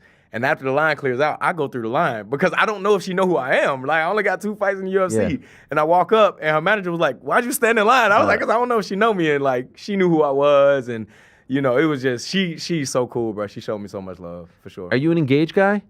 I guess. You know, they Did showed me hook you mad up? love. Yeah, they Okay. sent me a ton of stuff. I love So, Engage. I just met, his name's Ash. Ash is the man. Del Castro. He was at 320. Okay. And we Oh, talked right. a lot, and they send me care packages, and bro, they show me a lot of love. I don't know if I like can identify as an engaged guy, but like they they're not, lacing me they're not up. paying you for this?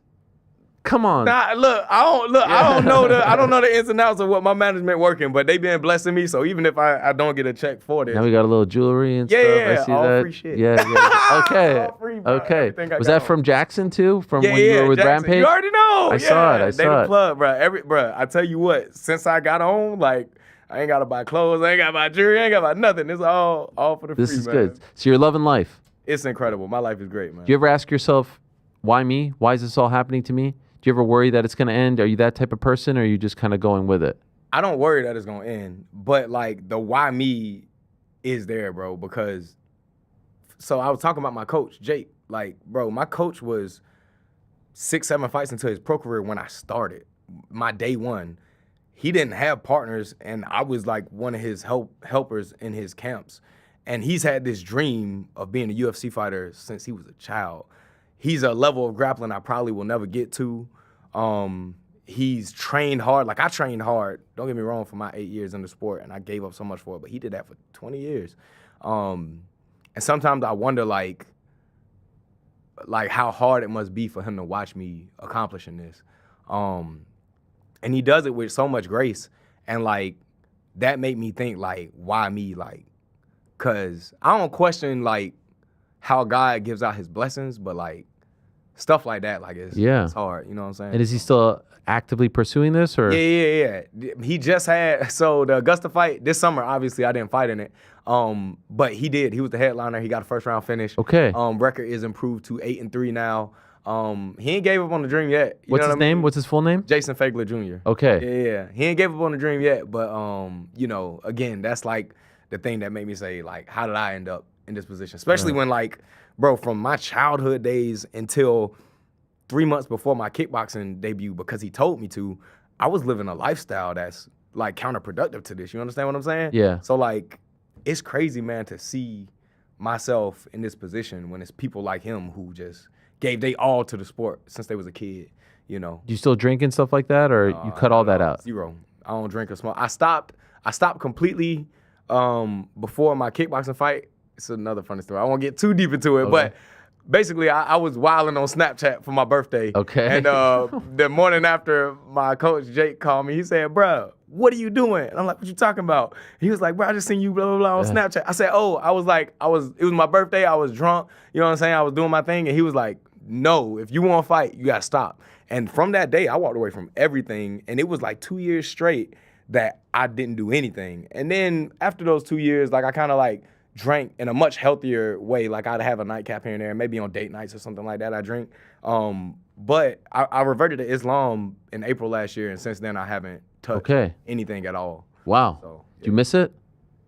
A little bit. I still to this day definitely it's crazy, but I miss smoking cigarettes. Like that was like I used to love smoking cigarettes. Bro, You and Carlos Praches. I love the cigarette. Really? I miss smoking cigarettes a lot. Even as you're like coming up, you're fighting and you're smoking cigarettes? You talking about fighting or a child? No. Well, how old are you when you're smoking cigarettes? Mama. Yeah. I started smoking weed when I was like 13, 14. Oh, wow. And a year after that is when I started with Black and Milds.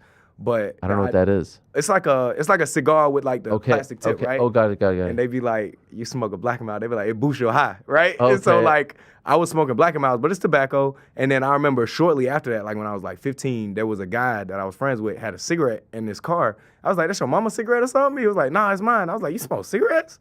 And he was like, yeah, it's just like a Black and Mild. And boom. Oh, so from man. that day up until, like I said, months before my kickboxing fight, like I was living like that. And I mean like pack a day or better, at least. Pack a day. Wow. Right-handed guy, yeah. Wow, pack wow. a day. You can ask any of my homeboys that grew up with me, that knew me, like I always had cigarettes with me. And what do you do now to battle the urge? God. Okay. you can't. And why did you convert to Islam? How did that happen? Oh man, so this is a crazy story too. I don't know how much time you got. I don't want to take all your time. No. And we'll let you go in a moment. No, I'm good. I'm enjoying myself. Yeah, but, okay. But so my dad passed away from cancer when I was like 3 years old, right? I'm sorry. All good. And you know, I grew up like finding father figures in different places. So in construction and in the gym in particular, there was like these father figures I found. Pops, strong Christian man. Another guy in the trade, his name Carl Smith. I love that guy to death, but he was a really religious guy too. This Cal Mathis guy I told you about, that was the guy that urged me to try MMA, right? He was one of the wildest people I ever met. Like go out, party, get drunk, fight. Like he was one of those people you don't want to go out with unless you're ready to get in trouble, go to jail.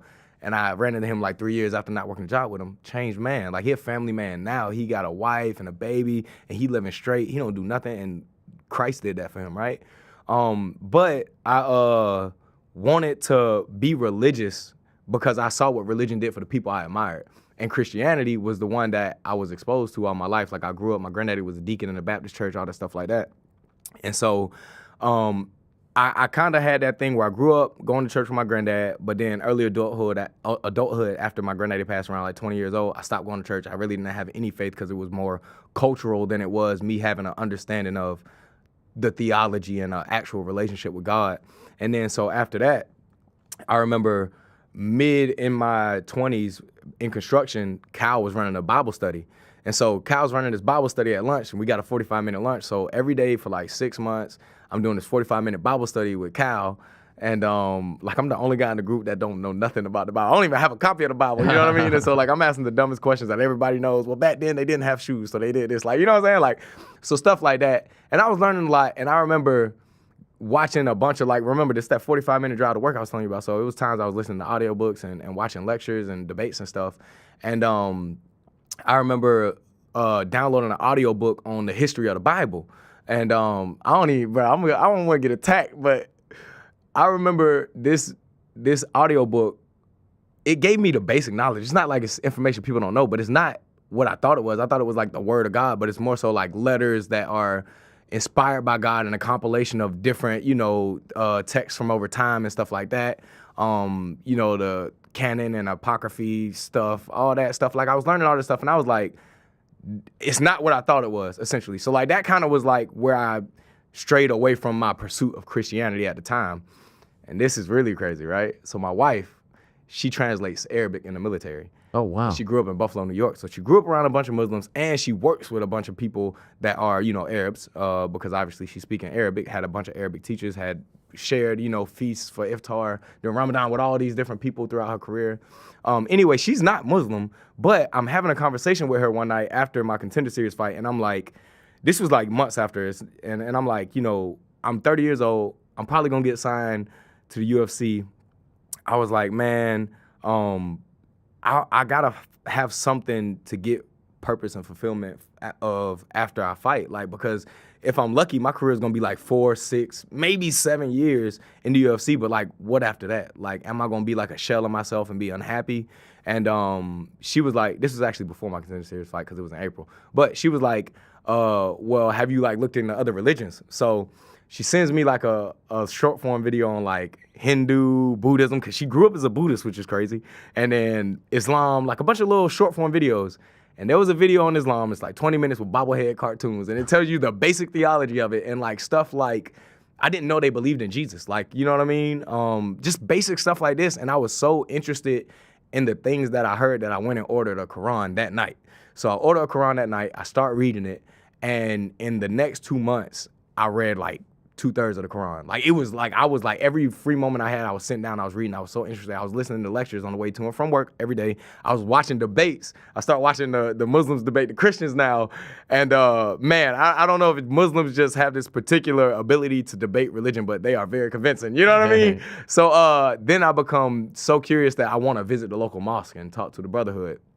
But it's Ramadan at the time. It's March. Because I converted in April, right? So it's Ramadan. And I'm calling the masjid and ain't nobody picking up the phone. I got 3 phone numbers off their website. Nobody picking up the phone. It's like 5 minutes from around the corner from my house. And I put it off a couple weeks. And then one day I'm just like, bro, I'm driving up there. Like, I want to know because I'm still reading this Quran, still listening to lectures. I was like, I got to know. So I drive to the local masjid right around the corner from my house. It's early April, ending of Ramadan. And I walk into the lobby of the mosque and it's dark.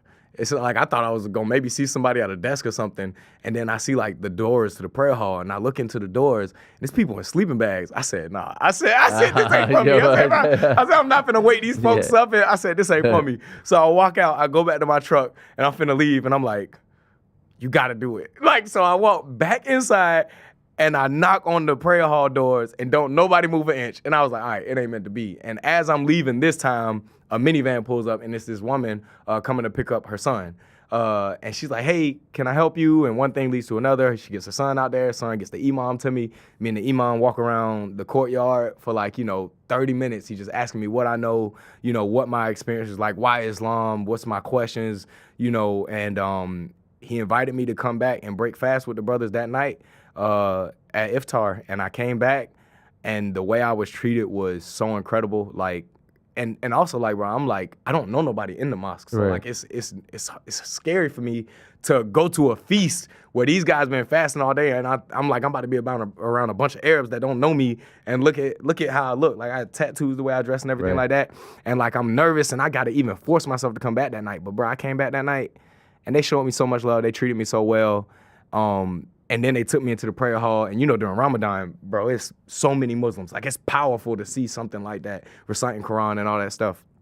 And the guy that I was there with, he was like, you want to take your shahada tonight? And I said, yes. And so I took my shahada. That was April 6th last year. And it's been good ever since. And my UFC debut was April 19th, and Ramadan was all March. So for my very first UFC fight, all of March, I fasted all daylight hours and still had that camp and had 3 weeks to have somewhat of recovery and a weight cut before I fought Cameron Simon. Wow, as you were training. Yeah, and it was the most sensational performance of my life, and I feel like Islam, bro, So that's my respect backstory. Yeah. Respect. Long story, but that's kind of Salam alaikum, my brother. Wa alaikum assalam. And I think you're a big fan of Ismael Bonfim, right? I am. Have you met him? No, I haven't. Okay, and well, you will this week. I'm nervous. I'm nervous. You know what I mean? I'm gonna give him salam. No, never. Okay, bro. Those are incredible guys. They gonna have that Cody Garbrandt effect on me for sure. So I'm excited to meet them. Man, what a joy you are, really. Thank you, you have such a great personality, such a great spirit, and it's so much fun seeing you do your thing. We're obviously big fans of what you do and really appreciate you coming in. Honestly, I know it was a pain in the butt, but when they told me that you were willing to do it, we were so excited. So thank you so much. When my management told me you was willing to do it, bro, because, like I said, I still got that small-minded mentality and personality. So listen, things like couple more fights, you'll be like, nah, I'm not feeling it. I ain't got no time, Ariel. Small-time MMA I don't losers. Think so, brother. I don't think so. I hope you get to that point. I hope you get to that point. Good luck this weekend. Thank you so Can't much. wait to see what you do. If you pull off another right hook knockout. Everyone's talking about Walter Walker and his finishing thing with the heel hook. You've got that same thing with the right hook. I hope you get that Joe Rogan interview. I hope you get that pizza. What's the topping, by the way? What's the topping? I don't know, man. Maybe cheese, maybe chicken, something halal. That's true. That's true. Yeah. I'm a green olives pineapple guy, and people give me crap for this. Trust me, the sweet and the salty is something. Don't knock it. Should I try it? Well, I don't. Would you recommend it to people? Are you such a When believer I talk in it about like it, I feel it in my throat. Or you know that you're weird. Which one No. is it? It's incredible. It's spiritual. You said pineapples and what? Pineapple and green olives, not black, not right. Kalamata. I'm gonna try it. I'm gonna try it while in New York. Just let me know. Just All let right, me say no know. more. Just let me know. Say no more. Let me That's know. a bet. You're the man. Thank you so much. Appreciate it, brother. Good luck to you. Malcolm Wellmaker, check him out this Saturday, UFC 322, going up against Cody Hayden. We're going to say goodbye to him very quickly, and then we'll be back to wrap up the show. Do not go anywhere.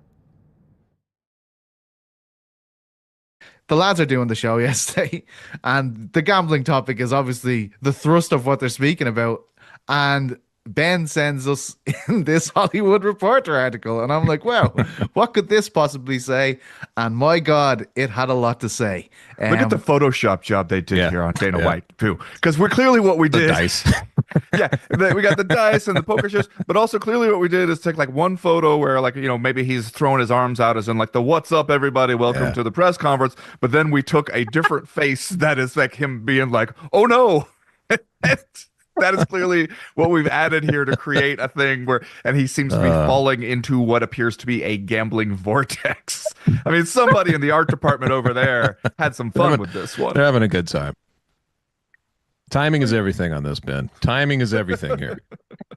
Oh my God. So basically, the thrust of the claims come from casino.org, as far as the great New York Rick has informed me, and they had an article up about this as well, and they estimated that he'd be between 25 million and 50 in debt to Red Rocks. THR, the Hollywood Reporter, with that fantastic graphic that we just showed you, they believe it's closer to 30 million, and they've zoomed in on that a bit.